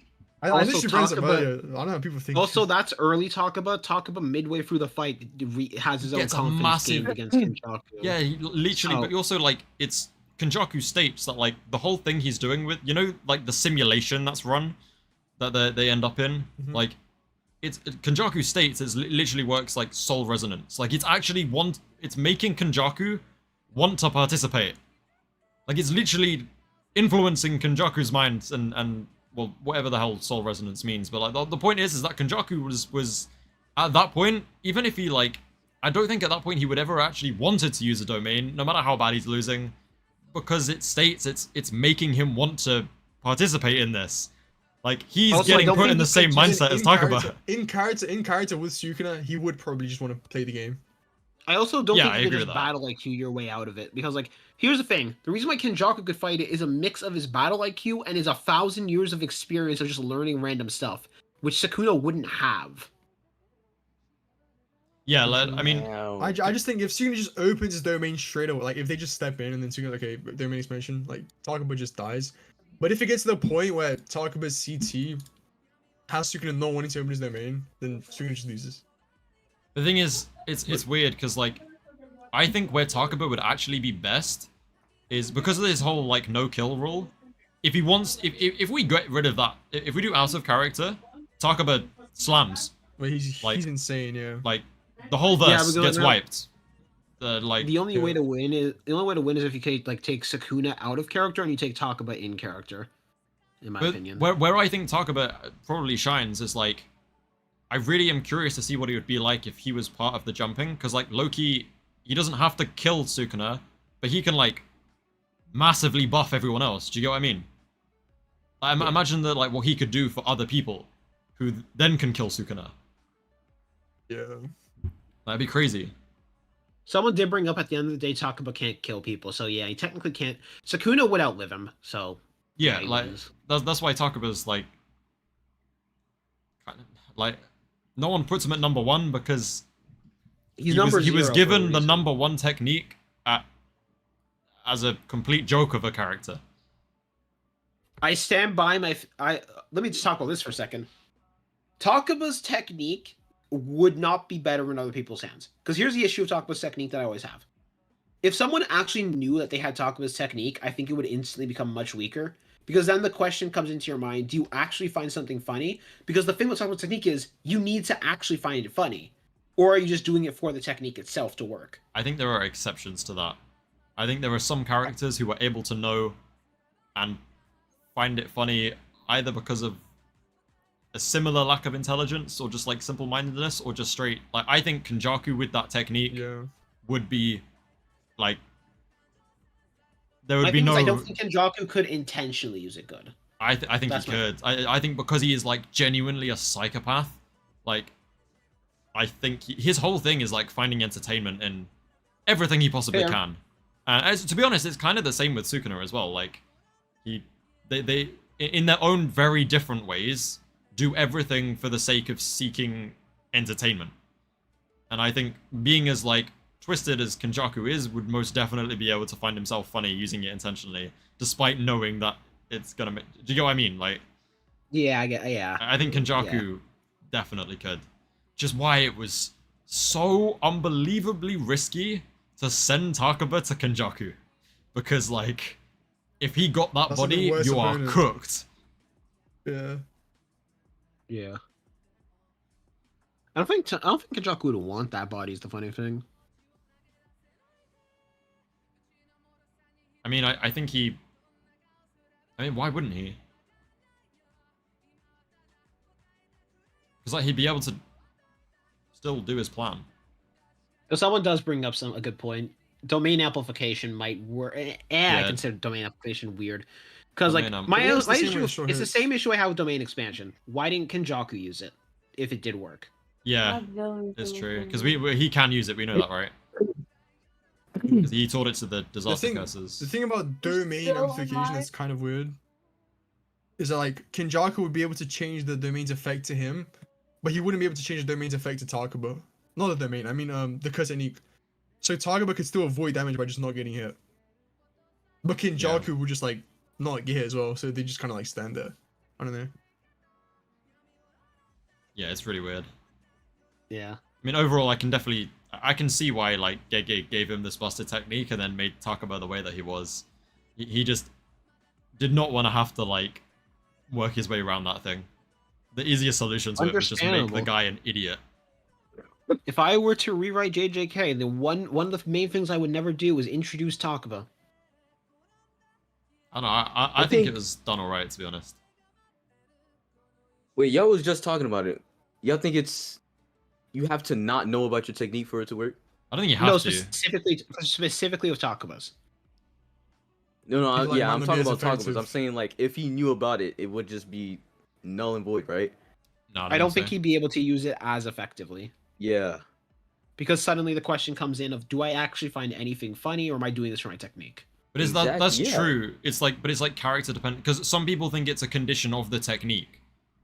Like that's also another thing. There could legit be a condition on the technique where if you find out about it, it becomes no longer powerful. Yeah. Yeah. But Which would also be consistent with what Angel said. I think it's just like that's why I think like Kenny would be the most dangerous person with that technique, because he's actually capable of still finding this shit funny, even though he knows, just because like he is genuinely deranged. Yeah. But for everyone else, like that's why I said like it really works, because Yuta could in theory copy the technique, but he would never be able to use it in a million years ever. Yeah, because Yuta's not funny. Yeah. His whole thing is depression. Like. Yeah, he's kind of just an emo kid. I'd like to imagine. I don't know how he would use it, but like the next best option I have is Todo, because he has that weird, very simple mind. Like the whole thing. What do you mean very simple? No, but like when he's fighting Mahito and he just like summons this whole new strength by imagining himself with Takada. Takada might actually appear. That's what I'm saying. That's what I'm saying. Like you know in the anime when it's like him and Takada just beat the shit out of Mahito. But it would actually happen if I think he'd make it actually happen because that's how his brain works. I think he'd be a great choice for that. No, that wouldn't actually happen in hindsight because he wouldn't find that funny. He'd be taking that seriously. He'd be too locked in. Yeah. Oh god. That's what I'm saying. Like Takada, like genuinely scales above like grade 2, low grade 1 sorcerers just because of the buff that her existence gives to Todo. If I was doing a tier list, I'd put a grade 1. Bro, did he go? Bro. My poor guys. Now you can. Gambler's back.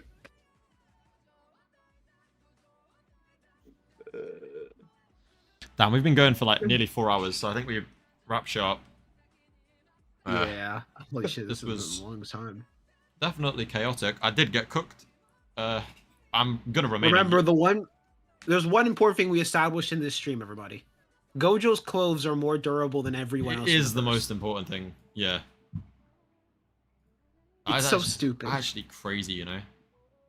Yeah. Now, by that logic, if he did just like cover himself head to toe. Oh, bro. So no diff, he wins. Even Maharaga couldn't adapt to Gojo's clothes. That's how crazy it was. You know, Yuji RCT'd his freaking clothes. Yeah, I know. We looked at it earlier. It's just. Yeah. Oh, really? Yeah, Gege is just, I don't know, like, we decided that the reason Gojo's clothes survived all of the, like, Gojo vs Sukuna fight is simply because Gege knows how people think of Gojo, and he refused to draw Gojo shirtless. Yo, Like, that bro, actually is just the like, only not reason. one panel, bro. Not one. Not one, bro.